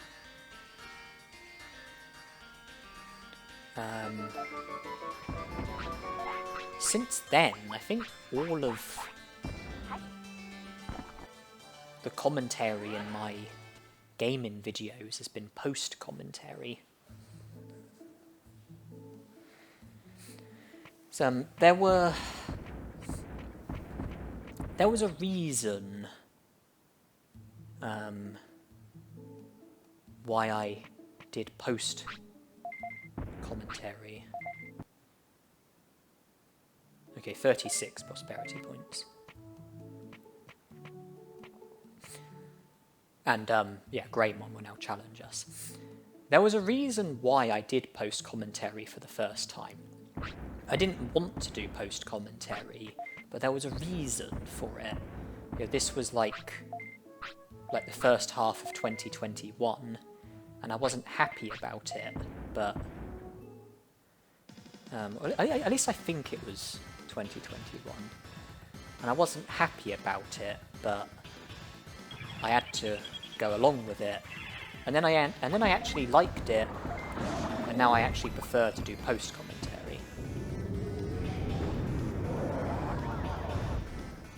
So it became a preference, after initially being forced upon me for reasons I can't actually remember.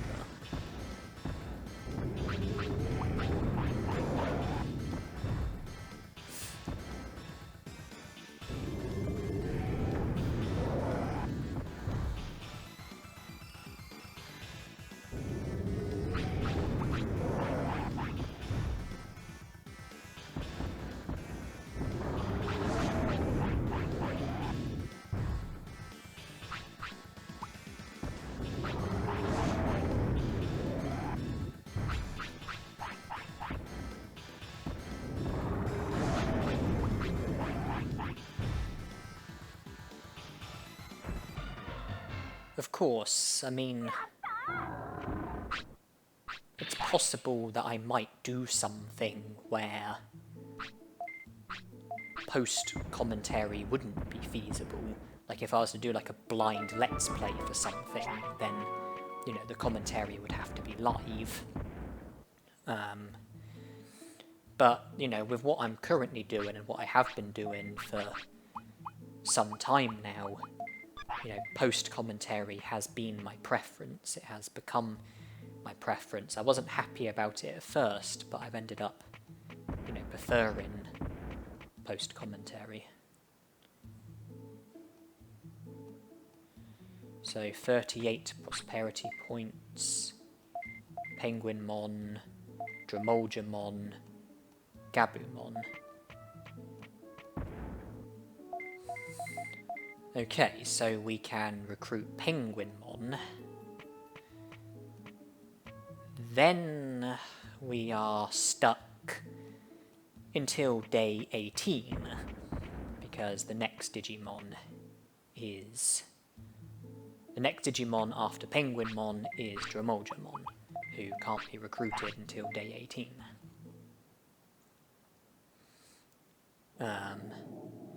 Yeah, I did practice this challenge where I did it for the first time without knowing what order the hints would come in, and I made note of the order of the hints so that when doing it for real, when recording, I knew what the order of the hints would be. And, I still am showing you the hints so that you can see the order, you can see that I'm doing it in the correct order.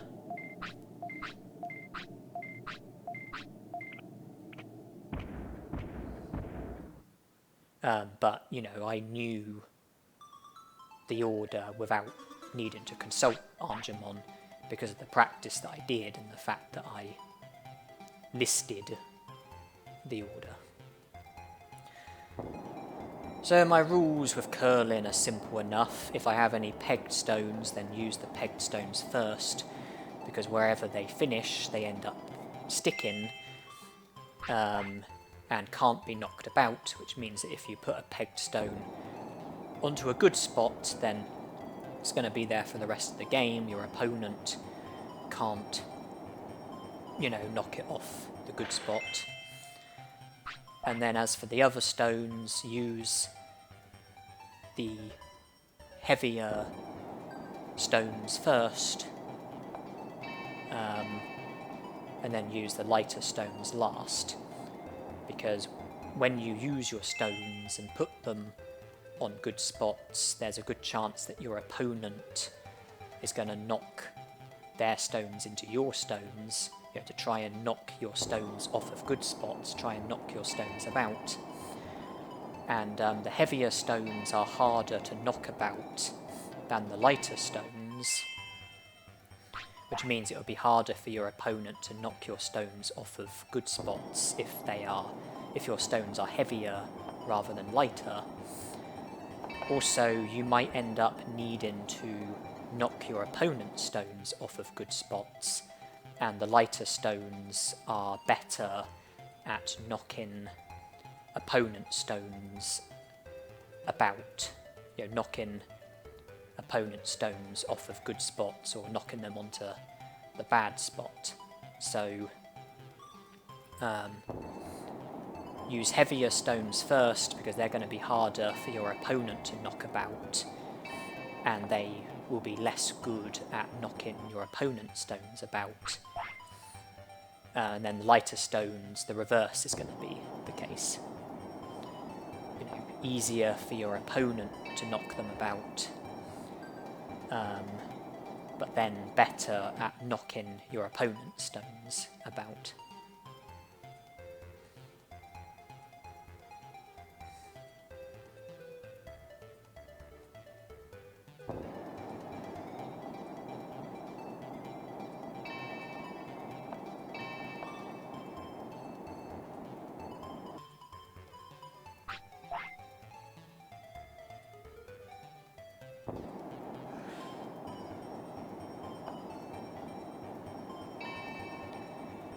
The position of some of those red stones had the potential to be a nuisance, but I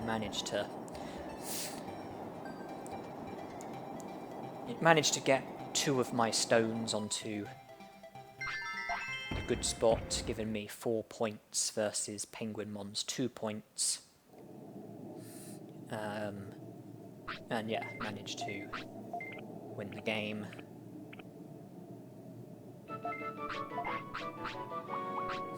It's only day 16.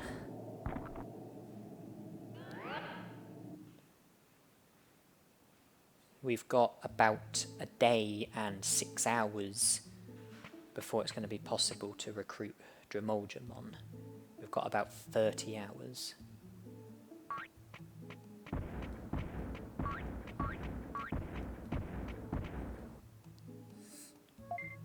Okay, so there's the article regarding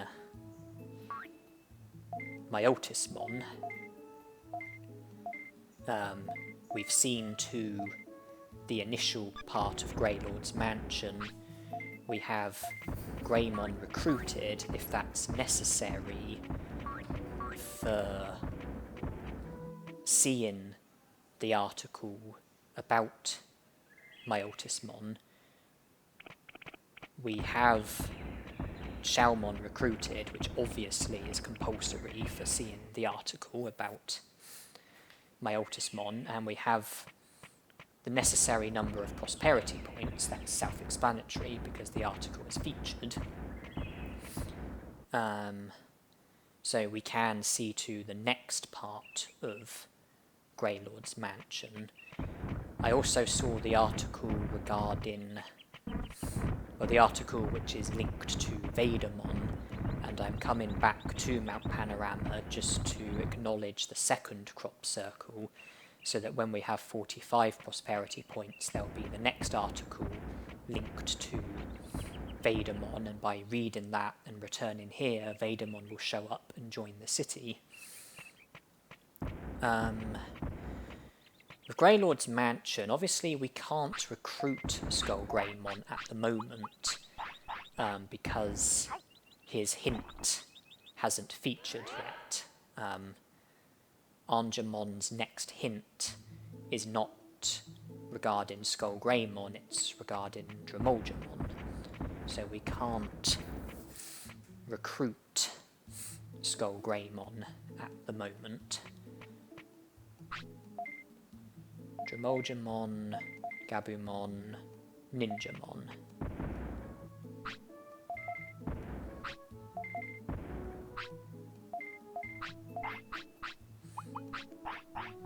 So we'll recruit Dremolgemon, followed by Gabumon.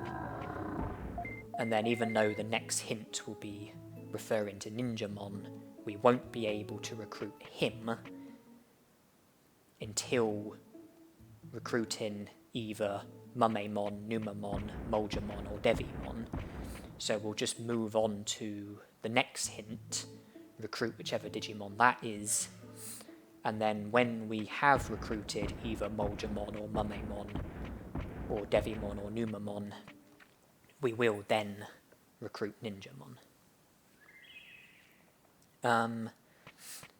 Yeah, we can't recruit Skull Greymon, but we can go back to Greylord's mansion and acknowledge that Myotismon is missing, have the cutscene with Devimon, then proceed further, defeat Tekamon and Skull Greymon, so that Myotismon will then be available, but don't speak to Myotismon because that will result in the recruitment of Skull Greymon. Instead, after you defeat Tekamon and Skull Greymon, return to the city, and we would have made as much progress towards Skull Greymon's recruitment as we are possibly able to make without actually recruiting him. And then when Angemon's immediate hint is regarding Skull Greymon, we then just have to go back to Greylord's mansion, go straight to Myotismon, speak to him, and that'll be Skull Greymon recruited. We won't have to defeat Tekamon because Tekamon would have been defeated already. We won't have to defeat Skull Greymon because Skull Greymon would have been defeated already. Yeah, we're doing that now. We're getting the work out of the way now. You know, we've got time on our hands before day 18, so we might as well spend that time productively, use that time productively.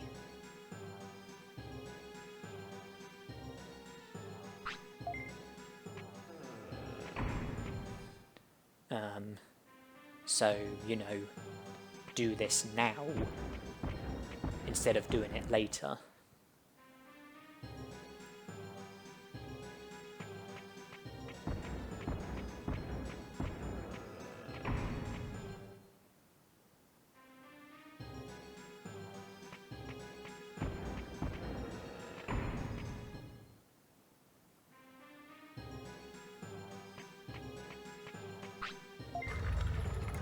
And you remember what I said? With Meteormon, there was a bit of text that I had to go through slowly in order to prevent my game from freezing. And we're going to have the same situation when speaking to Digimon in a moment.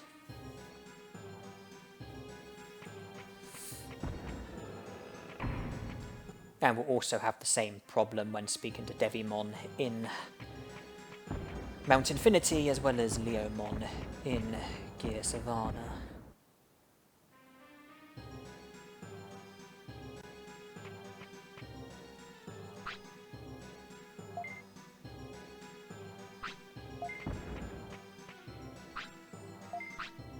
I mean, being, English, living in England, playing what I assume is the UK version, playing on the PlayStation 1, I'm guessing that I have the PAL version, and I think the PAL version does contain bugs, and with me, the fact that there's 4 scenarios where I have to go through a certain bit of text slowly in order to prevent my game from freezing, because otherwise the game might freeze.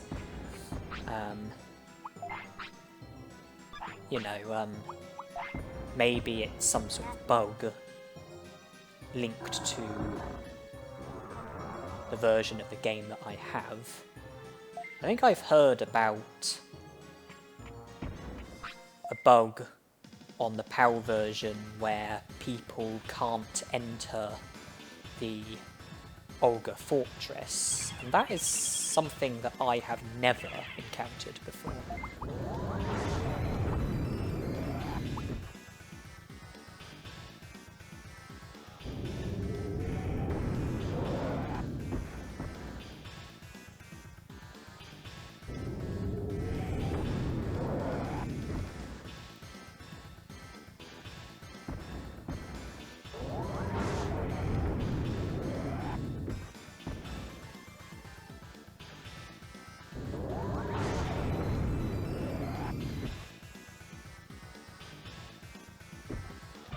I think I've heard that,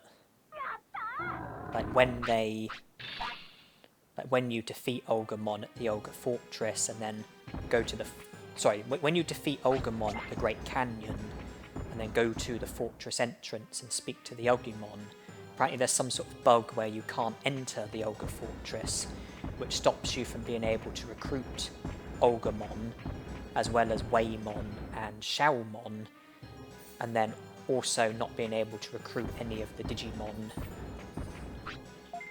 who you have to recruit Xiaomon and Waymon in order to be able to recruit.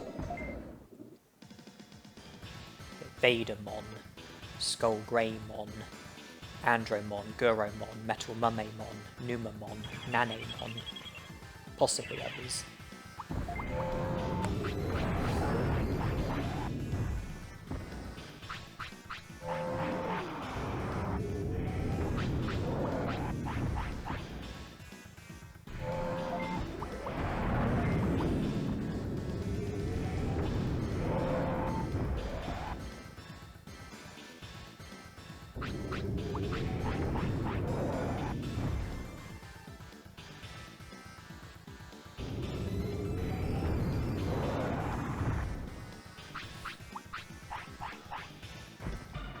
Yeah, that bug, it's never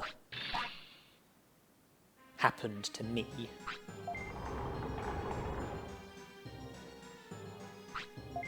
The only problems that I can think of are, what I've already mentioned about the 4 scenarios, with text being a problem.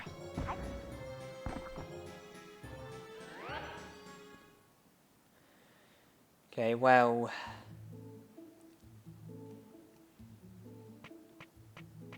we can't go any further with Greylord's Mansion at the moment, and it is now day 17, so only one more day until day 18, only one more day until Agumon will be recruitable, and it's less than 24 hours. It's 8 AM, so 16 hours. Oh yeah, and we've recruited Monochromon, Unimon, Patamon and Biomon, which means that we have the much better item shop.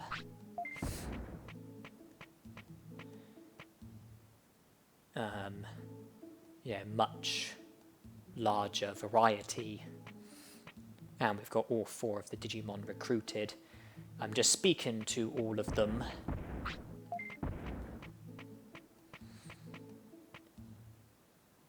I spoke to Patamon, Biomon, Unimon, Monochromon is the last one to speak to.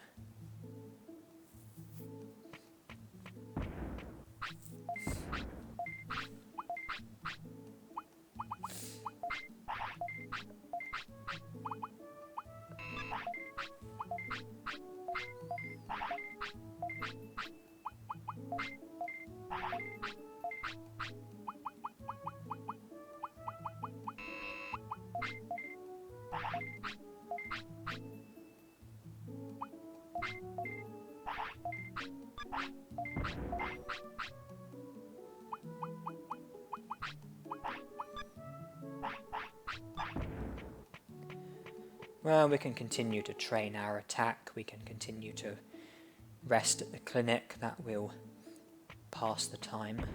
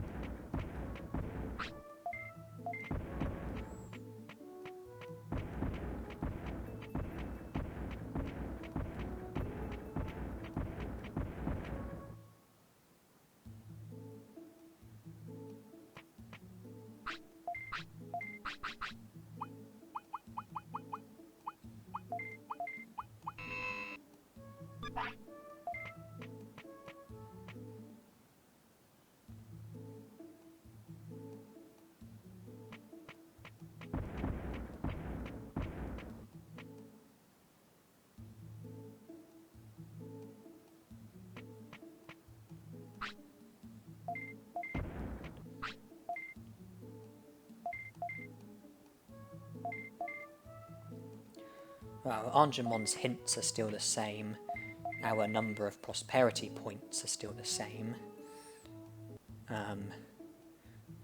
Skullgreymon hasn't joined the city. There was no mention of Skullgreymon, no mention of any new recruitment, still 39 prosperity points.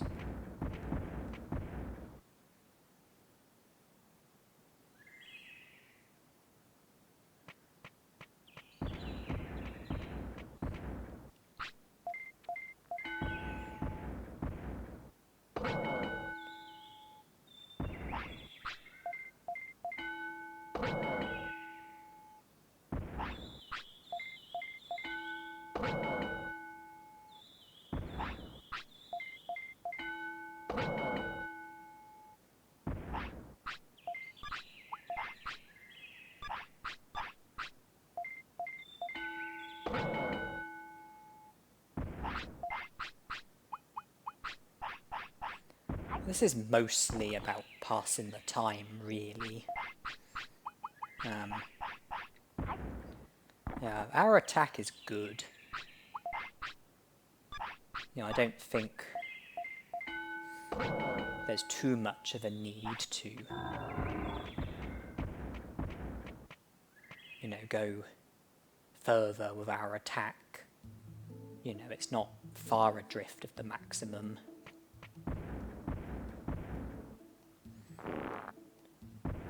Mostly training, it's mostly about passing the time, the same way that resting is mostly about passing the time, which is what we are about to do.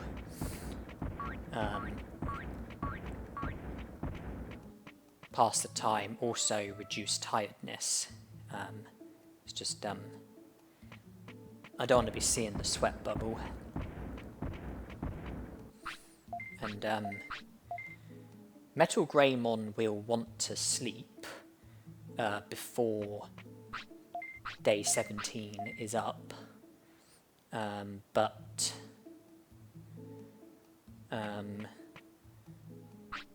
rather than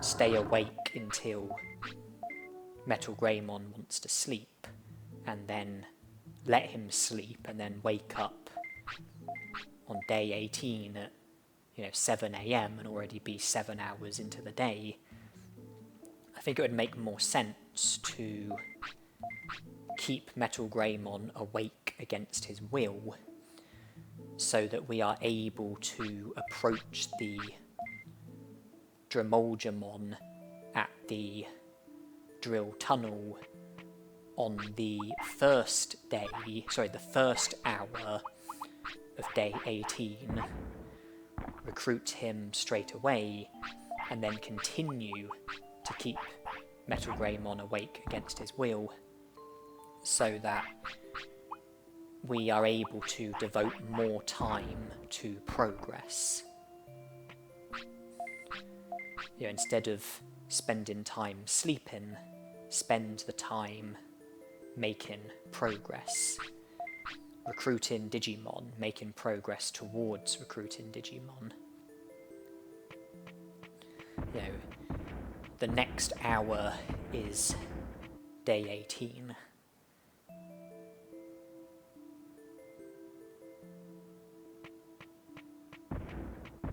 So I'm heading to the drill tunnel now to recruit Dremolgemon, and then it would be to the Misty Trees for Gabumon.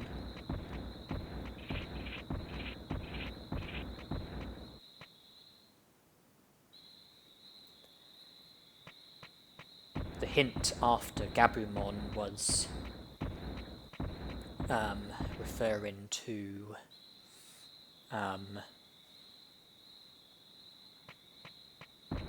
Ninjamon, but I've already said that we won't be able to recruit him next. Have to see who the next hint is referring to.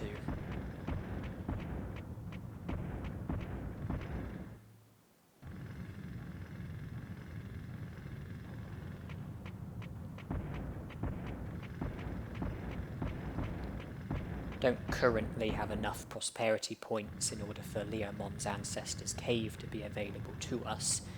And even if it was, I wouldn't go there because collecting the Ancestor's Stone, I think, is what causes Leomon's hint to disappear.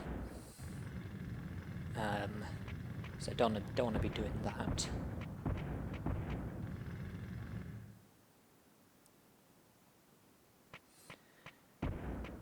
Also, don't have enough prosperity points in order for the other article about Vadermon to feature on Xiaomon's notice board. But that I don't want to be viewing at the moment because in this challenge, Mumemon's recruitment has to come before Vadermon, which means having to go to Mount Panorama and recruiting Mumemon without recruiting Vadermon, and so by not reading the article about Vadermon, I'll be able to go to Mount Panorama without recruiting Vadermon, and then grind for Mumemon. After that, I can then view the hint. It's just if I was to view the hint first, then I would have to go about it in a way where I would avoid Vadermon before recruiting Mumemon.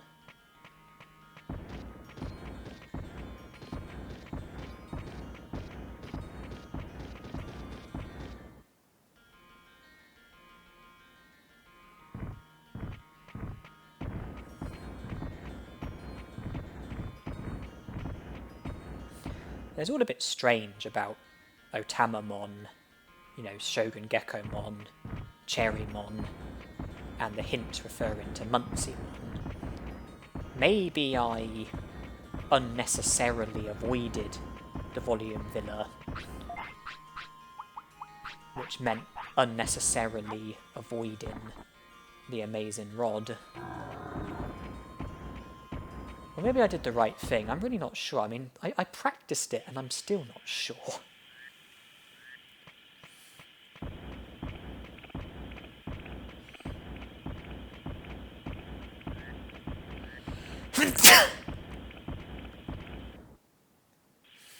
But, you know,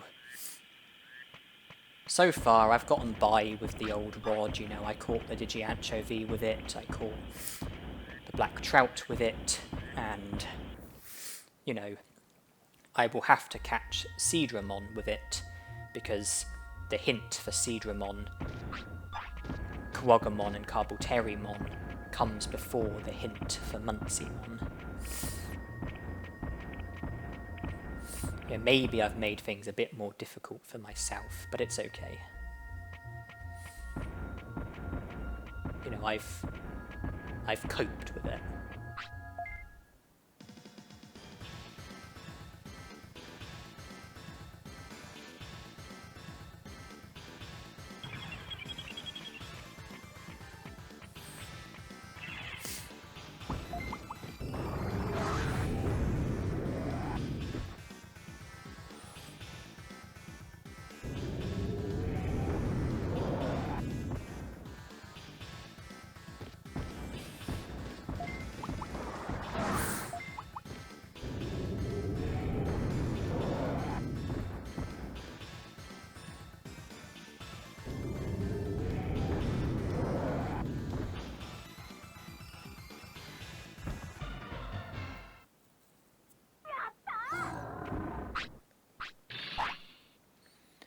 So it was 39 prosperity points, wasn't it?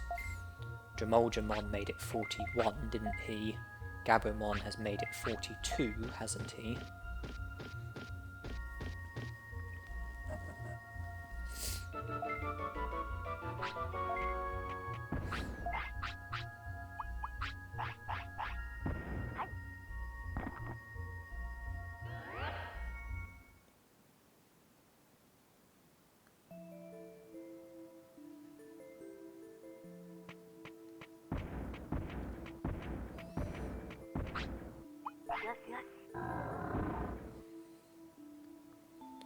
So there's going to be the hint regarding Ninjamon, plus 2 more hints, 2 new hints.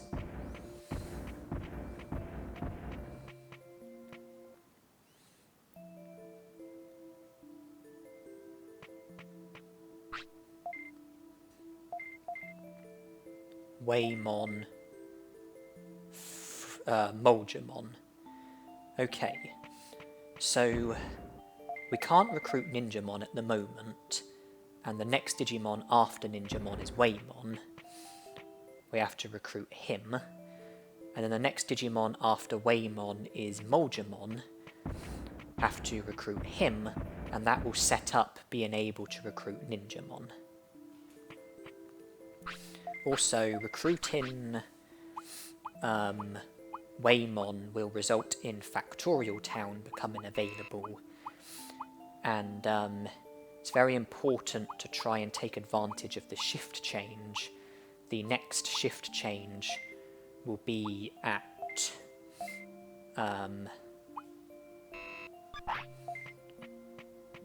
12 PM. I think it's currently 2 AM, which means that 12 PM is 10 hours away. It'll be very helpful to take advantage of the shift change so that we can make it past the Guardromons and have access to the deeper part of Factorial Town, and we'll be able to defeat Guromon, which will set up being able to battle and defeat and recruit Numamon.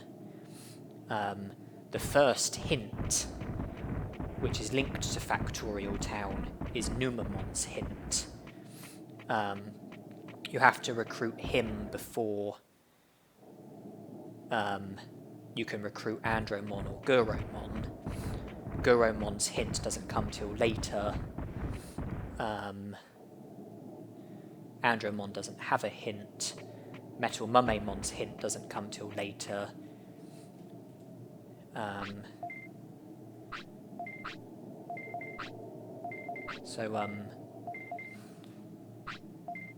Yeah, defeating Guromon, that won't result in any recruitments, it won't result in any hints disappearing. It will just enable us to battle Numamon, where defeating him would result in his recruitment and be progress towards the recruitment of Andromon and Guromon.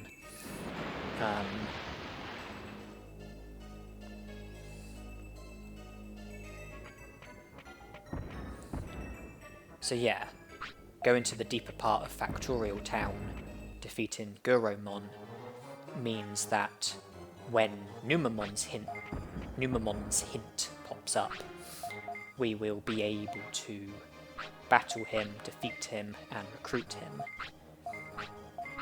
thus taking the next step towards Andromon and Guromon. So when Guromon's hint pops up, it will be happy days.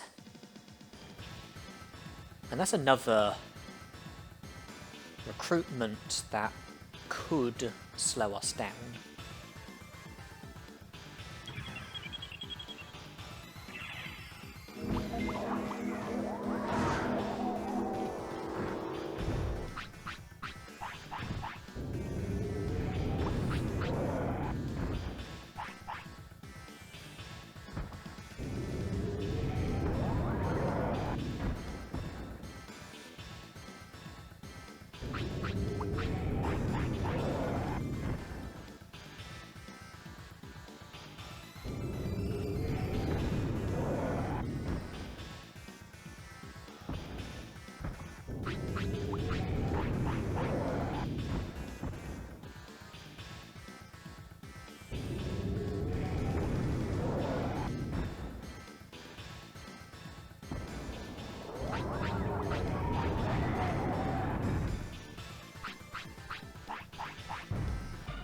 Just after you defeat and recruit Numamon, you then speak to Andromon, and then after a certain amount of time has elapsed, Andromon would have recovered data, and by that point, Guromon would have recovered, and you return to Guromon, speak to him, he'll join the city. But, there could be a bit of a pause between speaking to Andromon and being able to recruit Guromon.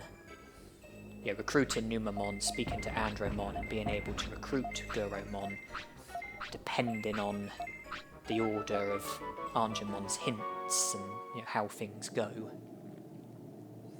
So yeah, Guromon's recruitment is another recruitment that could slow us down. We might end up in a position where Guromon is the immediate recruitment, and we need time to pass by before we're able to recruit him and then move on to the next Digimon. Recruiting Waymon hasn't made Ninjamon any more recruitable. Molgemon is now the immediate Digimon. I was aware of this, so before coming to Friesland I made sure I had the necessary items on me for the Molgemon trades, and by doing these trades, Molgemon will join the city, and then Ninjamon will be recruitable. Waymon made it 44 prosperity points, didn't he? Molgemon will make it 46. The necessary number of prosperity points in order for Leomon's Ancestor's Cave to become available, with Miramon being recruited, as well as the other article about Vadermon featuring on Xiaomon's notice board.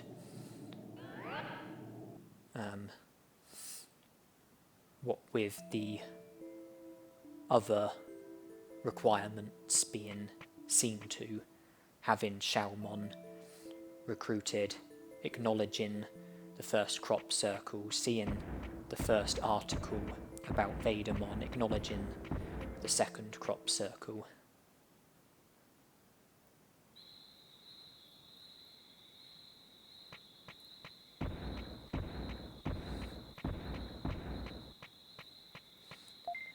Ninjamon will make it 48 prosperity points, getting close to 50, which is the necessary amount in order for you to be able to encounter Etamon in the native forest, as well as the necessary amount in order for Digimon to mention about Mount Infinity, providing that your partner Digimon at the time is either a champion or an ultimate. Which obviously sets up the Agumon battle, resulting in you having access to Mount Infinity should you defeat Agumon.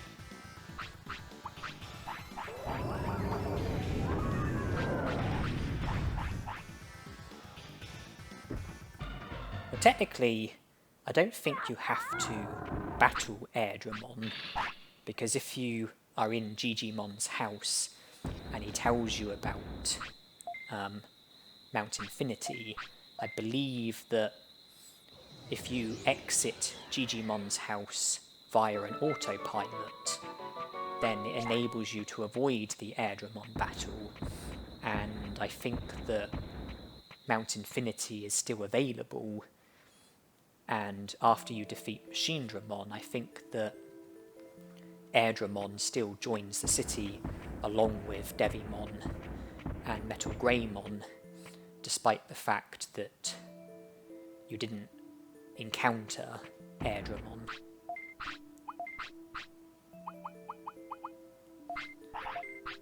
Megadramon's recruitment is not subject to Machinedramon. Megadramon joins the city after you defeat him. Angemon doesn't have a hint that's referring to Megadramon. Digimon doesn't mention Megadramon's recruitment. But if you defeat Megadramon, then even though it doesn't say Megadramon joined the city, your prosperity points go up by 3. Megadramon is recruited, regardless of whether you battle him before Machinedramon or after. You have to defeat Machinedramon in order for the recruitments of Airdramon, Devimon and Metal Greymon to happen. You battle them first, then defeat Machinedramon, and then the recruitments become official. But Megadramon is separate. Mumemon, Numamon, Seedramon, Kawagamon, and Carboterimon. So what I want to do is encounter Mumemon at Mount Panorama, defeat him and recruit him, and be done in time in order to be able to go to Factorial Town and make it past the Guardromons at 12 PM, then have access to the deeper part of Factorial Town, where I can challenge Guromon and then Numamon.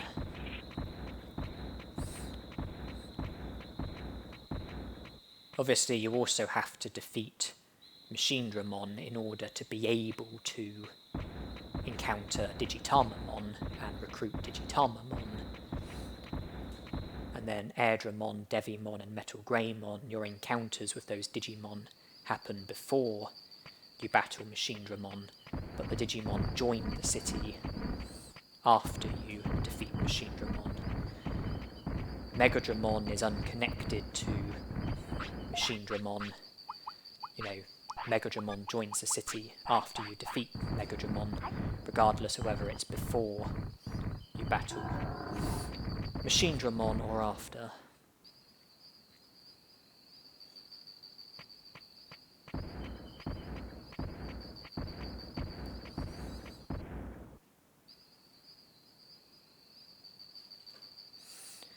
Okay, so the grind for Mumemon is about to start. Hopefully my luck won't be too dreadful. I mean, my luck with Monochromon was perfect. But things with Mumemon, Metal Mumemon and Pixiemon could prove to be very different.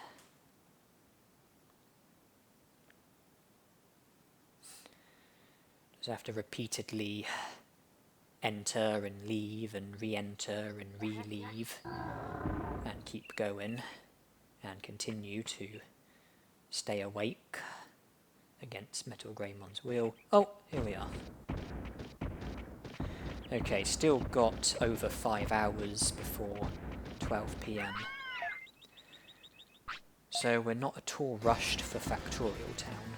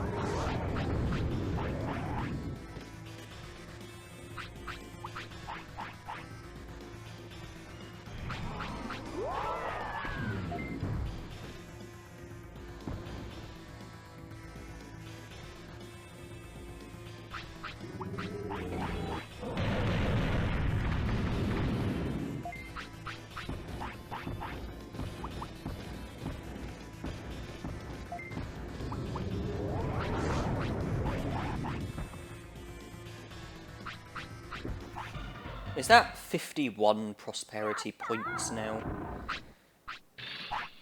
I think Ninjamon made it 48, and I think that was followed by Mumemon. I think Numamon is the next Digimon.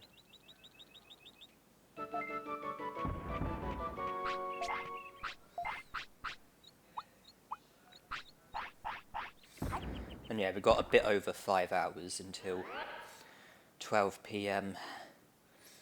It's been such a long time since I've done Factorial Town the proper way that I wouldn't actually be able to tell you how you're meant to usually do Factorial Town. It's just, I know that prior to being able, like, there's the Guardromons who are blocking the way, and prior to being able to make it past those Guardromons, there's stuff that you're meant to do first.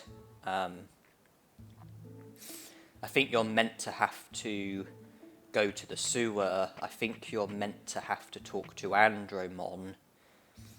And I'm not sure, I can't remember the order that you're meant to do the things in, but like at some point I think you're meant to speak to the Guardromons, but I can't remember if that's like before or after you're meant to go to the sewer, before or after you're meant to speak to Andromon.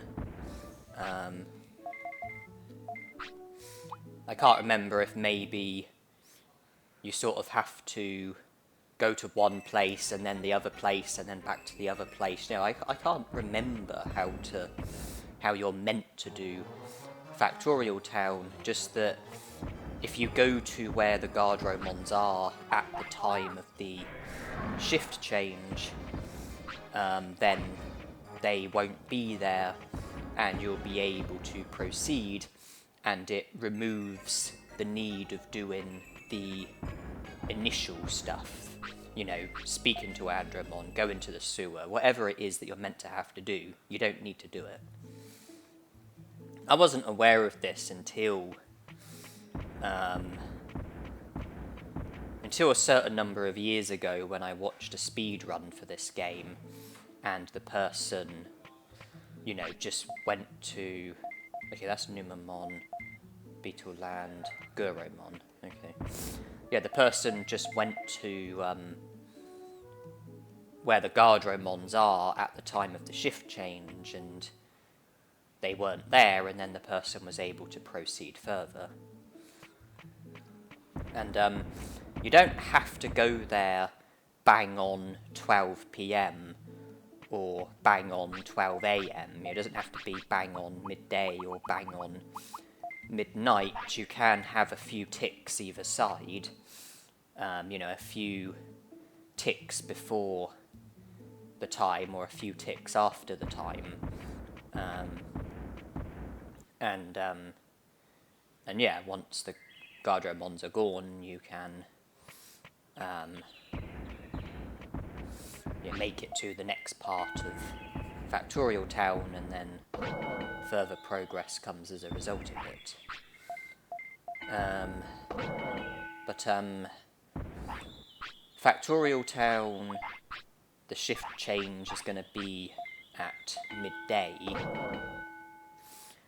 and I want to make it past the Guardromons, go into the next part of Factorial Town, collect the items that are there, defeat Guromon, then go to Andromon, speak to him, then go to the sewer, battle and defeat Numamon, resulting in him joining the city, then go back to Andromon, speak to him, which gets the ball rolling with him recovering the data, and then the next recruitment will be Seedramon, Kawagamon, and Carpalterimon.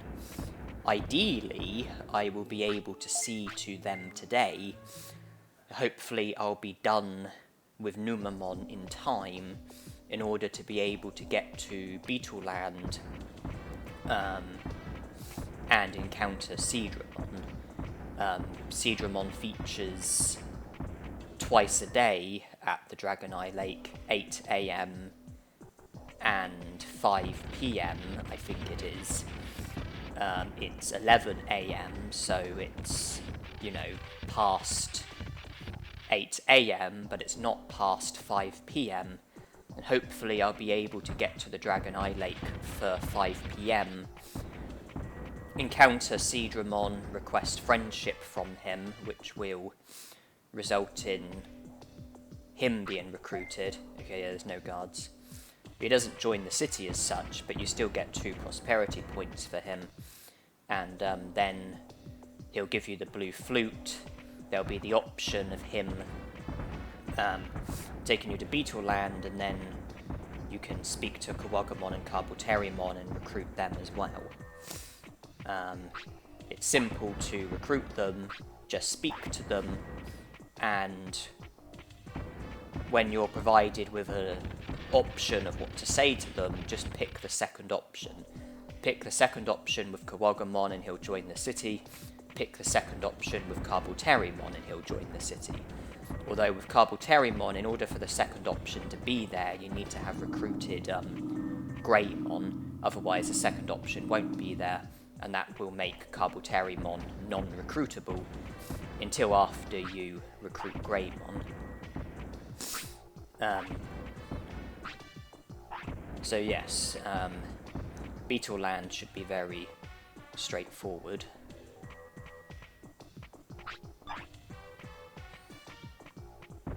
And then that's going to be followed by Guromon, and that probably will slow us down.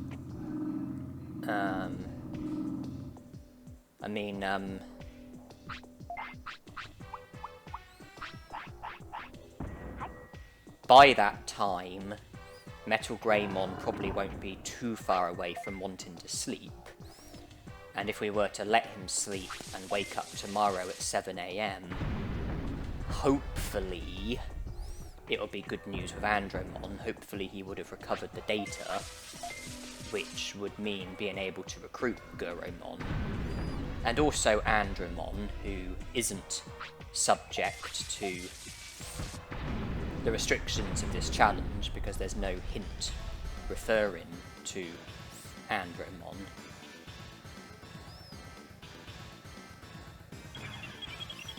Unless the hint about Guromon is also applying to Angemon, but can't really say, to be honest.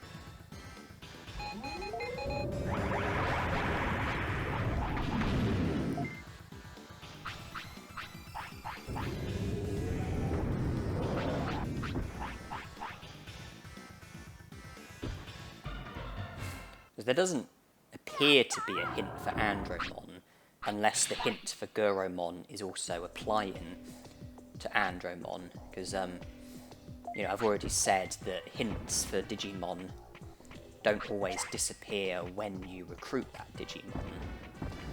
And I guess it's possible that the hint for Guromon could also be applying to Angemon. But, we'll just recruit Angemon at the first opportunity, and recruit Guromon as well.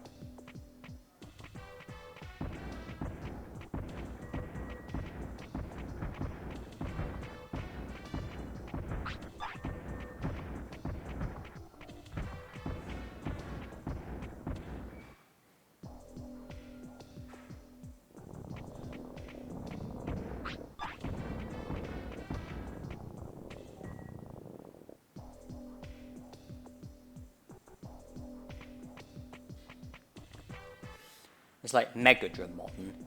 There's a hint for the Mount Infinity Digimon, Airdramon, Devimon, and Metal Greymon, and the hint disappears after you defeat Machinedramon, resulting in the recruitment of those Digimon.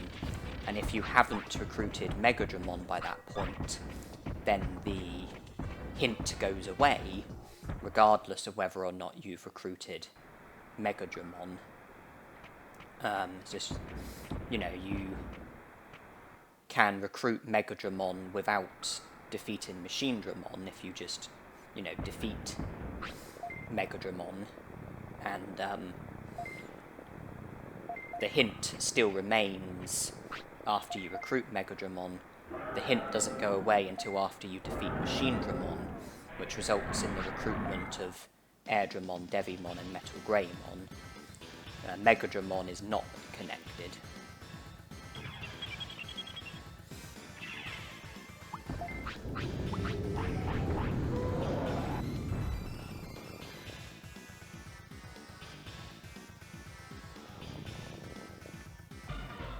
Again, I suppose it's possible that the hint could be referring to Megadramon,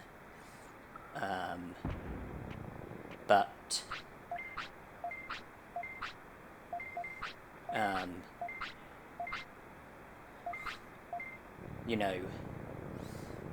it seems that the hint is only referring to Airdramon, Devimon, and Metal Greymon.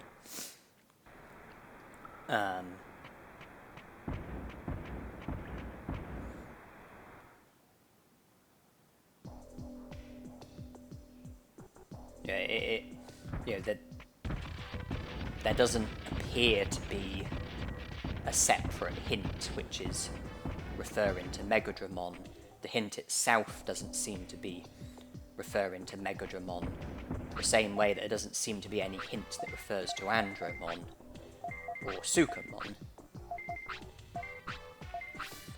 And the hint for the Mount Infinity Digimon comes last.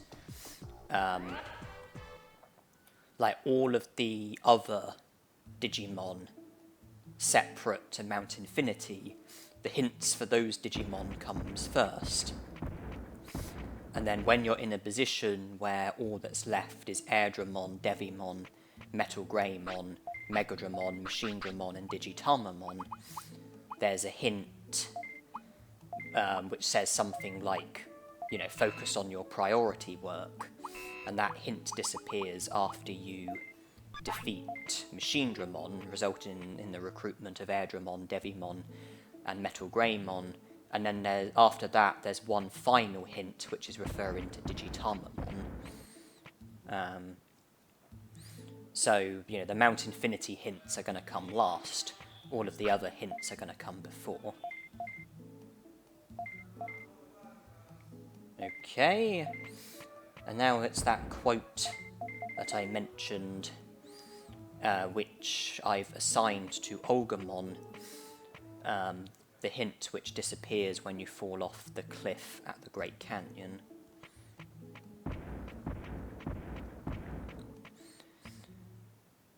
So yes, Airdramon, Devimon, Metal Greymon, Megadramon, Digitamamon. That's a combined total of 13 prosperity points, which comes from Mount Infinity, which means that the other 87 prosperity points will have to come first before I will be allowed to defeat Machinedramon, resulting in the recruitment of Airdramon, Devimon, and Metal Greymon. There won't be any issues with Megadramon, because, I'm in the belief that there's no hint for Megadramon.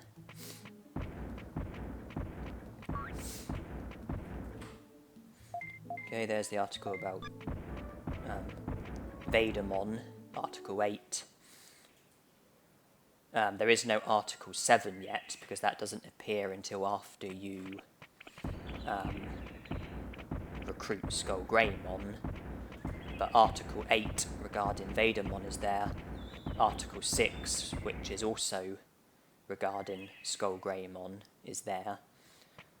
And after I recruit Skull Greymon, Article 7 will be there, and that will be all 8 of Xiaomon's articles.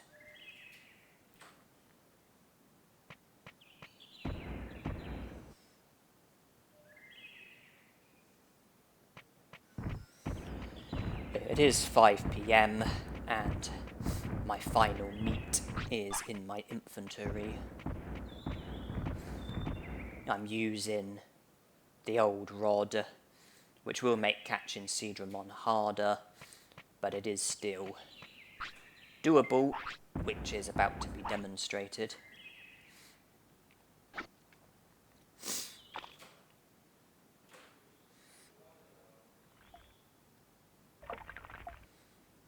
That's the first hurdle.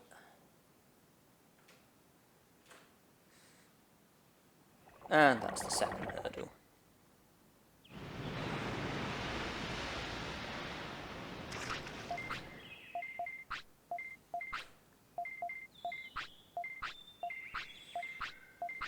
So I think Numamon made it 52 prosperity points.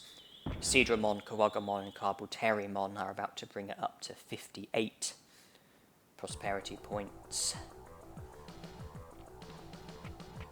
Then we're gonna likely have a bit of time on our hands before being able to recruit Guromon, who would make it 61 prosperity points.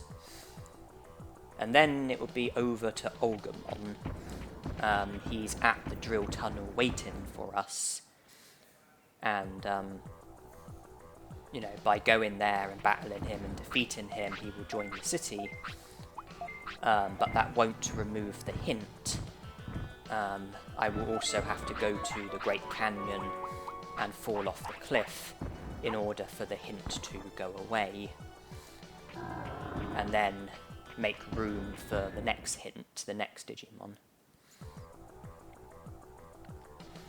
And obviously Agumon would make it 63 prosperity points, leaving us 24 adrift of 87,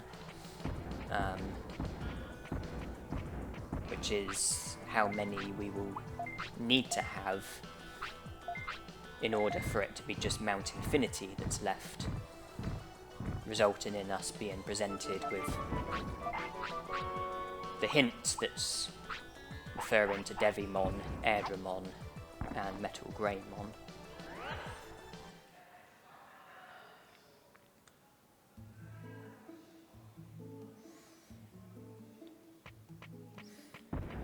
Okay, well, there isn't really anything else we can do until Angemon has recovered the data, and I don't know what the exact requirement is in order for Angemon to recover the data. I think it's just for a certain amount of time to go by. But I don't know how much time needs to go by and if there are any other variables which have any sort of input.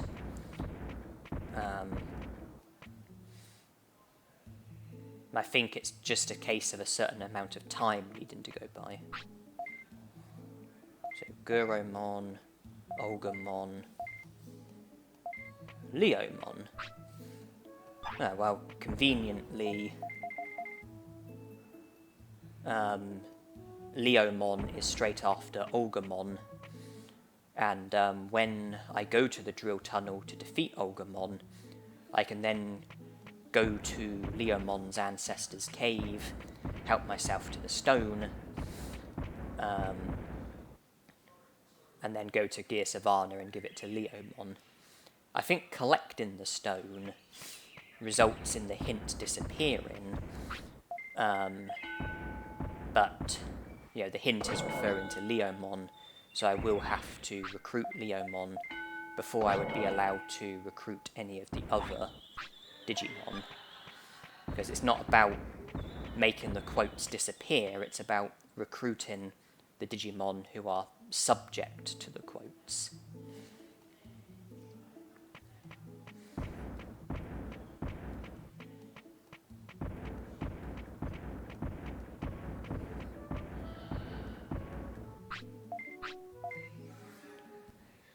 Still no sign of Pixiemon's quote or Metal Mumemon's quote, and I'm not looking forward to those Digimon's quotes.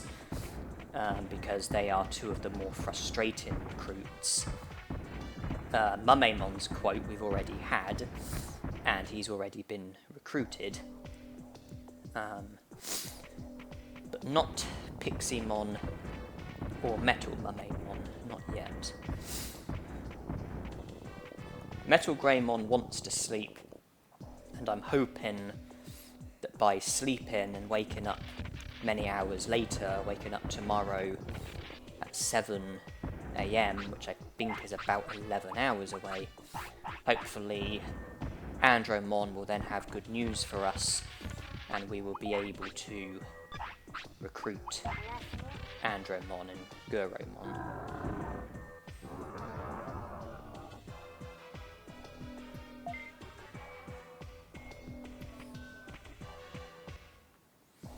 Well, we're about to find out. Oh, it is good news.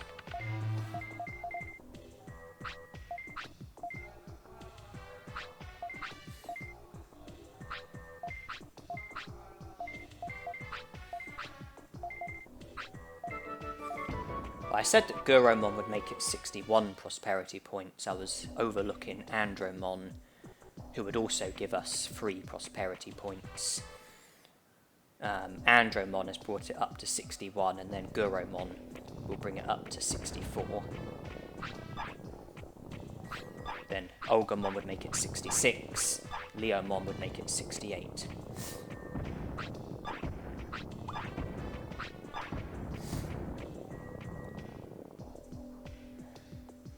Nannymon will also be available at the sewer, but I've already explained that Nannymon is a Digimon who I'm going to be avoiding for the time being.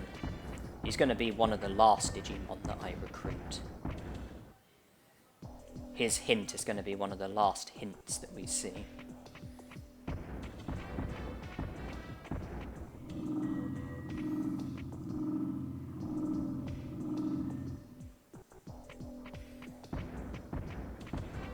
There he is.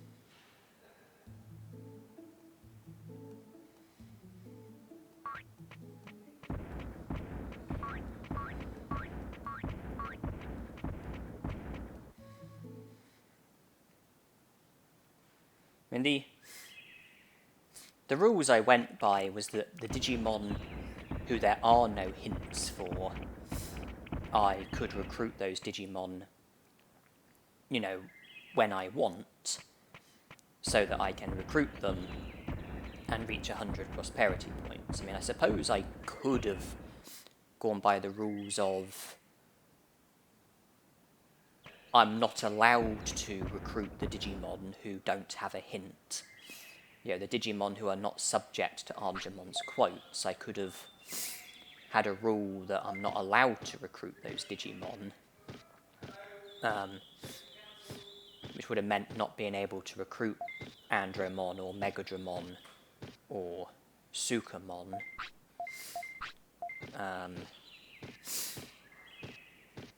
Restricting me to 93 prosperity points, but I chose not to do things that way. I mean, there's no hint for Agumon or Angemon for reasons that should be obvious, and so if I was to go by the rules of I'm not allowed to recruit the Digimon who don't have a quote, then possibly you could argue that the recruitments of Agumon and Angemon wouldn't be allowed, and that would make the challenge impossible. I wouldn't be able to recruit any Digimon. I wouldn't be able to go anywhere or do anything.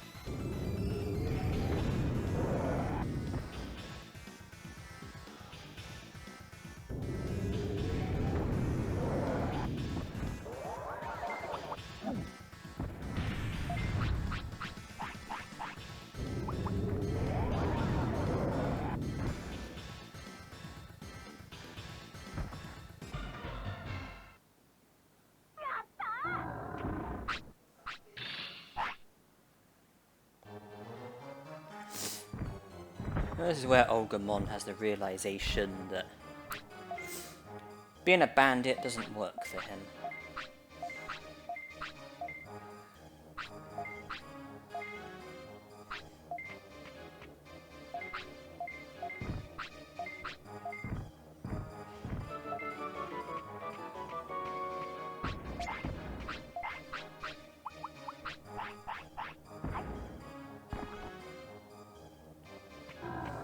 Not sure what happens to the Agumons. I mean, the Agumons at the Great Canyon, the Agumons and Gabumons in the Ogre Fortress, the Gabumons and Warusidramon at the Secret Beach Cave, the Agumons here. I'm not entirely sure what happens to them. I mean, maybe they put Agumon into their past life and focus on becoming better Digimon and go elsewhere and turn their lives around and live happily ever after. I mean, you know, Agumon was like the bandit leader.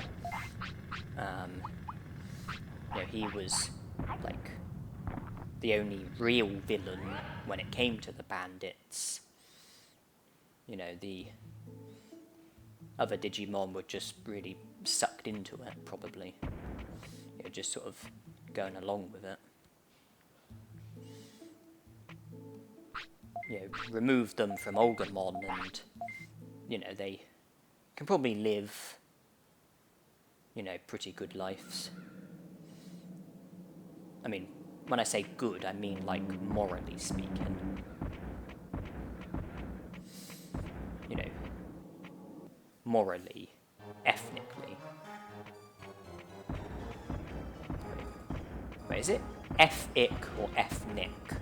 I'm not sure, either ethically or ethnically, I'm not sure which one it is. Let's just go with morally, because that word I am certain of.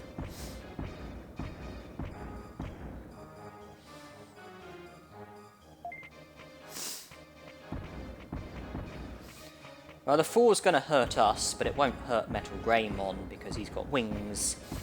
He's going to fly down and land safely. That won't be the case with us, though. We are going to hit the ground very hard and hurt ourselves as a result of it.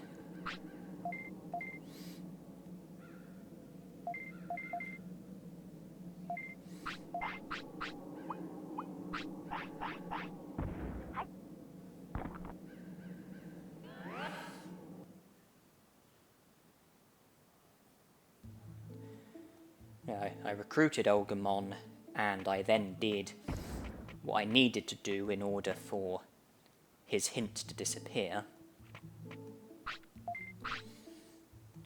And I believe that Leomon's hint has disappeared already because I've collected the Ancestor Stone. But don't worry about that. We're here in Gear Savannah to recruit Leomon. And then we'll have to see who's next on the list.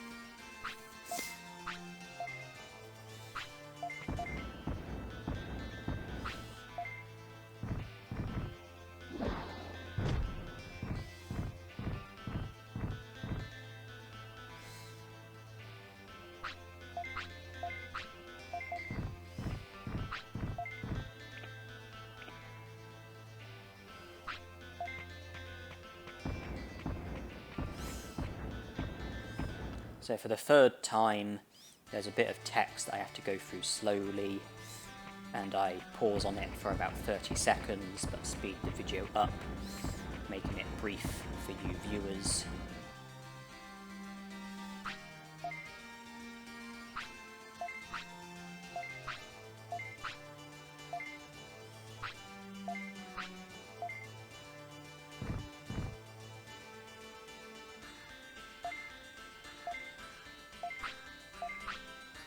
There it is. And that just leaves Digimon in Mount Infinity when it comes to me having to pause on a bit of text in order to prevent my game from freezing. We've seen to Leomon in Gear Savannah, Digimon in Greylord's Mansion, and Meteormon in the Dino region, leaving just Digimon in Mount Infinity.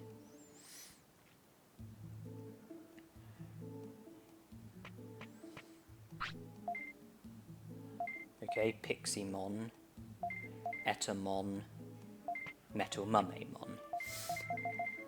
Okay, out of the 3 hints that are available to us, 2 of them are referring to Digimon who I am less keen about having to recruit. Piximon, who is the first Digimon, and then Metal Mummemon, who is the 3rd Digimon. Sandwiched between them is Etamon, who isn't a difficult recruit. I mean, we've got enough prosperity points in order for Etamon to show up. We just need to go to the native forest, go to the tree, and he will show up and battle us. Of course, we have to, recruit Piximon first. That's the next Digimon that I am. Yeah, Piximon is the Digimon that I am heading for, and then it will be Etamon, then it will be Metal Mummemon. And Leomon made it 68 prosperity points, didn't he? So Piximon, Etamon, and Metal Mummemon combined will bring it up to 77. Best let Metal Greymon use the toilet, and then start the grind for Piximon.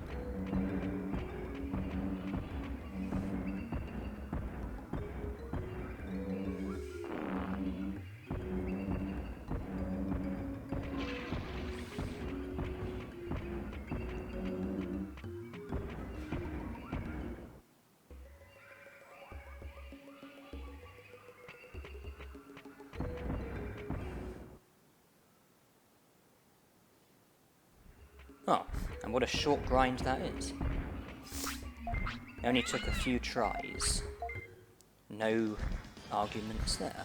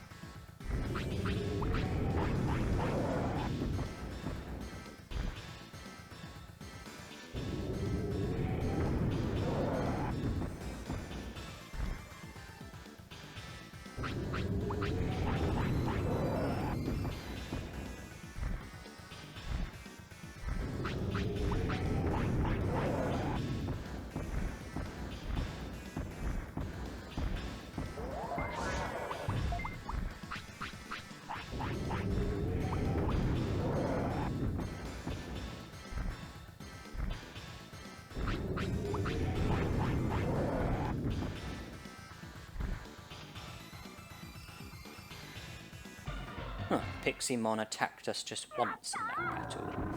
Once with Danger Sting. I guess he was feeling non-aggressive in that battle.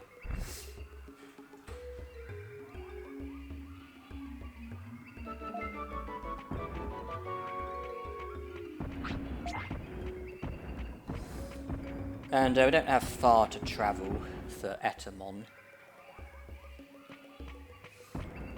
Just head back to the Digimon Bridge and then from there go to Kunamon's bed and then the native forest.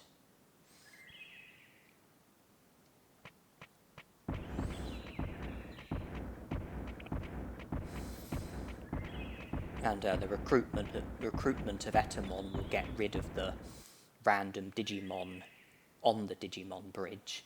That Digimon is there because of Ninjamon. After we recruited Ninjamon, that resulted in the random Digimon being on the Digimon Bridge. But once we recruit Agumon and have him join the Digimon Bridge, there will no longer be any random Digimon on the Digimon Bridge, which I'm pleased about. Because the game is easier when there's not random Digimon getting in your way.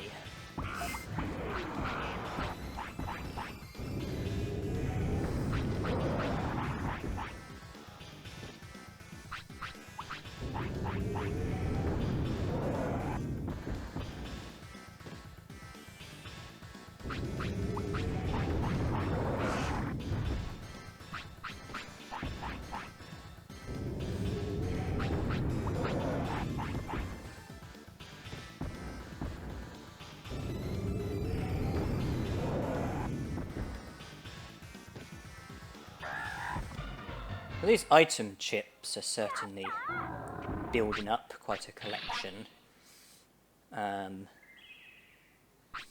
don't plan on using them in this lifespan. I haven't used them in this lifespan.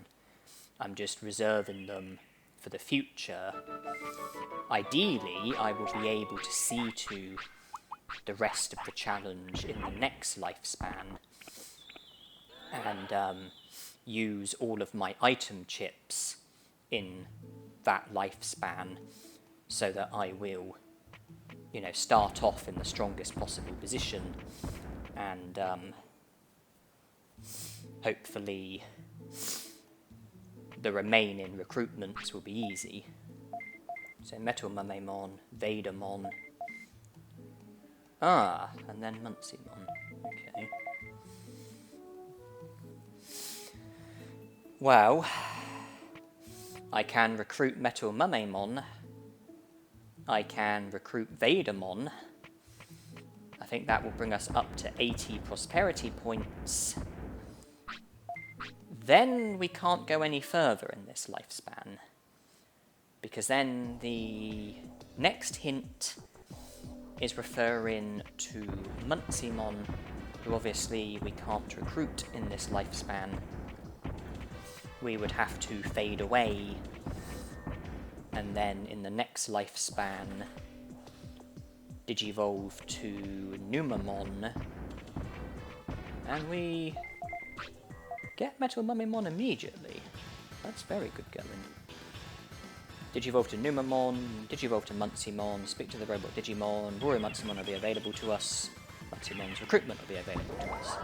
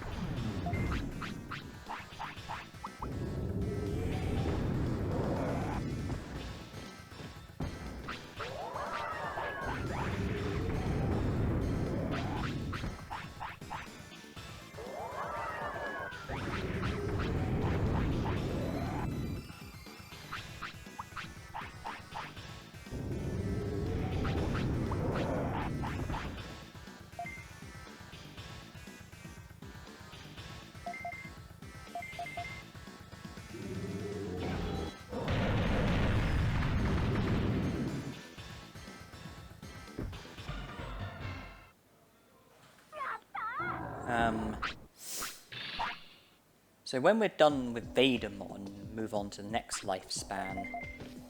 We're going to have to Digivolve to Numamon, then Digivolve to Muncymon, then recruit Muncymon, and then the hint for Skullgreymon won't be until some point after the hint for Muncymon.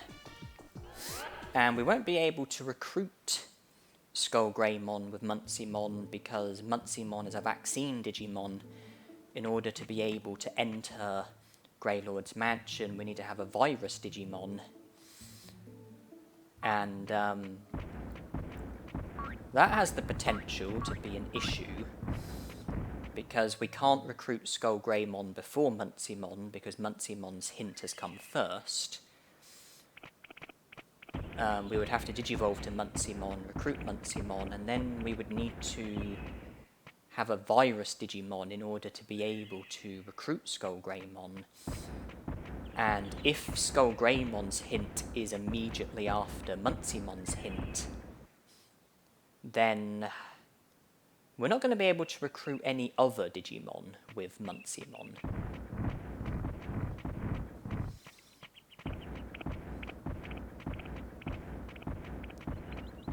So,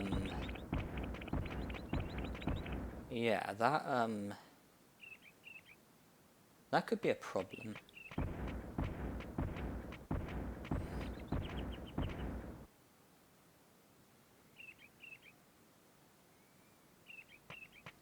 Now, I have a virus Digimon, but can't recruit Skullgreymon yet. Have to fade away, Digivolve to Muncymon so I can see the Munceymon's recruit. And then I wouldn't be able to see the Skullgreymon's recruit, not with Muncymon. And Skullgreymon's recruit is going to have to come before any of the Mount Infinity business.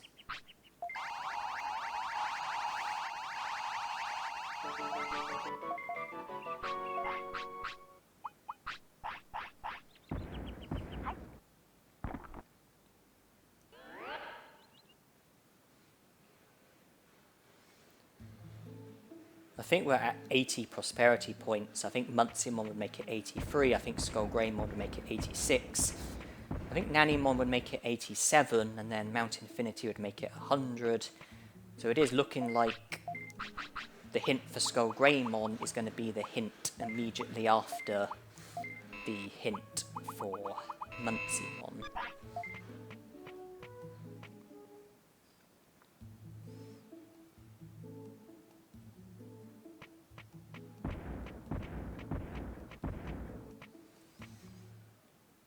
And there isn't really anything else that we can do in this lifespan, apart from maybe defeat Otamamon, go to the Volume Villa, speak to Shogun Gekomon, get the Amazing Rod, be made aware of Cherrymon, go to Misty Trees, speak to Cherrymon.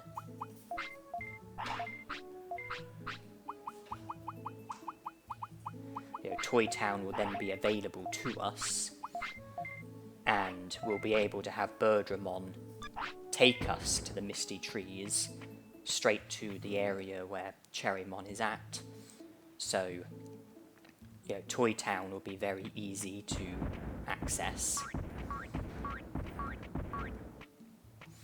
And if in the following lifespan, we do that when we have Numamon as our Digimon, then we will easily be able to Digivolve to Muncymon and then speak to the Robot Digimon, who will unlock the door leading towards Warrior Muncymon. Okay, so Muncymon, Skullgreymon, Mount Infinity. Yes, Nannymon's hint isn't featuring yet.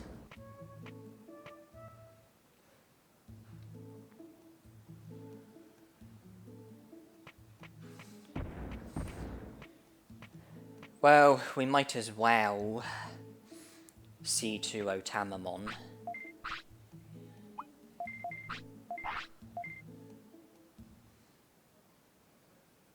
And And if we live long enough in order to make it to Cherrymon,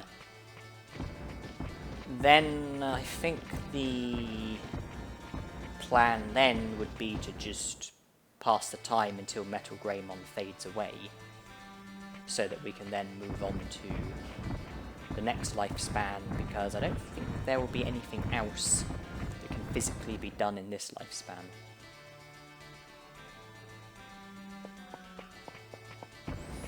But you know, we've done, I think, as much as we can possibly do. You know, see into all of the recruitments that had to be seen to prior to Muncymon. I think that's the best case scenario. I think that's the best we could have hoped for.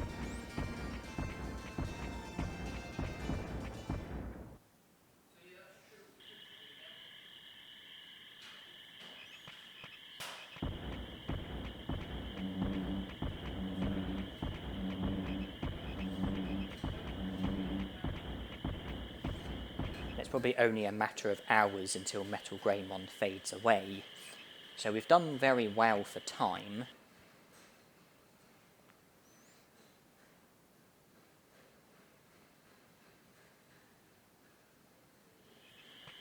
And Otamamon shows up.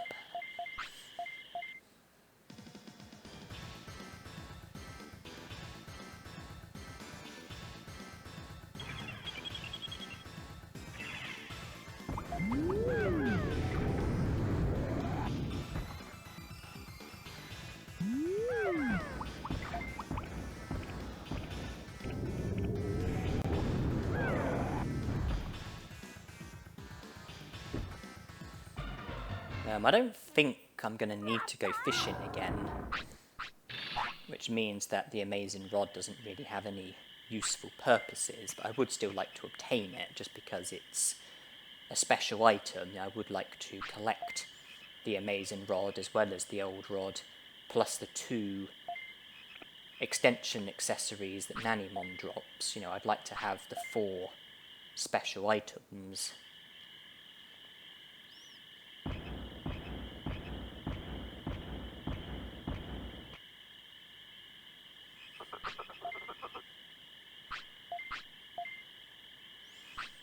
Yeah, after speaking to Shogun Gekomon, if you speak to the Gekomon on the right, he'll mention about Shogun Gekomon's interest in Digimon cards, and then speak to Shogun Gekomon again, and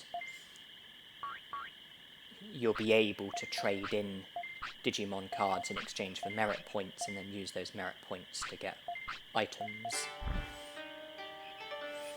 And, yeah, this conversation with Shogun Gekomon results in you being able to make it through the Misty Trees more easily and effectively and efficiently, and being able to encounter Cherrymon and then speaking to him so that he clears the fog, and then you have access to Toy Town.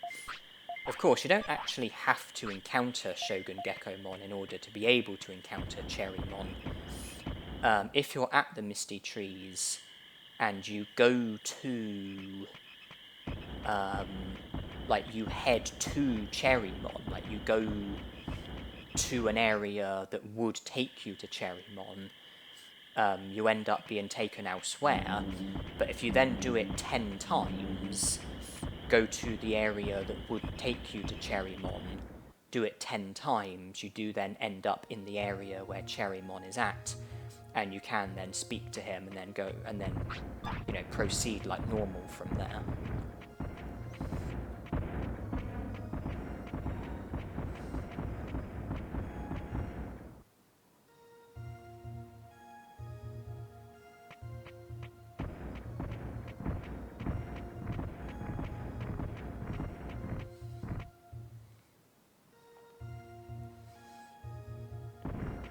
So just up here we'll lead to Cherrymon, and my dodging skills prove to be 10 out of 10 once again. Good thing I've got Meltdown and Attack, which is near the maximum.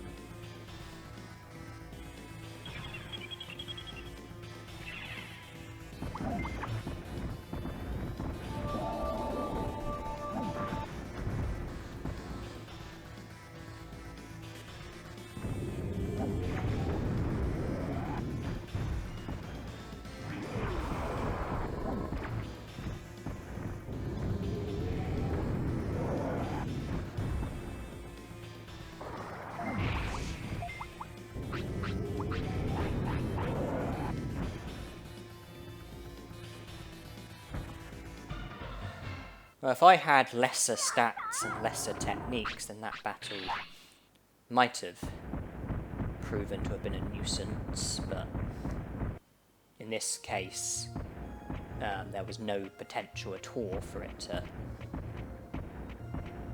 be a problem.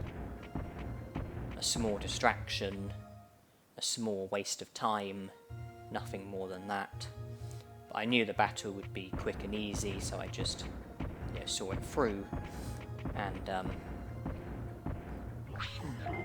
that resulted in me having a clear path, and here we are now with Cherrymon.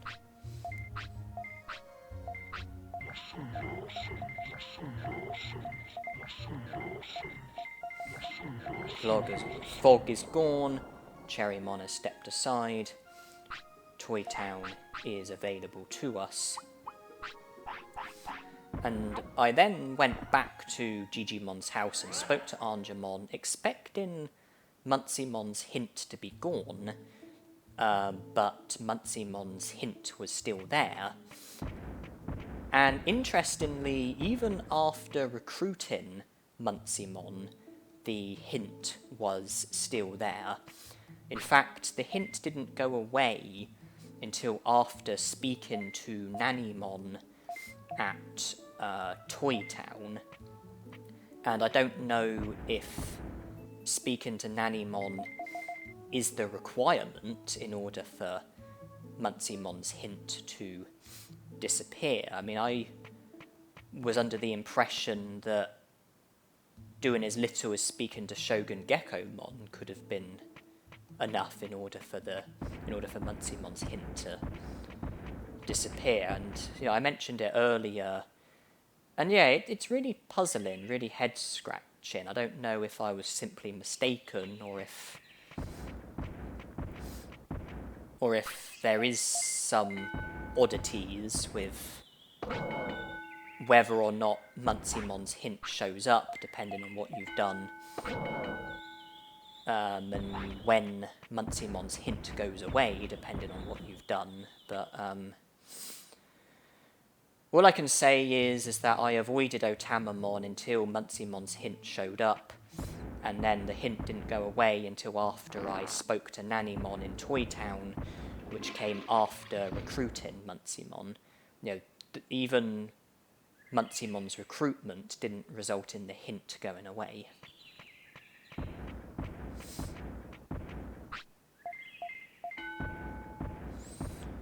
And now it's just about fading away.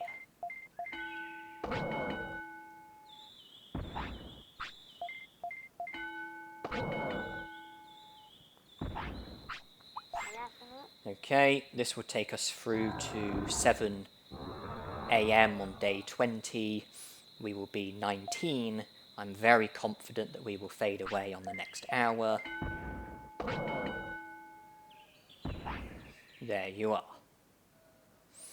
So that's the end of this lifespan. We're moving on to the next lifespan. I'm going to pick the green egg, which Bottomon will hatch from. He will digivolve to Koromon. It doesn't really matter what rookie Digimon I digivolve to. And the aim will be to digivolve from... Well, it doesn't really matter what egg I pick. What baby Digimon I start with, what rookie Digimon I have. As long as I digivolve to Numamon, that's the only significant thing here. Digivolve to Numamon. Then go to Toy Town, digivolve to Munciemon. I'll be able to see to Munciemon's recruitment.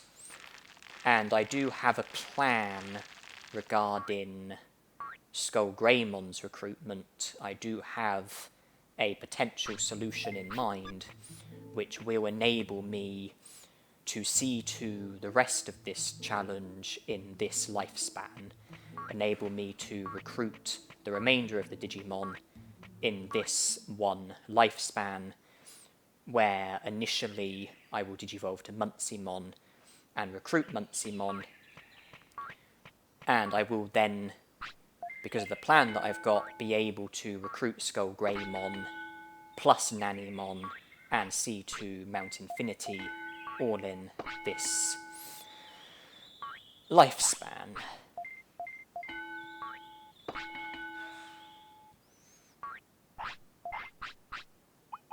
So Bottomon wants to eat, I let him eat.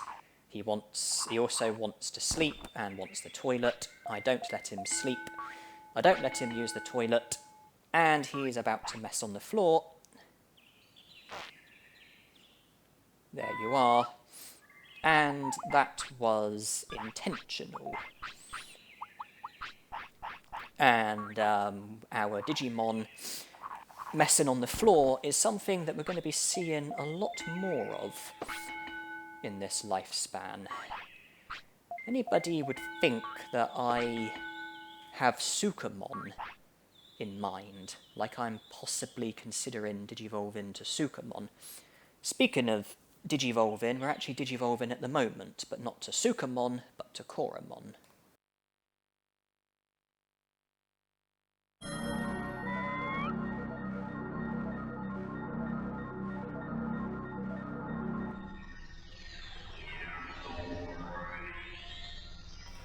Here's the plan.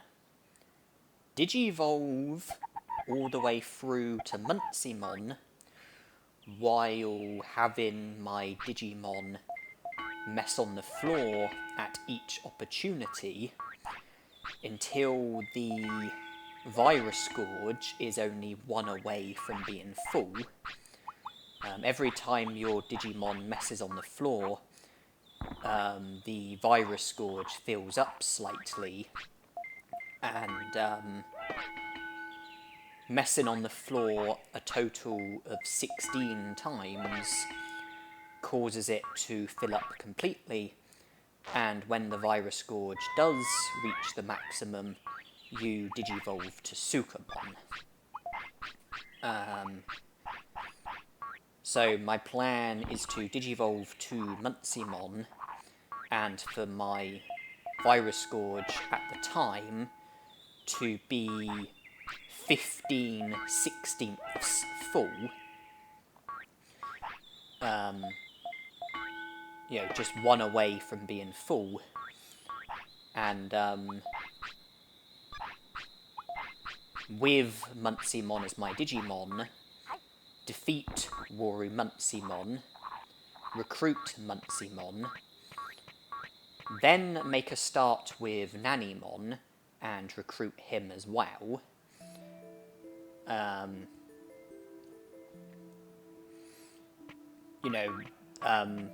When I encounter Nanimon for the first time, that will result in Nanimon's hint showing up, and it will jump in front of the hints for Muncymon and Skullgreymon and Mount Infinity.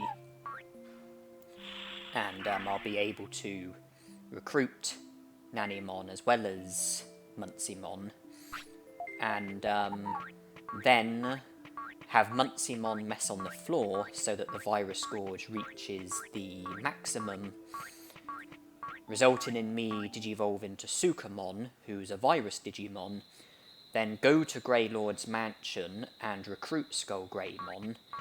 It'll be very straightforward. I'll just need to enter Greylord's mansion, go to my Altusmon, speak to him.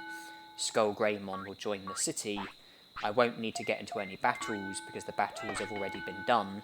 The battles against Tekamon and Skullgreymon, I did those when I had Metal Greymon as my Digimon. And then after recruiting Skullgreymon, go to Trash Mountain, speak to King Sukamon, have him turn me back into Muncymon, and then see to the rest of the challenge with Muncymon as my Digimon.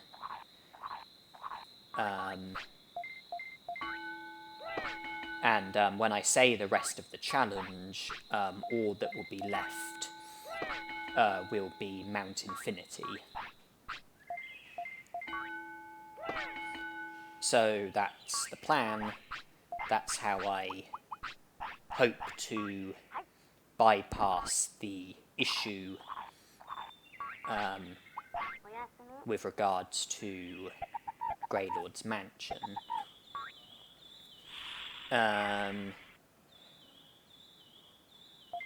So far, all I've trained is attack, and that's what I'm continuing to train. Because of that, attack is by far my superior stat, which means that Agumon is the rookie Digimon that I will Digivolve to. And then I will likely continue to just train attack and Digivolve from Agumon to Numamon.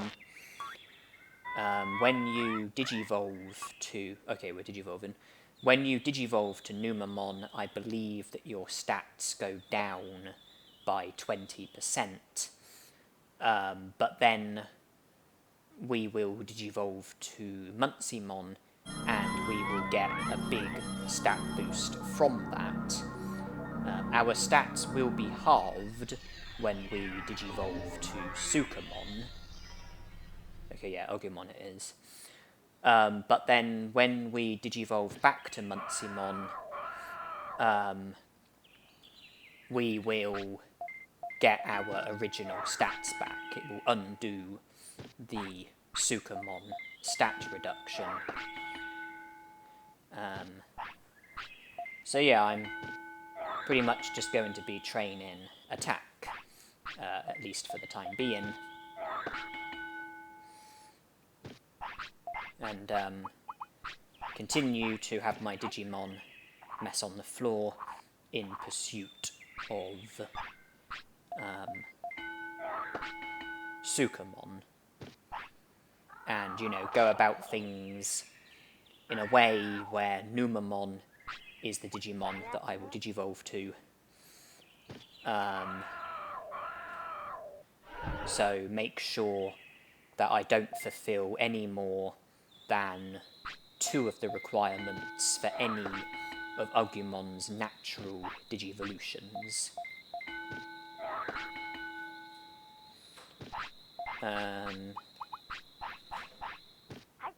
So there are 6 champion Digimon that Agumon can naturally Digivolve to: Greymon, Miramon, Birdramon, Centauromon, Monochromon, and Tyrannomon. And I can't fulfill any more than 2 of the requirements for any of those Digimon. Greymon, the stat requirement, 100 attack, 100 defense, 100 speed, and 100 brains. Currently, we're not fulfilling that, and it should be easy enough to not fulfill the stat requirement for Greymon. It should be easy to keep defense or brains under 100, not attack, that's already above 100, and from training attack, I think it's probable that our speed will exceed 100, but, you know, defense and brains will be very easy to keep under 100. Care mistake requirement, maximum of 1, we're not going to fulfill that. Weight requirement, 25 to 35, not currently fulfilling that. Bonus condition, either have discipline at a minimum of 90% or have a minimum of 35 techniques. Not currently fulfilling that. So at the moment we're not fulfilling any of the requirements for Greymon. Miramon, stat requirement, 100 attack, we are fulfilling that. Care mistake requirement, minimum of 5, we will fulfill that. Because of how many times Agumon is going to mess on the floor. So that's 2 of the requirements already. Weight requirement, 15 to 25, we need to make sure that we don't fulfill the weight requirement. So we're either going to need to have our weight under 15 or over 25, because the weight requirement, along with the stat requirement and care mistake requirement, would be 3 of the requirements fulfilled, which we can't have. And then bonus condition, either a minimum of 10 battles or a minimum of 28 techniques. we're not fulfilling that, and it will be very easy to keep things that way. So don't need to worry about the bonus condition for Miramon, but do need to worry about the weight requirement. Our weight can't be within the range of 15 to 25. Birdramon, stat requirement 100 speed. We probably will fulfill that. Care mistake requirement minimum of 3. We definitely will fulfill that. Weight requirement same as Miramon, 15 to 25. We have to avoid that. Bonus condition, either have a minimum of 35 techniques or have Biomon as your Digimon. We don't need to worry about that. But we do need to keep our weight either under 15 or above 25, because failure to cooperate with that will mean fulfilling 3 of the requirements for both Miramon and Birdramon, and Miramon is the Digimon that we would Digivolve to, because our attack is going to be far superior to our speed, which means that the relevant stats average will swing firmly in Miramon's favour.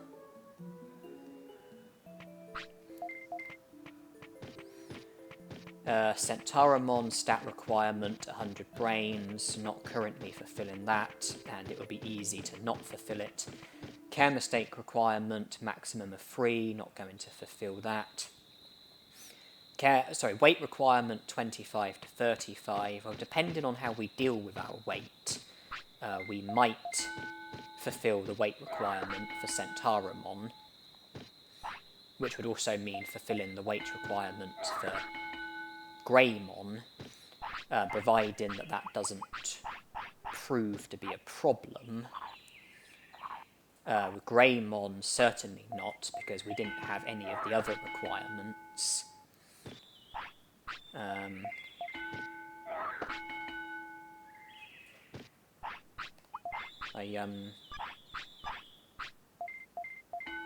Bonus condition, either have discipline at a minimum of 60% or have a minimum of 28 techniques. I mean, at the moment, our discipline is well under, but that doesn't mean that it will be under at the time of Digivolving. The techniques we definitely won't have, but the discipline we might have. But then that's just the possibility of the bonus condition plus the possibility of the weight, but no chance of the care mistake requirement, and currently not the stat requirement either. So Centauramon is looking okay. And I am concerned about my happiness and discipline. I don't want to end up with the butterfly, because I don't want my stats to go down. So I did pop to the item bank, and I gave Agumon a happy mushroom when he wanted to eat, which increased his happiness, putting it into the positive, and also reduced tiredness as well. And I waited until I was about to go to the clinic before giving Agumon the happy mushroom, because of the risk of it making Agumon sick. I didn't want to make him sick inconveniently, but seeing as I was heading to the clinic, had it made him sick, then it wouldn't have mattered, because I was on my way to the clinic anyway to rest, and, if I had become sick, then I would have got it treated. So I will give happy mushrooms to Agumon accordingly, just because I'm cautious about happiness, cautious about the butterfly. Having Agumon mess on the floor is going to negatively affect happiness and discipline, but fortunately we had some happy mushrooms in the item bank. I think an ice mushroom as well. So that's all pretty good. Monochromon, stat requirement, 1000 HP, 100 defense and 100 brains, not currently fulfilling that, and it would be easy to avoid it. Care mistake requirement, maximum of 3, no chance of us fulfilling that. Weight requirement, 35 to 45, it would be easy to avoid that, should we feel the need to avoid it. Bonus condition, either a maximum of 5 battles or a minimum of 35 techniques. We are fulfilling the bonus condition because of the number of battles that we've had, or rather haven't had. But then, even with the bonus condition, and even if we were to fulfill the weight requirement, that would only be 2 of the requirements, because the care mistake requirement and stat requirement is out of the question.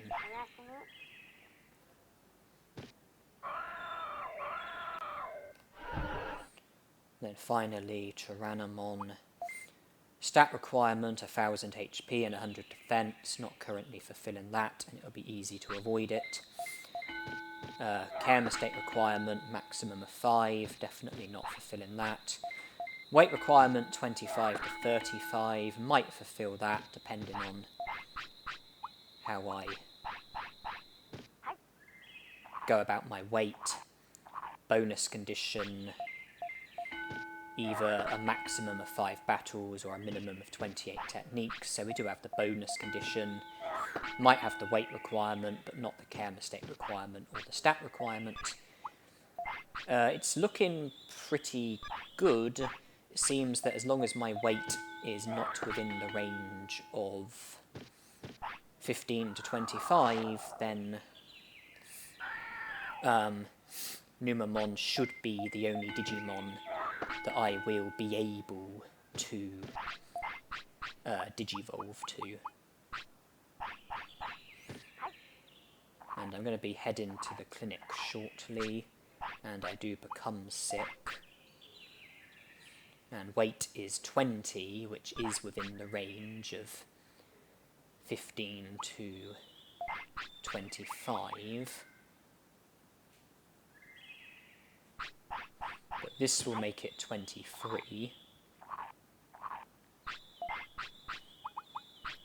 This will make it 26.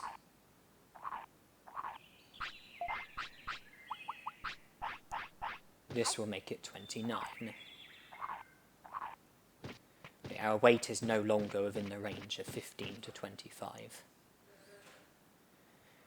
And our tiredness is going to be even lower, because not only do happy mushrooms reduce tiredness, but sirloins reduce tiredness as well. But I still need to go to the clinic, because I need to treat sickness.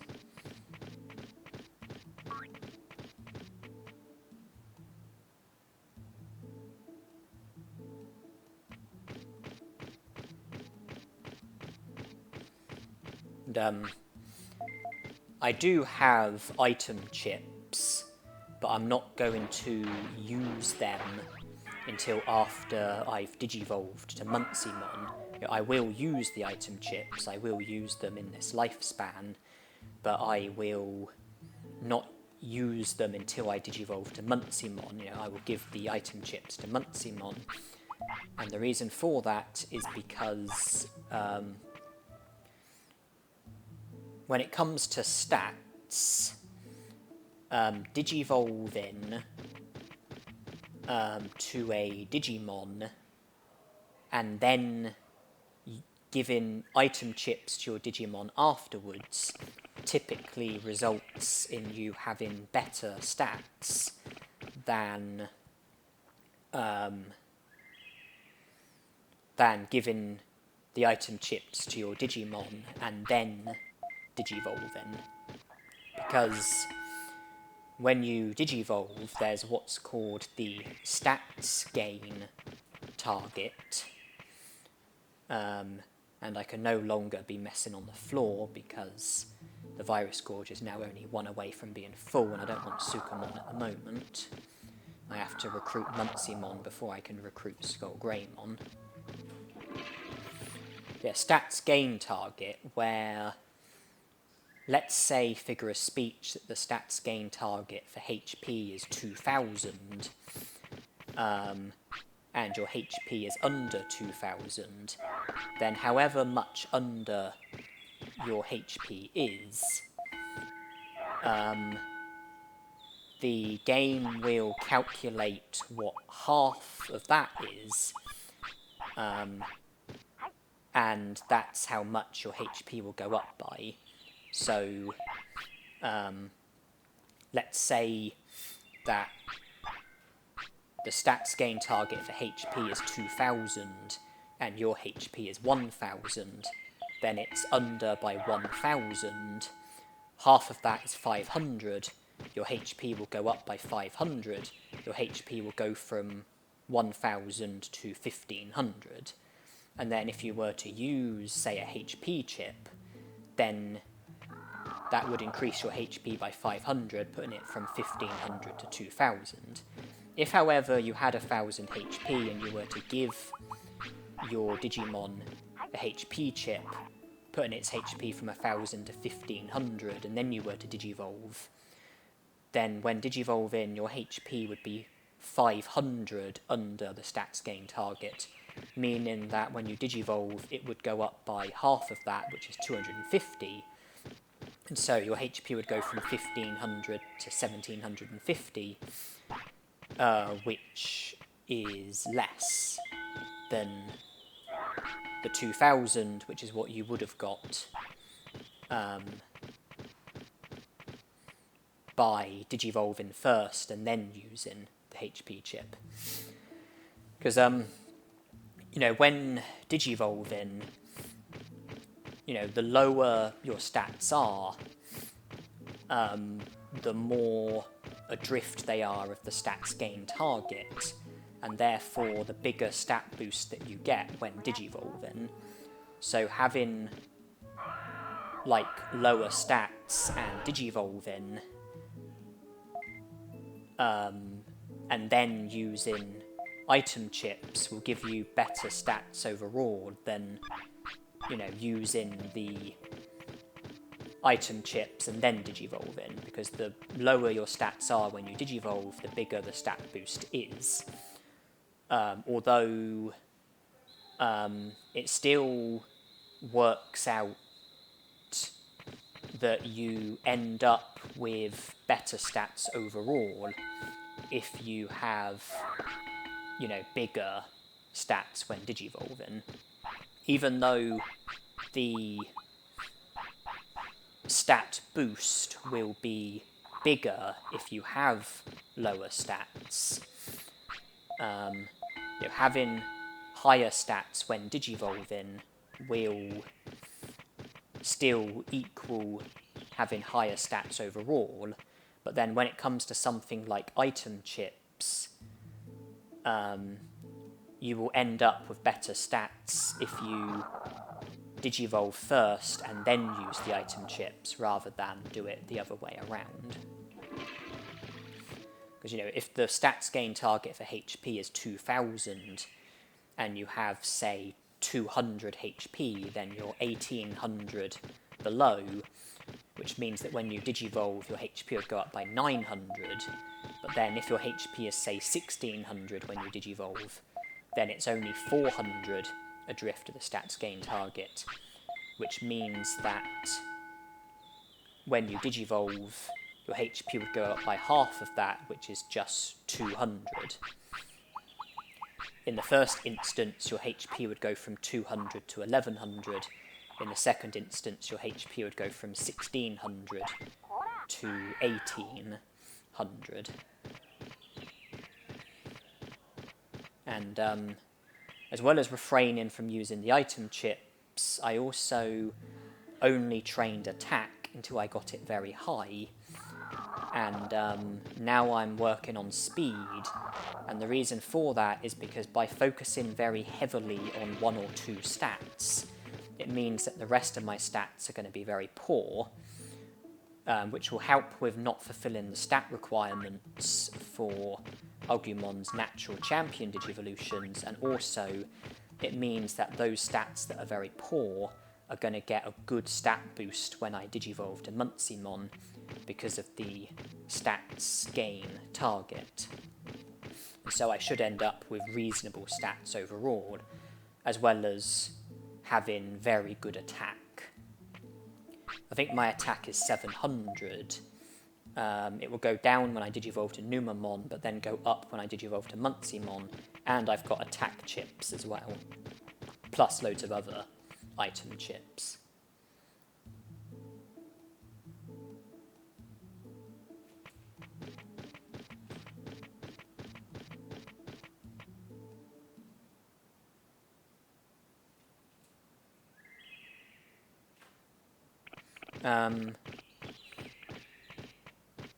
The only other thing regarding the stats gain target is that if your current stat is equal to the stats gain target or superior to it, then when you Digivolve, the stat will go up by 10% of the stats gain target.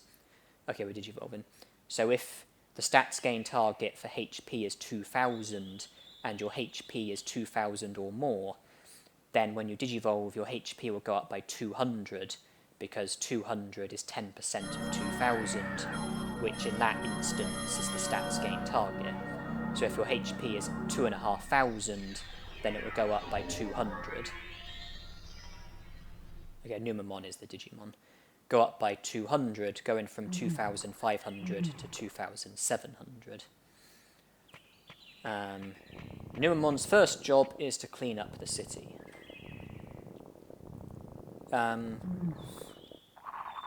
With that in mind, it can be possible to get a bigger stat boost from a stat being higher rather than lower. I know that contradicts what I've just said, but like, if the stats gain target for HP is 2000 and you have 1900 HP, then it's 100 adrift of the stats gain target, which means that when you Digivolve, it would go up by half of that. Half of 100 is 50, so your HP would just go up by 50 from 1900 to 1950. Whereas if you had, say, 2000 HP, then it would go up by 10% of the stats gain target, 10% of 2000, which is 200, going from 2000 to 2200. So having stats that are equal to the stats gain target or superior to the stats gain target will give you a bigger stat boost than if your stats are a tiny bit adrift of the stats gain target. But the best way, well, the way to get the biggest stat boost is from your stats being far adrift of the stats gain target. Because being like 2000 adrift of HP or MP would result in HP and MP going up by 1000. Being 200 adrift of attack, defense, speed, and brains will result in attack, defense, speed, and brains by going up by 100. Being 5000 adrift of HP or MP would result in it going up by 2500. 500 adrift of attack, defense, speed, or brains would result in it going up by 250. Okay, I have the Digimon that I wanted, although I don't really have the techniques that I want. Attack was over 600, speed was over 300, HP and MP were under 3000, defense and brains were under 300, but we've got loads of item chips, so we can probably give ourselves very satisfying stats, as well as having the Digimon that I was after, but I don't have But I'm not very well off when it comes to techniques. I believe that I've only got Sonic Jab and Muscle Charge. And even if I was to put my attack up to the maximum, either by using Muscle Charge or using item chips or both, you know, the amount of damage that I'm going to do is going to be very limited due to me only having Sonic Jab. Therefore, I would like to learn some better techniques. Muncymon can learn Thunderbolt and Megalospark. If I just check something, statistically, Muncymon has a 9% chance of learning Thunderbolt and a 13% chance of learning Megalospark. And they are two of the best techniques in the game. And having one of those techniques would be great. But at this current moment in time, with what's available to us, it wouldn't be easy to learn either of those techniques. You know, not at the moment. But Muncymon can learn every battle technique. And I would say that Megaton Punch and Buster Dive are the two best battle techniques. And I think initially it might be best to try and learn Megaton Punch or Buster Dive. I'm just giving the item chips to Muncymon at the moment. Yeah, I think it might be best to initially try and learn Megaton Punch or Buster Dive. Make do with that for the time being. Then, after recruiting Muncymon and Nannymon and digivolving to Sukamon and recruiting Skullgreymon and digivolving back to Muncymon, maybe then try to learn Megalospark from Mount Infinity. It's just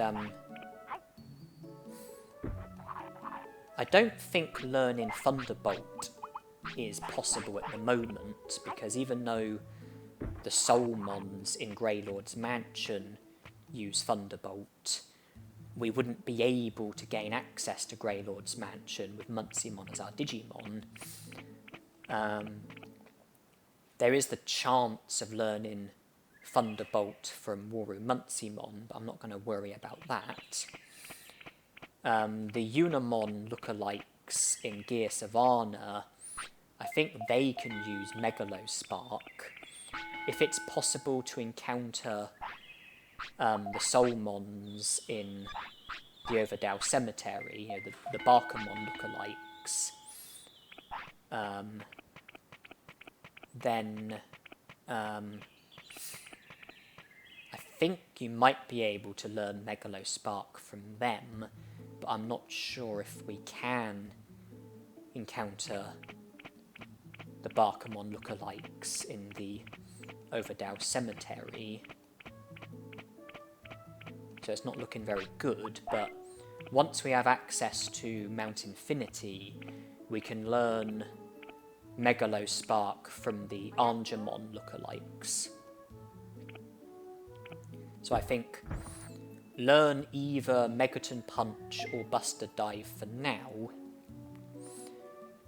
Use that in the battle against Woru Muncymon. Recruit Muncymon, recruit Nannymon, digivolve to Sukamon, recruit Skullgreymon, digivolve back to Muncymon, defeat Airdramon using either Megaton Punch or Buster Dive, then go to Mount Infinity, learn Megalospark, and then make do with Megalospark for the rest of the game, rest of the challenge. I've come here to battle Gotsumon because he uses Megaton Punch and Buster Dive, which I'm hoping to try and learn.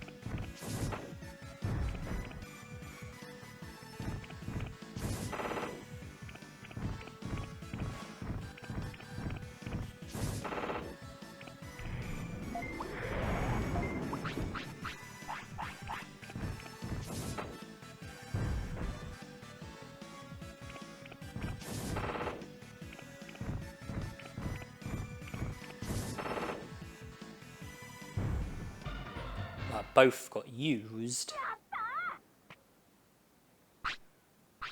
but neither got learned. Apparently, we have a 21% chance of learning Megaton Punch and a 16% chance of learning Buster Dive.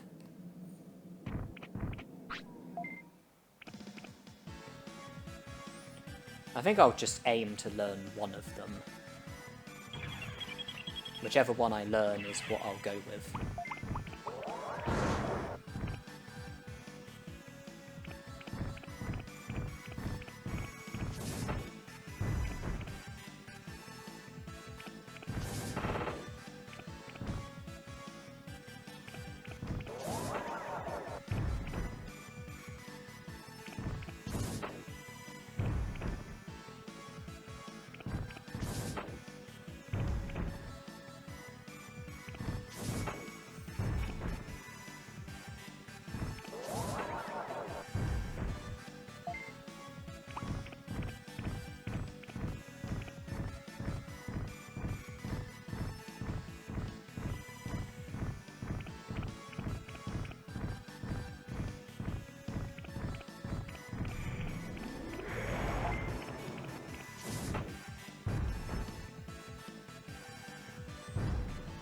Kept my distance until Buster Dive got used as well.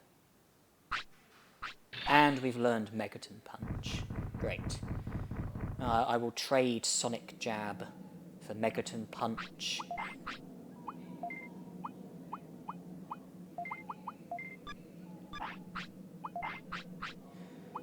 No need for Muscle Charge, not with the attack that we've got. I mean, I'm sure I could, you know, see to the remainder of the challenge with, you know, Megaton Punch. And, you know, have an easy enough job. But I would like to learn Megalospark, just to make myself more overpowered, you know, make the battles a lot quicker, a lot easier, a lot more one-sided, a lot more impressive. You know, it's not necessary to learn Megalospark, but I would like to. And so that's what I will aim to do. The amount of time that I will spend, you know, learning Megalospark, you know, the number of battles that it will likely take, you know, the amount of time that will be consumed from pursuing Megalospark, you know, there's a good chance it will outweigh the amount of time that will be saved from, you know, the battles being over more quickly and easily because of us having Megalospark. It's So there's a good chance that, as far as time is concerned, it won't pay for itself. But it's still how I'd like to do things.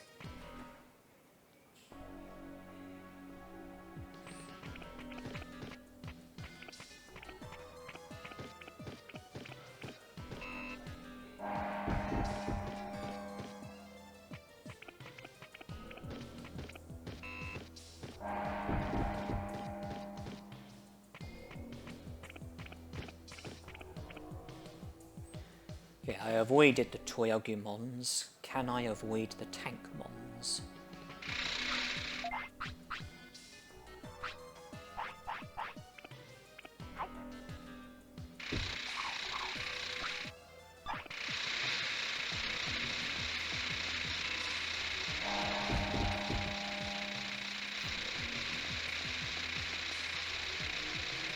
Yes.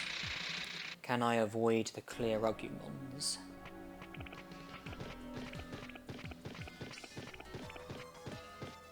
Yes. Can I avoid Recruitments? No. I have to encounter him. Will he be generous enough to drop a HP chip? Maybe. Will we end up with at least one HP chip? Yes, because there's one in the computer just to the left of the small box that Recruitments hopped out of. Will we end up with 2 HP chips? Well, it depends on whether or not Recruitments drops one. I think it's more or less a 50-50% chance. But it doesn't really matter. Our HP is plenty good enough as it is.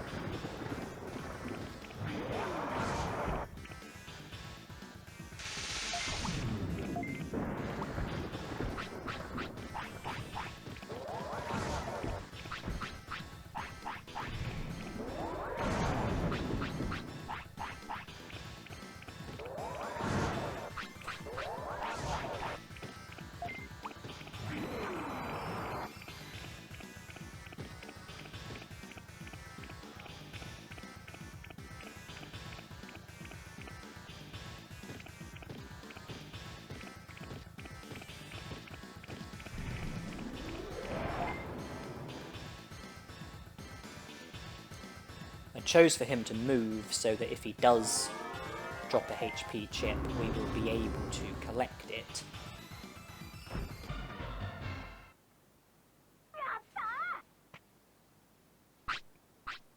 And he did drop a HP chip, and we learned Buster Dive as well.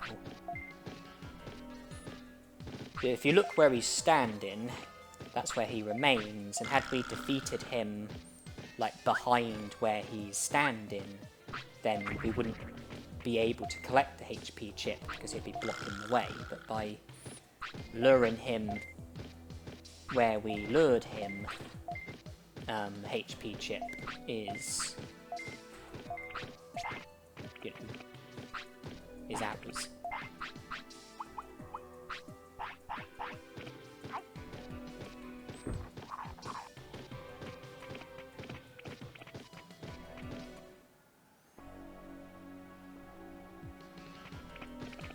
Can we re-avoid the clear Agumons? Yes. Can we re-avoid the Tankmons?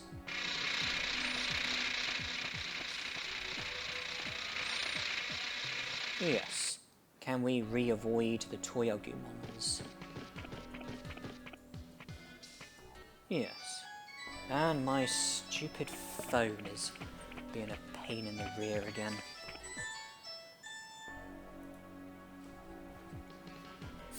Well, it's not the phone that's stupid, it's me that's stupid for not taking precautions to stop my phone from being a problem. I mean, switching it off would be a simple solution. Something that I have a tendency to forget to do.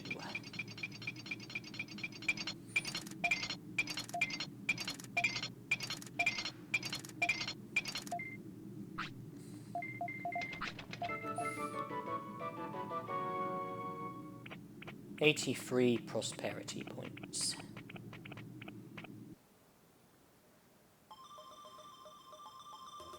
And I do, if I remember rightly, I have another idiotic moment coming up shortly.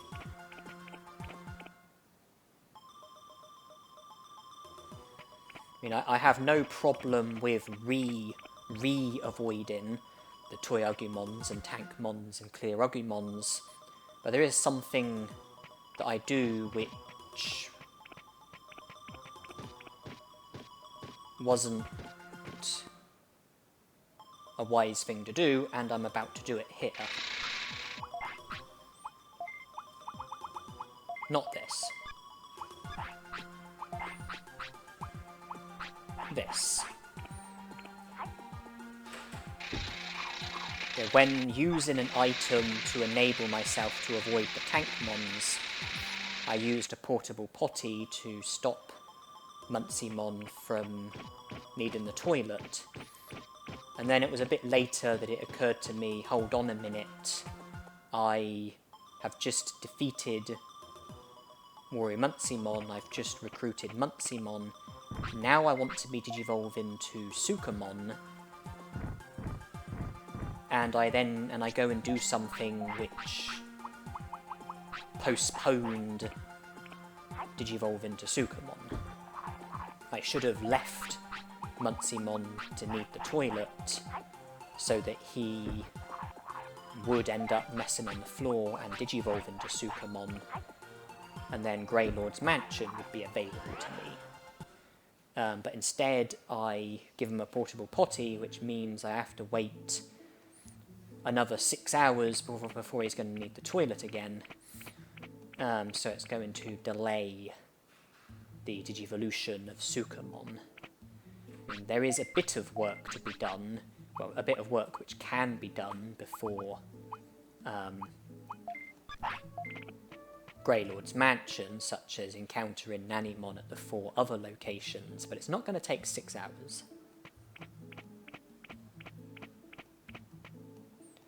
Munceymon's quote should be gone, Nannymon's quote should now be present. Nannymon, Skullgreymon, Mount Infinity.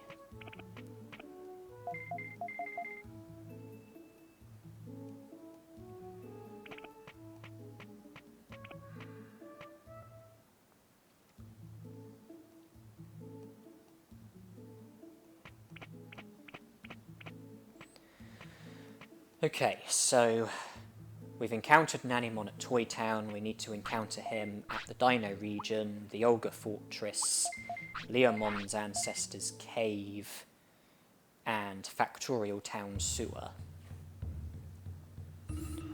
Because recruiting Muncymon made him available at Toy Town, recruiting Tyrannomon made him available in the Dino region, recruiting Waymon made him available in the Olga Fortress. Recruiting Leomon made him available at the Leomon's Ancestors Cave. Factorial Town Sewer, I'm not actually 100% sure what the requirement for that is. I don't know if it's just for Andromon to have had long enough in order to have recovered the data, or if there's a requirement linked to the recruitment of Andromon or Guromon.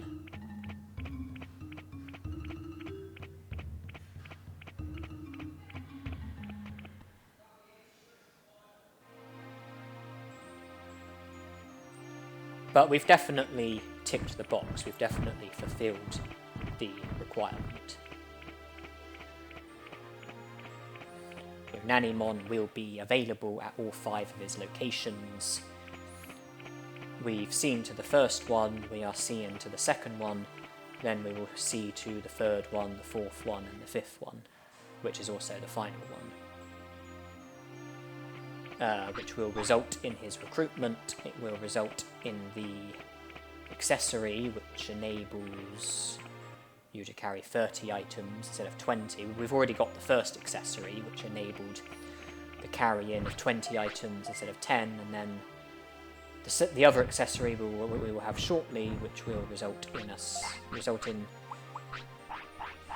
being able to carry 30 items instead of 20, and also the recruitment of Nannymon, the removal of his quote from Angemon's list, although I think that that actually goes away before you recruit Nannymon. I think it goes away after you either encounter Nannymon a certain number of times, or encounter him at a certain location. Or maybe it's a combination of the two, but I'm very sure that Nannymon's hint can go away before you recruit Nannymon. The same way that you can completely avoid seeing his hint. Well, the same way that his hint won't show up if you haven't encountered him at all. And yeah, I don't think you have to recruit him in order for his hint to go away. It is possible to not see his hint at all, I believe, depending on how you go about the game. But, you know, we will recruit him, his hint will disappear. There will be just 2 hints remaining, one that's to do with Skullgreymon, the other that's to do with Mount Infinity, and then after we see to Mount Infinity and defeat Machinedramon, there will be 1 new hint referring to Digitamamon, and that will be the only other hint left remaining.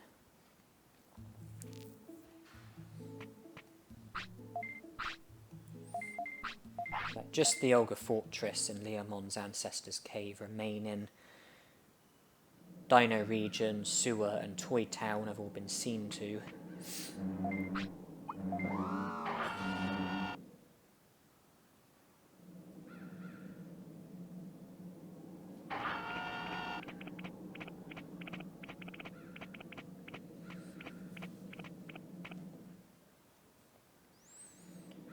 We will have 84 prosperity points. Skullgreymon will make it 87. Agumon will make it 89. Devimon will make it 91. Metal Greymon will make it 94. Megadramon will make it 97. Digitamamon will make it 100.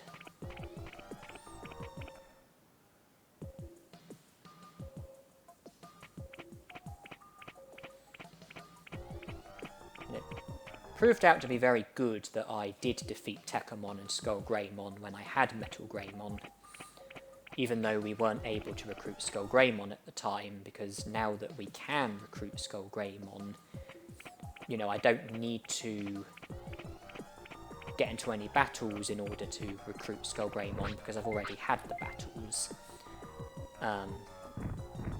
And, you know, it's meant that I can very easily just digivolve from Muncymon to Sukamon, recruit Skullgreymon, and then digivolve back from Sukamon to Muncymon.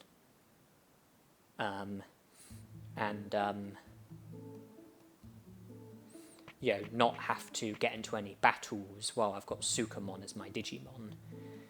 You know, if Tekamon and Skullgreymon hadn't been seen to, then things would be different, but, you know, Metal Greymon took away any troubles from Sukamon. And, you know, I knew about the order that the hints were going to come in, and I did plan to do things this way, which is why I was eager to C to Tekamon and Skull Greymon when I had Metal Greymon as my Digimon. Yeah, making the remainder of Skull Greymon's recruitment a total cinch for Sukamon.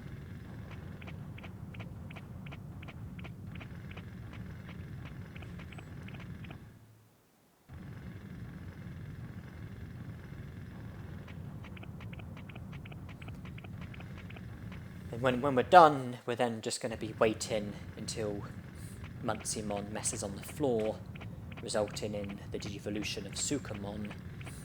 And that shouldn't be a problem. We can just train until he needs the toilet, train until he messes on the floor, train until he digivolves to Sukamon, then go to Greylord's mansion, recruit Skull Greymon, then go to Trash Mountain, speak to King Sukamon and digivolve back to Muncymon.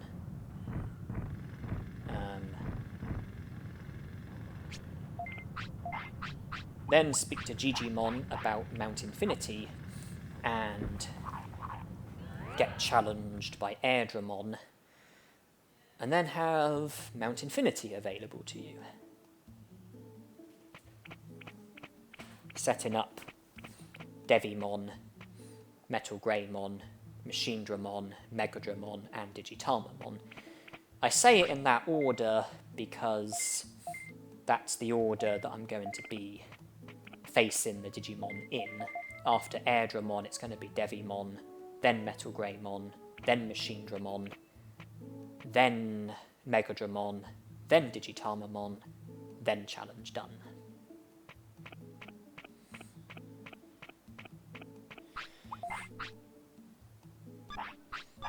Now, attack is virtually at the maximum. We can get it that little bit higher while waiting for Muncymon to make a bow movement.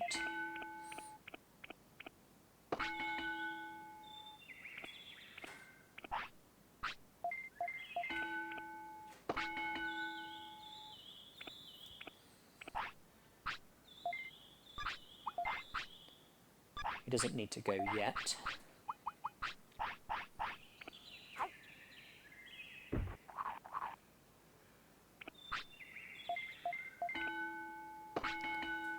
Attack is at the maximum.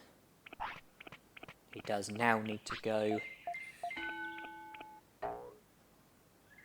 Train defense. And again. Now, this is where the torch temporarily gets handed from Muncymon to Sukamon before getting handed back to Muncymon from Sukamon.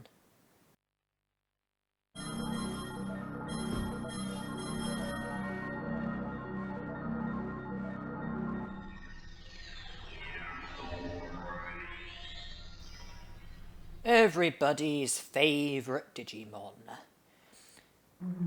The unstoppable Sukamon. The big, bad, monstrous, ferocious, feared, intimidating, merciless, sensational Sukamon.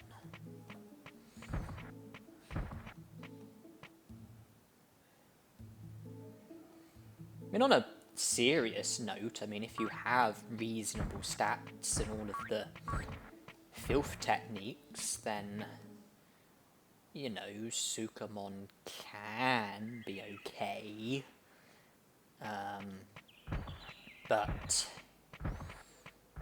getting the stats in the first place could be difficult. Because when you digivolve to Sukamon, your stats halve, and training as Sukamon isn't very effective.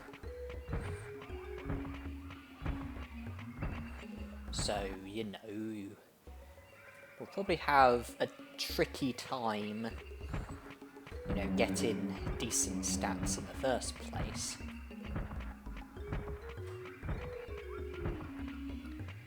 If you just have horizontal kick, then you're going to be awful, but if you have all the filth techniques, then that won't be so bad. I mean, ultimate poop bomb is very good, the strongest filth technique, and it has an excellent rate of causing flattening. Quick poop throw, one of the better filth techniques, so it's one of the quicker filth techniques. One of the harder ones to interrupt, one of the better ones at interrupting, and it can poison. Along with random poop throw and fast random poop throw, but I don't think they're as good. Giant poop throw's okay, I mean, it's one of the stronger filth techniques. Yeah, its speed is okay, it's...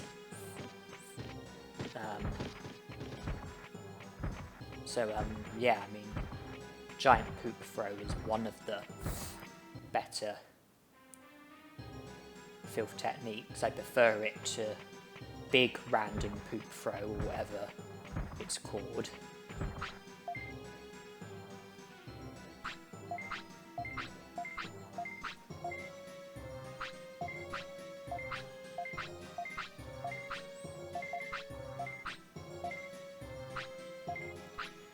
Right, I believe Sukamon's usefulness is over.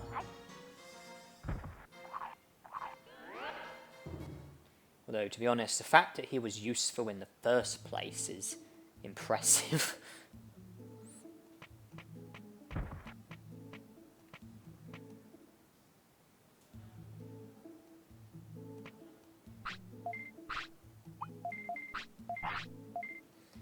And now we're heading for Trash Mountain, King Sukamon. Get Muncymon back, and I have to remember that when I digivolve back to Muncymon, all I'm going to have is Sonic Jab.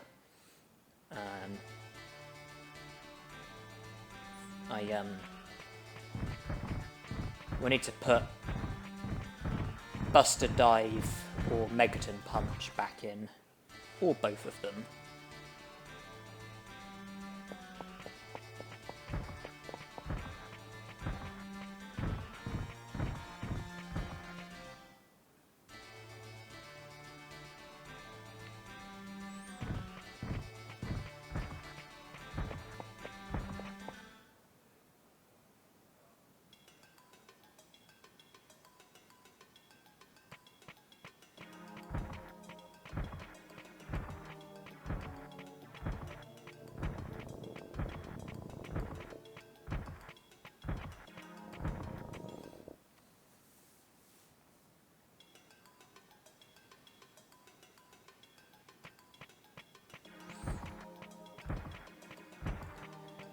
Too bad we can't live here with Sukamon. I would love to live here.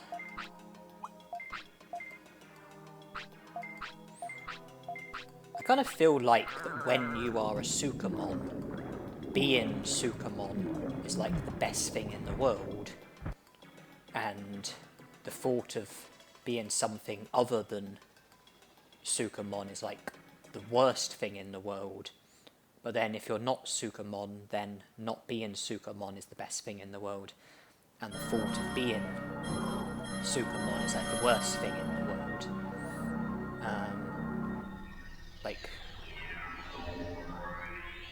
The thought of being Sukamon is not a nice thought at all. But when you are Sukamon, I think you love being Sukamon. I think everything just seems great.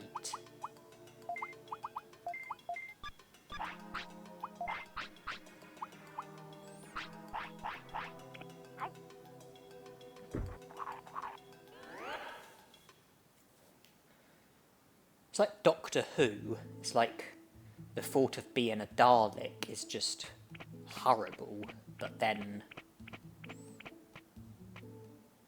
when you are a Dalek, being a Dalek is the best thing in the world, and the thought of not being a Dalek is like the worst thing in the world.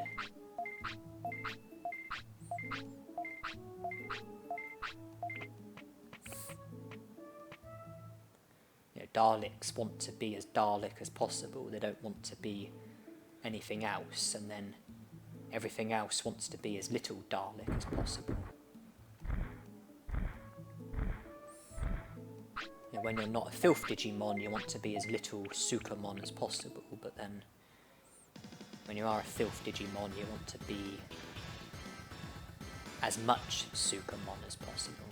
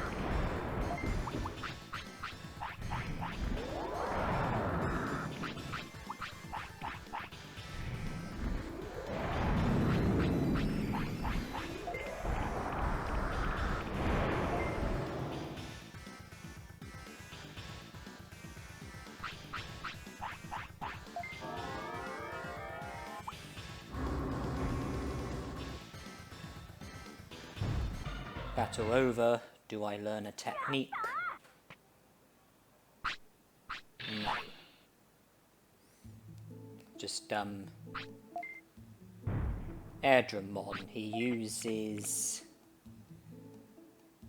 Megalo Spark, which I'm after, which I had a 13% chance of learning, plus Confusion Storm, which I'm not after, which I have an 11% chance of learning.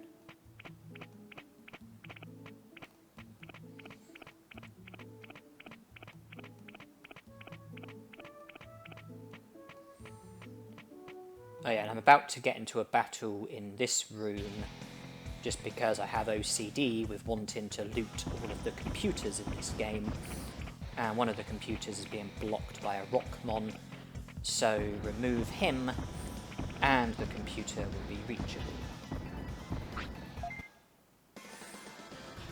And I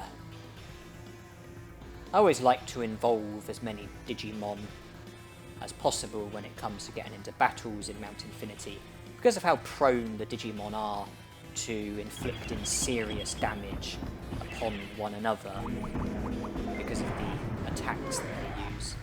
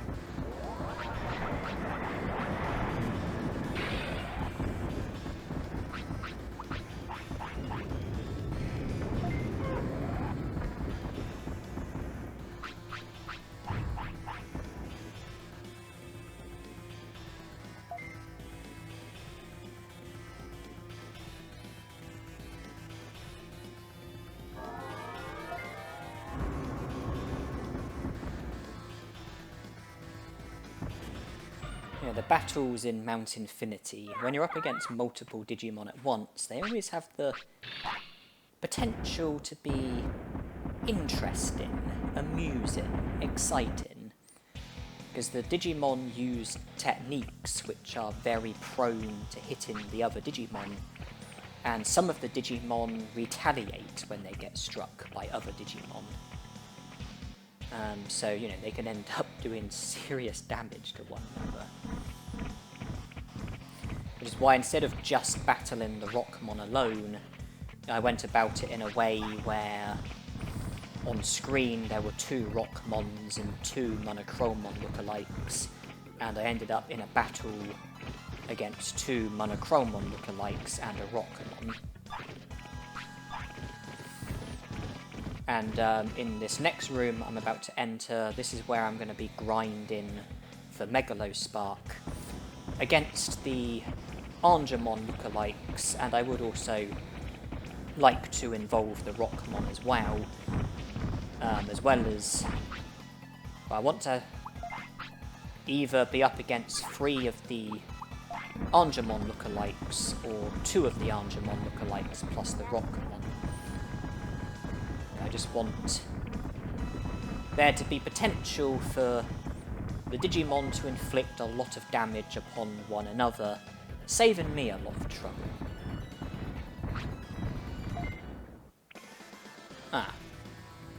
Okay.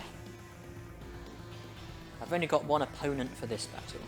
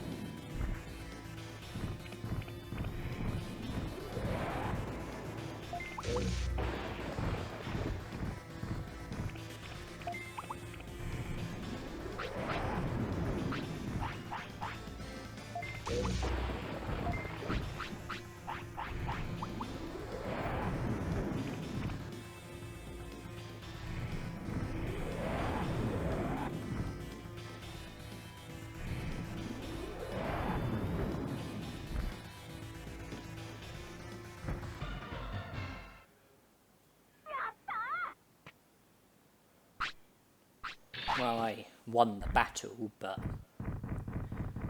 nothing came out of it.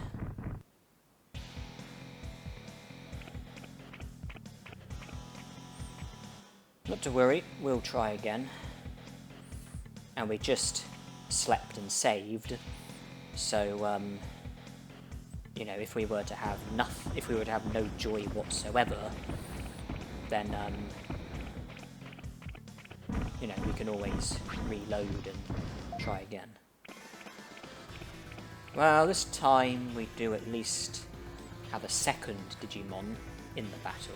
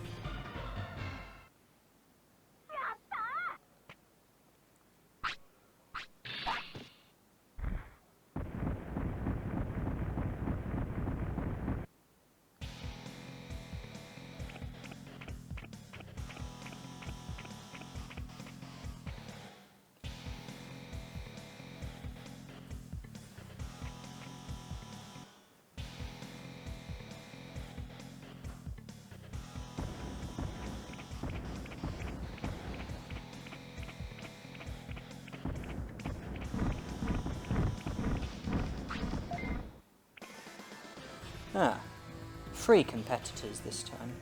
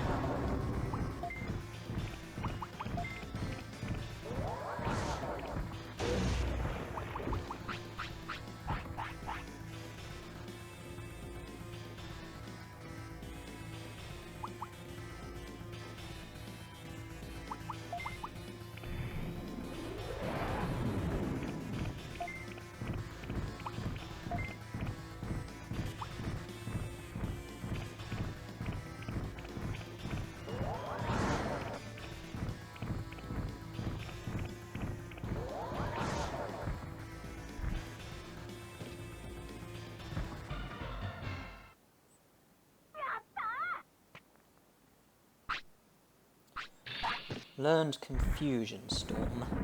That's not what I was after, but that's taken away Confusion Storm's ability to interfere with my future attempts of learning Megalospark. Also, I think I will use Confusion Storm for the time being because it strikes multiple targets instead of just striking one target. It's more reliable, and also I think air is typically more effective against these Digimon rather than battle.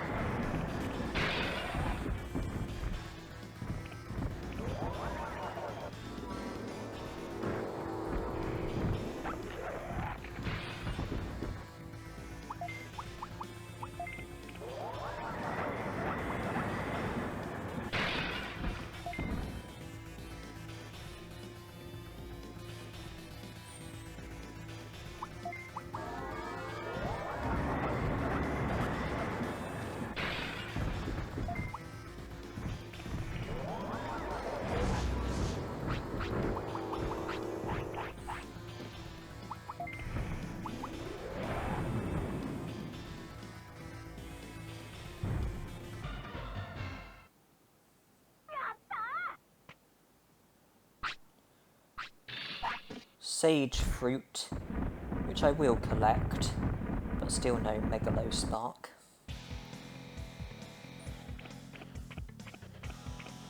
Conveniently, Muncimon's appetite is in play.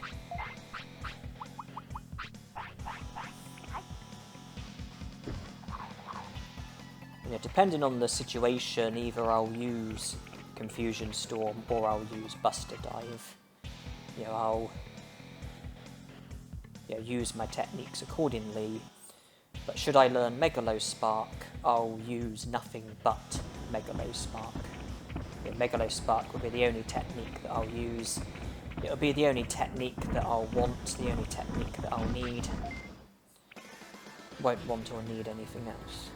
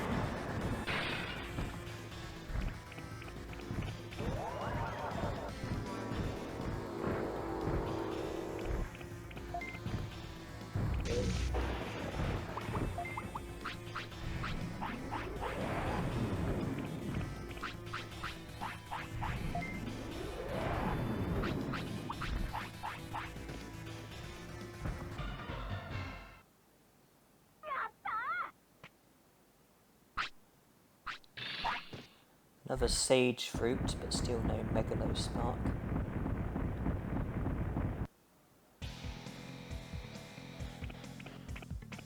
I'm winning the battles easily enough, but admittedly it's not solely down to me because I'm getting help from my opponents.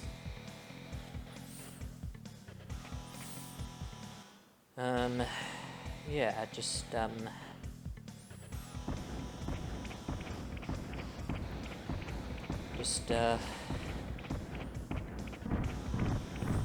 hoping that I will be successful with learning Megalospark and that it won't take too many tries.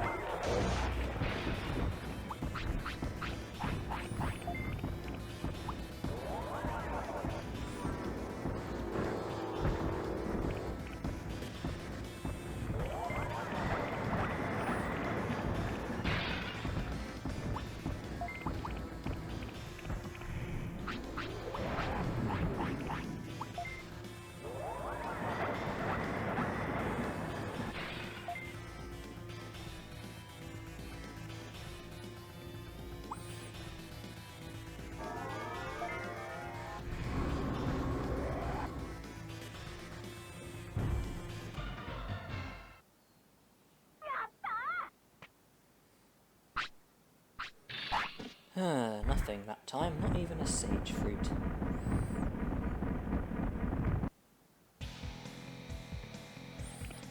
Sage fruit, they make a food item that makes brains go up by 20.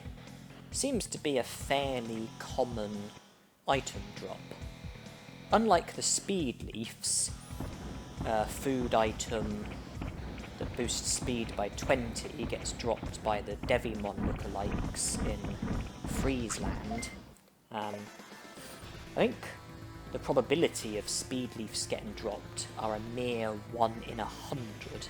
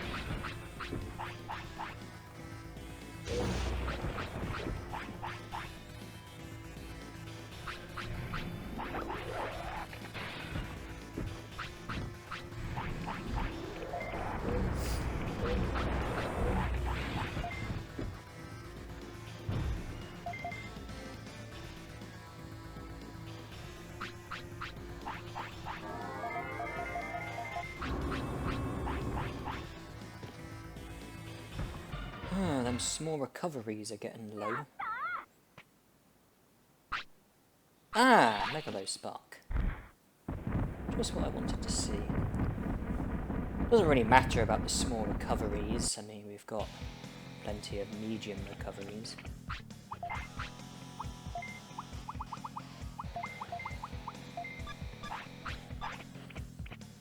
Right, should all be smooth sailing here onwards.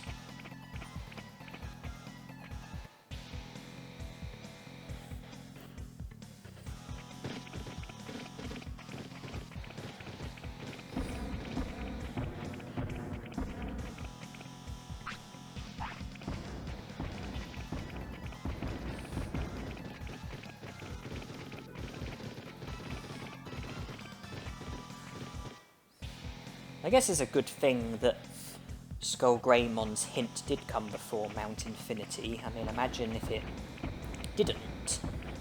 And imagine if I had to defeat Machinedramon first. And imagine if the back dimension had been located at Greylord's mansion. That would have been a spanner in the works. But we are completely done with Greylord's mansion and the Ice Sanctuary and the Ogre Fortress. So it doesn't matter where the back dimension is going to be. We will be able to completely avoid it.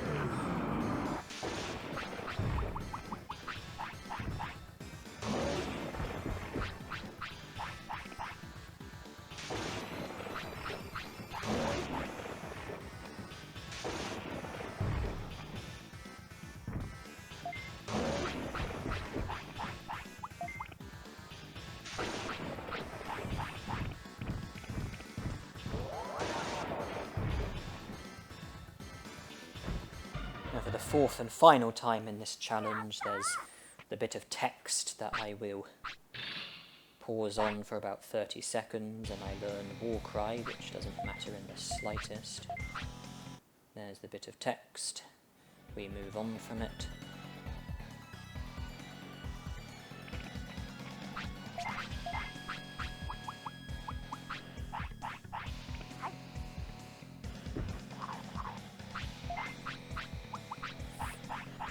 Yeah, we're done with the Olga Fortress. You know, we've defeated Agumon there and recruited Agumon, recruited Xiaomon, spoke to Nanimon there and recruited Nanimon, collected all of the items at the Olga Fortress.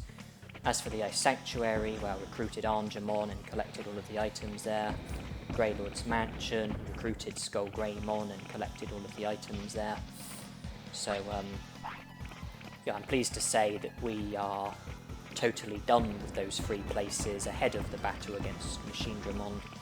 And the reason why that's good is because it just means that it doesn't matter where the back dimension is going to be at, because we don't need to get to any of the 3 places that the back dimension might be at. So we don't need to worry about the back dimension. We can completely avoid it. After, you know, defeating Machinedramon, all I will need to do is to come back here to Mount Infinity so that I can defeat and recruit Megadramon and defeat and recruit Digitamamon. They will be the only 2 Digimon remaining after defeating Machinedramon, because I was at 87 prosperity points. Airdramon would make it 89, Devimon would make it 91, Metal Greymon would make it 94. I've defeated Airdramon and Devimon, and I'm about to defeat Metal Greymon, then Machinedramon, which will result in the recruitments of Airdramon, Devimon and Metal Greymon, putting me from 87 prosperity points to 94 prosperity points, leaving just Megadramon and Digitamamon, who between them will rake in the final 6 prosperity points, putting me from 94 to 100.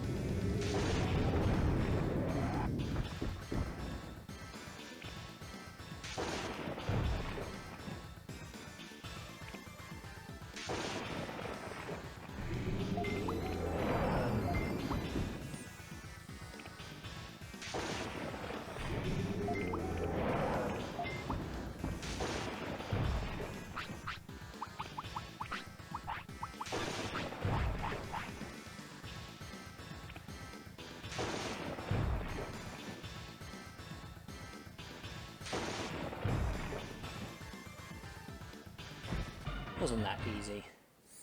And if you've watched some of my other challenges for this game, then you probably know that when I come to Mount Infinity for the first time, usually I ignore Megadramon initially, and then don't defeat him until my second trip to Mount Infinity.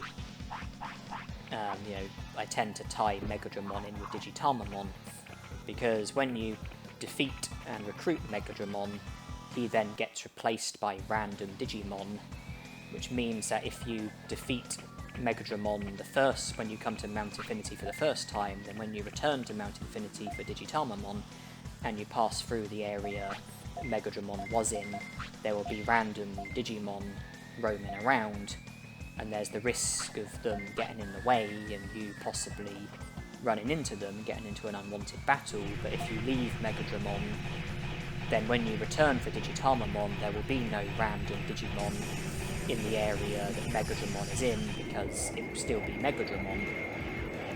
And you can defeat and recruit Megadramon, then go straight to Digitamamon, then return to the city with an autopilot, and you'll never have to worry about the random Digimon who will place Megadramon. But you still have to worry about the random Digimon who replace Devimon, and Metal Greymon, Digitalmamon and Machinedramon don't get replaced by random Digimon. So I delay Megadramon's recruitment just, to save me from having to worry about random Digimon when returning to Digitalmamon. I'm very bad at avoiding Digimon.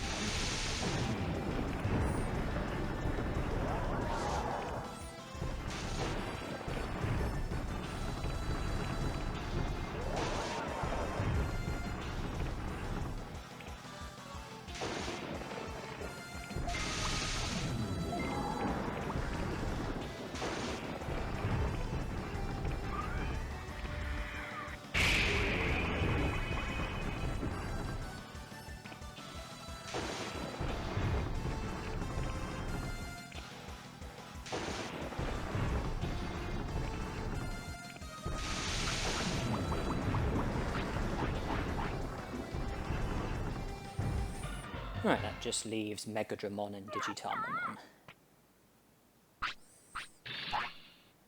Yeah, I try to avoid random Digimon as much as possible because I am hopeless at, evading them. I'm always running into unwanted battles.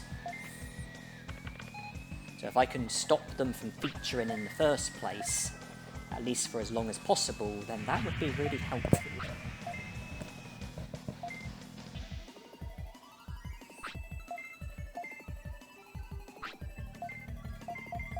Yeah, there are some recruitments that I do try to delay initially, just because I don't want to be worrying about the random Digimon that they get replaced by.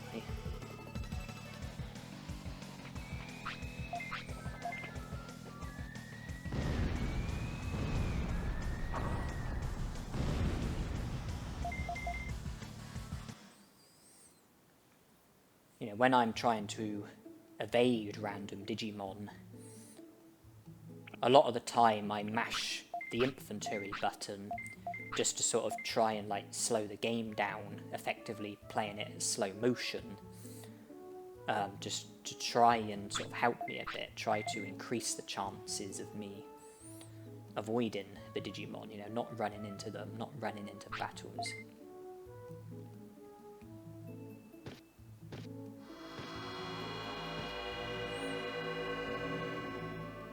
Okay, we've left and returned.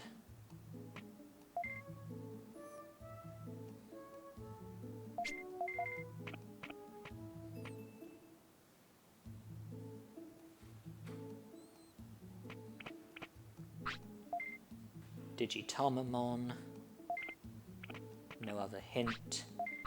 Don't care about Machinedramon or Analog Man, or Dramogemon, or Gabumon, or any of the other Digimon. 94 prosperity points, that's what I was interested in. Megadramon will make it 97, Digitalmamon will make it 100.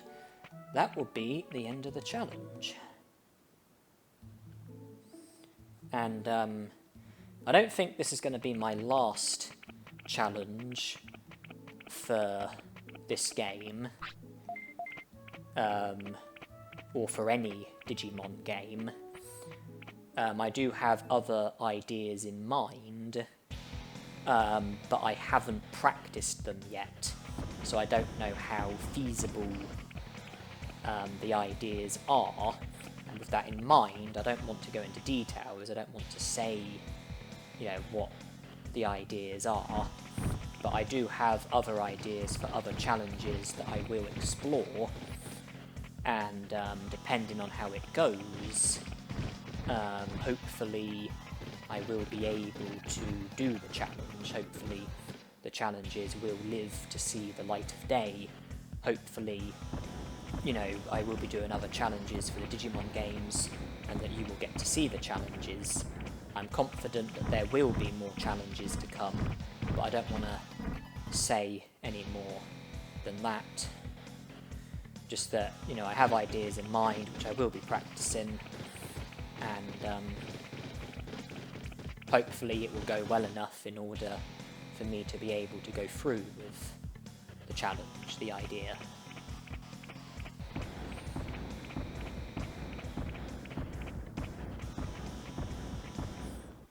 Now, can I get lucky and avoid these Digimon? Very often I fail.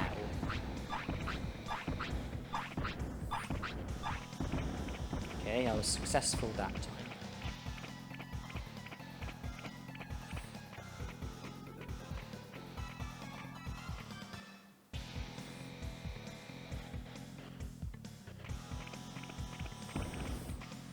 For this challenge, I mean, certainly, you know, I had to go about the game differently. You know, it sort of changed the game, it changed things. But for the most part, I would say it went pretty well, and I certainly enjoyed doing this challenge. And, you know, I hope that you viewers have enjoyed watching it. You know, we are almost done. We are almost at the end. There isn't much more to see, there isn't much more to say, there isn't much more to do.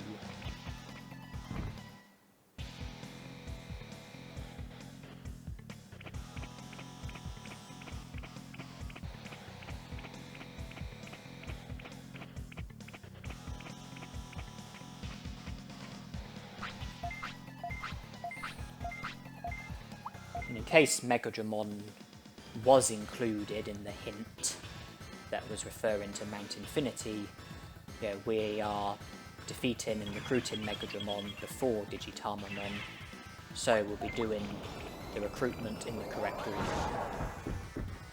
Same way that if Guromon's hint was referring to Andromon as well, then, you know, we recruited Andromon before moving on to the next Digimon.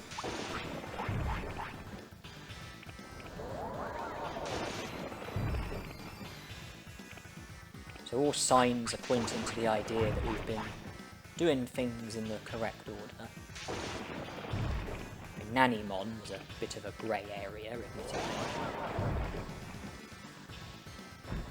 I'm not entirely sure why Sukamon doesn't have a hint.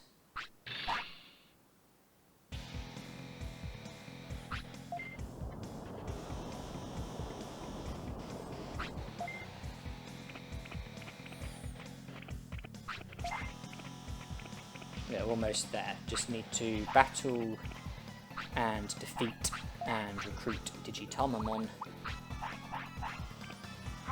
And that will be that.